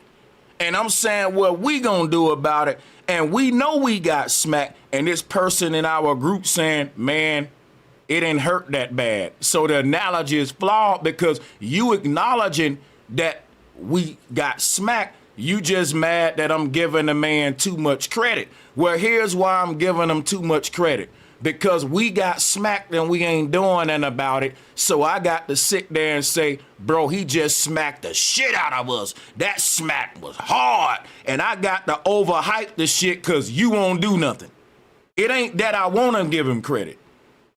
I got to keep reminding you what he doing because you ain't doing shit back. Because you saying it ain't that bad. My face don't really hurt that bad, Sanchez. So even if your face don't hurt that bad, I'ma overhype it like your face do hurt just to make you fight back. Because he shouldn't have touched you at all. So, but you will stand there and say, but it didn't hurt though. And I'm saying that's weak as hell. That's what the original argument was. Because you can't deny that we ain't getting sprayed with chemtrails, that it ain't shit in the food, right? You just mad that I keep giving them credit for poisoning us. Well, I'm going to keep hyping it up till we do something about it. I'm going to keep saying, because we ain't doing that. So I'm going to rub it in. Because the more I rub it in, if people say it ain't that bad, then I got to go ahead and make it that much. I got to exaggerate this shit now. Because it's going to get that worse by our complacent mentality. Because the enemy give them an inch, he'll take a mile. I got to make you be worried in this area. Because it's already at a level that's detrimental. I guess some of us just ain't worried because we know who we are. But that's what I'm saying. Let's go back to your slap example. So you're a guy that just takes slaps to the face. Yeah, and he know who he is. He gonna get spiritual after the slap, right? Nah, I ain't say that. Y'all gotta cheek until he runs out of cheeks in his face. Yeah, I know who I am. I don't got to hit the bullet back. I'm glad somebody got that. Who got that? Nah, I ain't Hit me saying again, that. bullet. The slap. Hit me again, bullet, because I know myself. I mean, but no homo. That's kind of what. If your bully you and you send up to someone, leave me alone, please, or you hurt me. Versus, man, that shit ain't hurt. That shit weak, bitch ass nigga. That shit whack ass. You whack as shit. You talking at all is crazy, bro. No, bro, that's weak. No, no, bro. Cause what I'm saying is this. I'm saying, look, bro, these people are jumping on me. I'm out here fighting them, right? And I'm trying, what the citizen man said. Citizen man said, is not enough people on the side of good, we outnumbered. And the answer to that is because the side of the good don't think it's that bad. When you dealing with good people, you can smack them a little bit before they fight back. You got to damn near punch their eye out to make them go and say, okay, I'm going to defend myself. And I'm saying that we got to quit doing that with bullies, though, because when bullies are dealing with good people, they only gonna keep abusing you. You're gonna end up dead, man. It's like a woman in an abusive relationship. The moment that man smack you, you can't say, well, it ain't that bad. It's just one black eye. That's what y'all sound like, abuse victims with Stockholm syndrome. And you try to make it like we're the weak ones for pointing out, man, you need to stand back up to that bully. That's all I'm saying. You the one saying you giving them too much credit. Because guess what an abuse woman would say? You're giving him too much credit. He's not really hurting me that much. He's my husband. I love him. Yes, he blacked my eye one time, but you're overhyping it, Sanchez. Now tell me that ain't what's going on. All right, so let me use your analogy. The flip side of an abused woman. So she being abused by a guy. Now, once she realized she being abused, now what is her next step? What is her next perspective? Not to downplay it like you did. No. All right, so that's one level, to not downplay it. But once she realized she living in a home with a man that's beating her ass, what's she about to start doing or thinking? Think about it, though. Doesn't she have to empower herself? Listen, bro, listen. She ain't gonna do nothing if she's downplaying the abuse. You keep missing that part. I keep trying to get you to zoom in on your error. If you downplay the damn abuse, you ain't gonna do nothing about it, and it's just gonna get worse, and you're gonna keep excusing it. Why you missing that, brother? But the abusive husband, he won. You keep on you know what? You can get the last word, brother. You win. I'm done after this. I'm gonna let somebody else talk, brother. Let me say this last you got thing. It. The abusive man, right? He want his woman to think that that woman to think she is small. I'm the one to run this shit. Shut the fuck up. That's what abusive woman want to think. So when she say, "Oh, He telling her, I'm your king. I'm the reason why you even here right now. He overplayed himself. So when she underplayed herself, she not underplaying him. She bringing him back to his regular size, man. Wrong.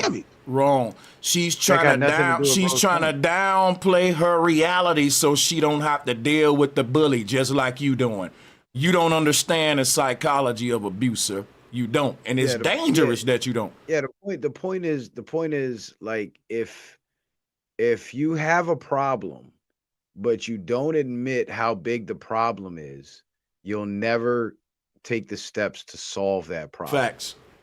That's what it is. So by downplaying the level of control that the enemies of the people have over this world, the odds of you actually taking real steps to counteract their agenda will be much less, which means you'll end up being another NPC in line going along with everybody else.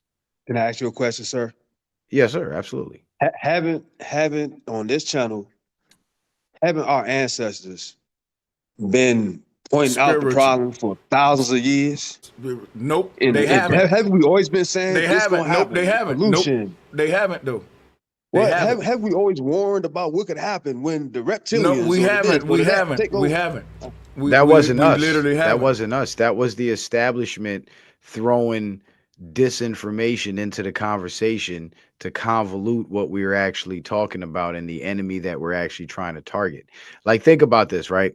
If you have a conversation with somebody about how controlled and corrupt the system is and all this stuff that they not really aware of, it's just the average person on the street that watches mainstream media. And then they say, and you say, yeah, and the controllers of the world want to do this and they're trying to do that and they did this, et cetera, et cetera. And then that person asks you, well, who is the they? Who are these controllers? But you're somebody that bought into the, not you per se, but the person in the conversation happens to be somebody that's bought into the reptilians conversation. And then they say to that person, well, it's the reptilians.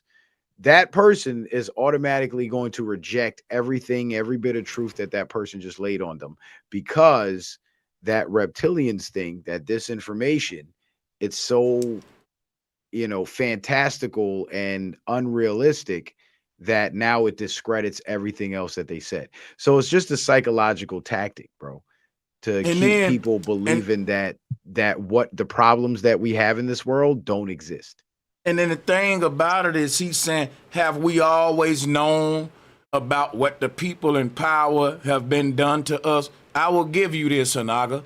We've known for way more than, we've known enough time to where we should be way better. I give you that, Hanagi. If you trying to make the argument that, okay, Sanchez, all this knowledge about the system and what it's doing to us, haven't we known it for so long? But what have we done? Okay, I can excuse that, but still acknowledge that's a good point. And the whole thing is this. Thank you. We have known for so long what's happening to us, but now here's the part you might not like. What we've done is what you did. We've downplayed it for generations in the form of religion and other things. And let me explain, right? Black people in the church have always known about their oppressor, the slave master, and all that, but they just told themselves Jesus gonna come back and save us. The Muslims said Allah. Hebrews said Yahweh. So look, the enemy gave us all a way to downplay it some way with some ideology, or take the responsibility and accountability and give it to a mythological deity, or just act like it don't exist. He gave us outs, psychological outs, to where you don't got to deal with the bully. And this is what that'll look like. Let me give you an example, right? Your son keep coming home with a black eye. And instead of you telling your son as a bully like what we was told back in the day, if you come back home and the bully picking on you and we didn't hear that you fought him back, we gonna whoop your ass. Now that's new to some of y'all, but yeah, you got picked on. Oh, you hit, you hit back. Now the whole thing is this right here though. If you make an excuse for your son on why not to stand up for himself, in my opinion, you're a horrible father. You can't be telling your son, you still got your dignity and your pride. Yeah, he blacked your eye, son, but you still that nigga. Son, you don't gotta fight him back. He don't even exist. It's not that bad. It's just a little black eye, son. That's a horrible father. The father that tells his son to fight back is the good father. Now, in this world, we can't tell them to do no fighting, and we got to get the authorities involved because we in a fucking parallel reality. But I'm giving you a whole nother world that used to exist. Hey, let me just say something real quick before I leave. I I'm come about to from get that up out world. of That's the here. last thing I'm gonna say. My mother would tell me, "Yeah, you don't come to me crying. You better go fight them." Yeah, me. Hey, I'm about to get up out of here, but let me just say this real quick. Bro Sanchez, you know what I'm saying? I respect everything you said. And I noticed that you kind of walked back your statement where you said you wasn't gonna entertain Hanaga no more, but you did. And I commend you for that. And the reason why I commend you for that is because this is what, and for the people in the audience too that are like a little displeased with the fact that we continue to entertain Hanaga, I want you guys to think about this. This is what it's all about. Instead of us talking to each other who are already on the same frequency, waking the people up is all about reaching the people who have a different mentality that's not serving the cause of freeing the people. And I commend you, Brother Sanchez, for shifting your focus and continuing the conversation with Anaga. And Anaga, to you, brother, I appreciate you sharing your opinion, but I really would like you to take into consideration what Bro Sanchez and myself, I guess, for that matter, have imparted upon you, because this is out of love. You know what I'm saying? We don't hate you. We don't dislike you. I even apologize to you for getting, getting rude with you and being disrespectful and shit. So, I just want you to take what we're saying in good faith, because it's coming from a good place. We want you, put it like this: we're at war. You showed up to the front lines with a knife, so we're gonna jump on you, take that knife from you, and put a rifle in your hand. So at the end of this conversation, we want you to walk away with more than what you came in with. That, you know what I'm saying? So, Brother Sanchez, I appreciate you having me on. Shout out to everybody on the panel, and peace to the chat. Peace, man. Appreciate you anytime.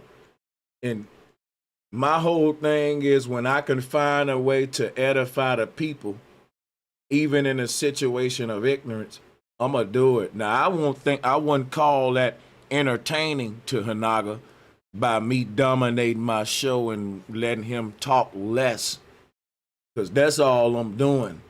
Now, I ain't going to bring him up, but if he wanted to address what I'm saying, I'll respond, because Citizen Man is right. I think all this is relevant. People think FBA is overkill. Niggas is just tripping. It ain't that bad. Africans ain't doing nothing to you, undermining you, making it up. It's a boogeyman. What do the Pan-Africans tell us?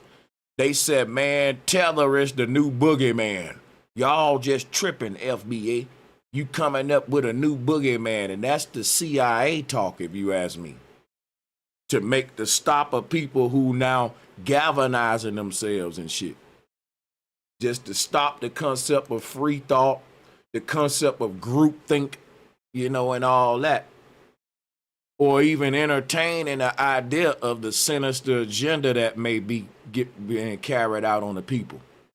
You guys are overthinking it. Just go home. And no, that energy is so contrary to the energy that the world needs to be putting out right now, if you ask me.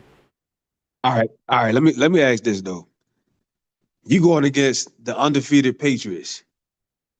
Who? How much time in film study for all the football sports players is you gonna sit there and say how the Patriots, they so great? You're gonna pay attention to that, but when do you focus on your skills and what you do as a team to beat them? Let me answer you right now. You just did something that you accused me of doing. You call them the undefeated Patriots, dog, and I don't think they undefeated. I think they've been defeated before, and they can be defeated again. And I think the way you defeat them is by not downplaying them. They're a good team, but they ain't flawless. They can be defeated. Now, the people who don't think we can defeat them will just keep losing, saying, but they're not that good. And they'll keep on saying, but we're the shit. Look at our clean uniforms, and look, our helmets look better than theirs. That's your way of focusing on us. My way of focusing on us is saying, let's go watch this game tape. Let's look at what makes them better than us. And my team saying, I don't want to focus on them, man. Let's focus on us. We can't focus on us without looking at them, without looking at what they're doing, of what's making them break through. Let's see how did that man get past you? What did he do to trick you so you don't fall for it again? Know your enemy. Study your enemy. How is he beating me in this game of chess? What is he doing that I don't get? What's going on here? We don't want to do that. We want to say, man, you giving them too much credit. You still good. You go spiritual on me. You don't want to deal with what he's doing. You just want to start to gloat as a losing team. And that's what you mean by focusing on us. Because really, if you was focusing on us, you would be focusing on the enemy. Because you need to be studying his ways in order to see how to avoid them and to prevent them and to counteract them. Well, I'm gonna keep it real. I'm probably projecting. I know for me growing up, that's all I heard was the white man, the Illuminati, the Freeman. That's all I kept hearing. And you before downplayed it your whole life, didn't you? No, I ain't downplayed. It was all I knew. It was the depression, the society, disenfranchisement, I'm from Washington, D.C., the government, the building, the white people, the police, the feds, the crackers, that. That's all I heard. So now that's just my personal path. I'm not trying to force it on nobody, but I'm just at the point where I done heard that, who the enemy is. I live right down the street from him, allegedly. And I'm telling you, it's easy to just let the enemy do what he do. If you born right there in D.C., all your life you at the seat of his power and your people ain't risen up there. You know, we got the Nation of Islam going to D.C., having a 1 million man march. Why even go if the people feel like you? That's a smack in their face.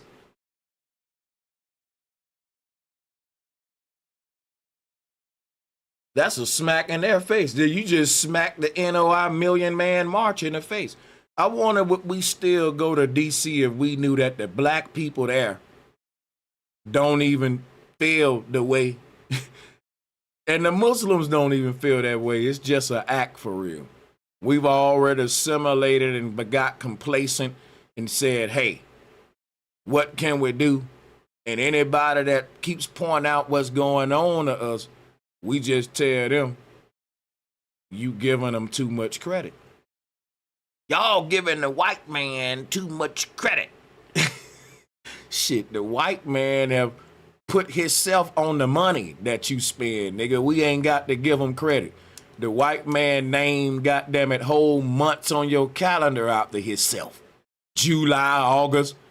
Like, trust me, he ain't got no problem letting you know who runs shit. You just got a problem with me reminding you who do, which is the weird thing. I know why, though. Peace and much love, y'all. Oh, okay. You want to respond? Go ahead, bro. I love this show. Go ahead. My fault. No, you good, brother. I was gonna say, man, as much as the white man got a calendar, as many other causes that they're not going by that calendar. See what I'm they got saying? Their own calendar, man. You know, you see what just happened, y'all? When I told him what his oppressor doing, because the calendar you use got July and August on it. Don't tell me about the calendar you don't use when I tell you about the one that your oppressor gave you to use, that you use proudly, and you use July, August, all that, and you just got a problem with me telling you, bro, it's a whole month you in that's named after someone that stole your shit. And instead of you dealing with that harsh truth, you say, well, them people got their own calendar. I'm talking about what we got. That's what you keep doing.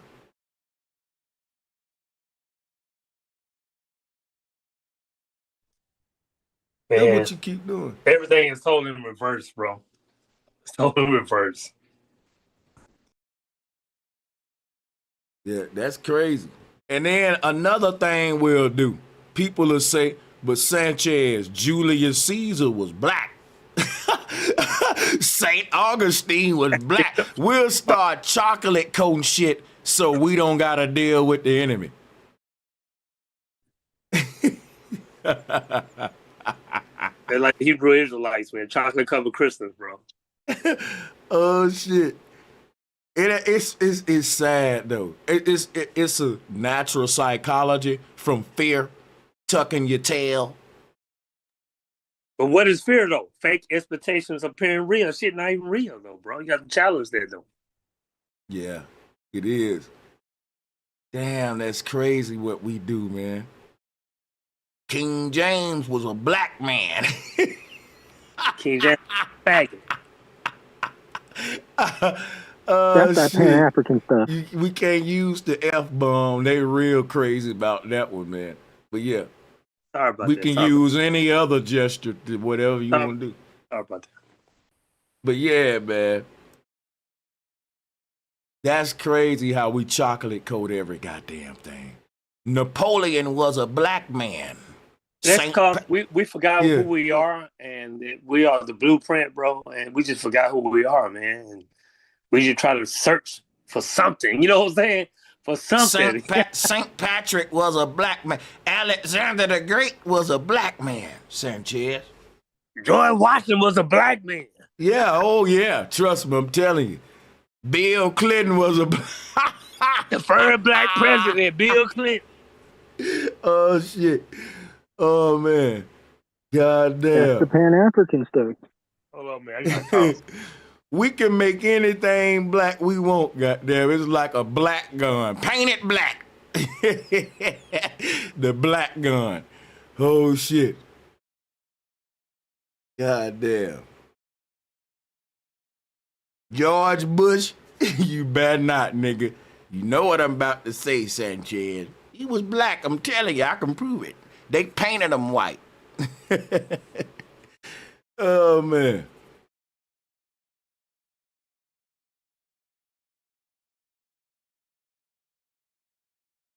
Yeah, that shit be funny, though. Hey, I'm gonna get up out of here, man. Salutes to the panel. I ain't gonna lie, I've been rocking out for a minute, but I got to go and shut this one down. Peace and much love to y'all, man. We out. Sure. Hillary Clinton was a black woman. I'm telling you, Sanchez. I'm telling you. Bro, this is crazy. Let me read these donations real quick. Shout out to Mr. B619. Thank you for being a member of the channel.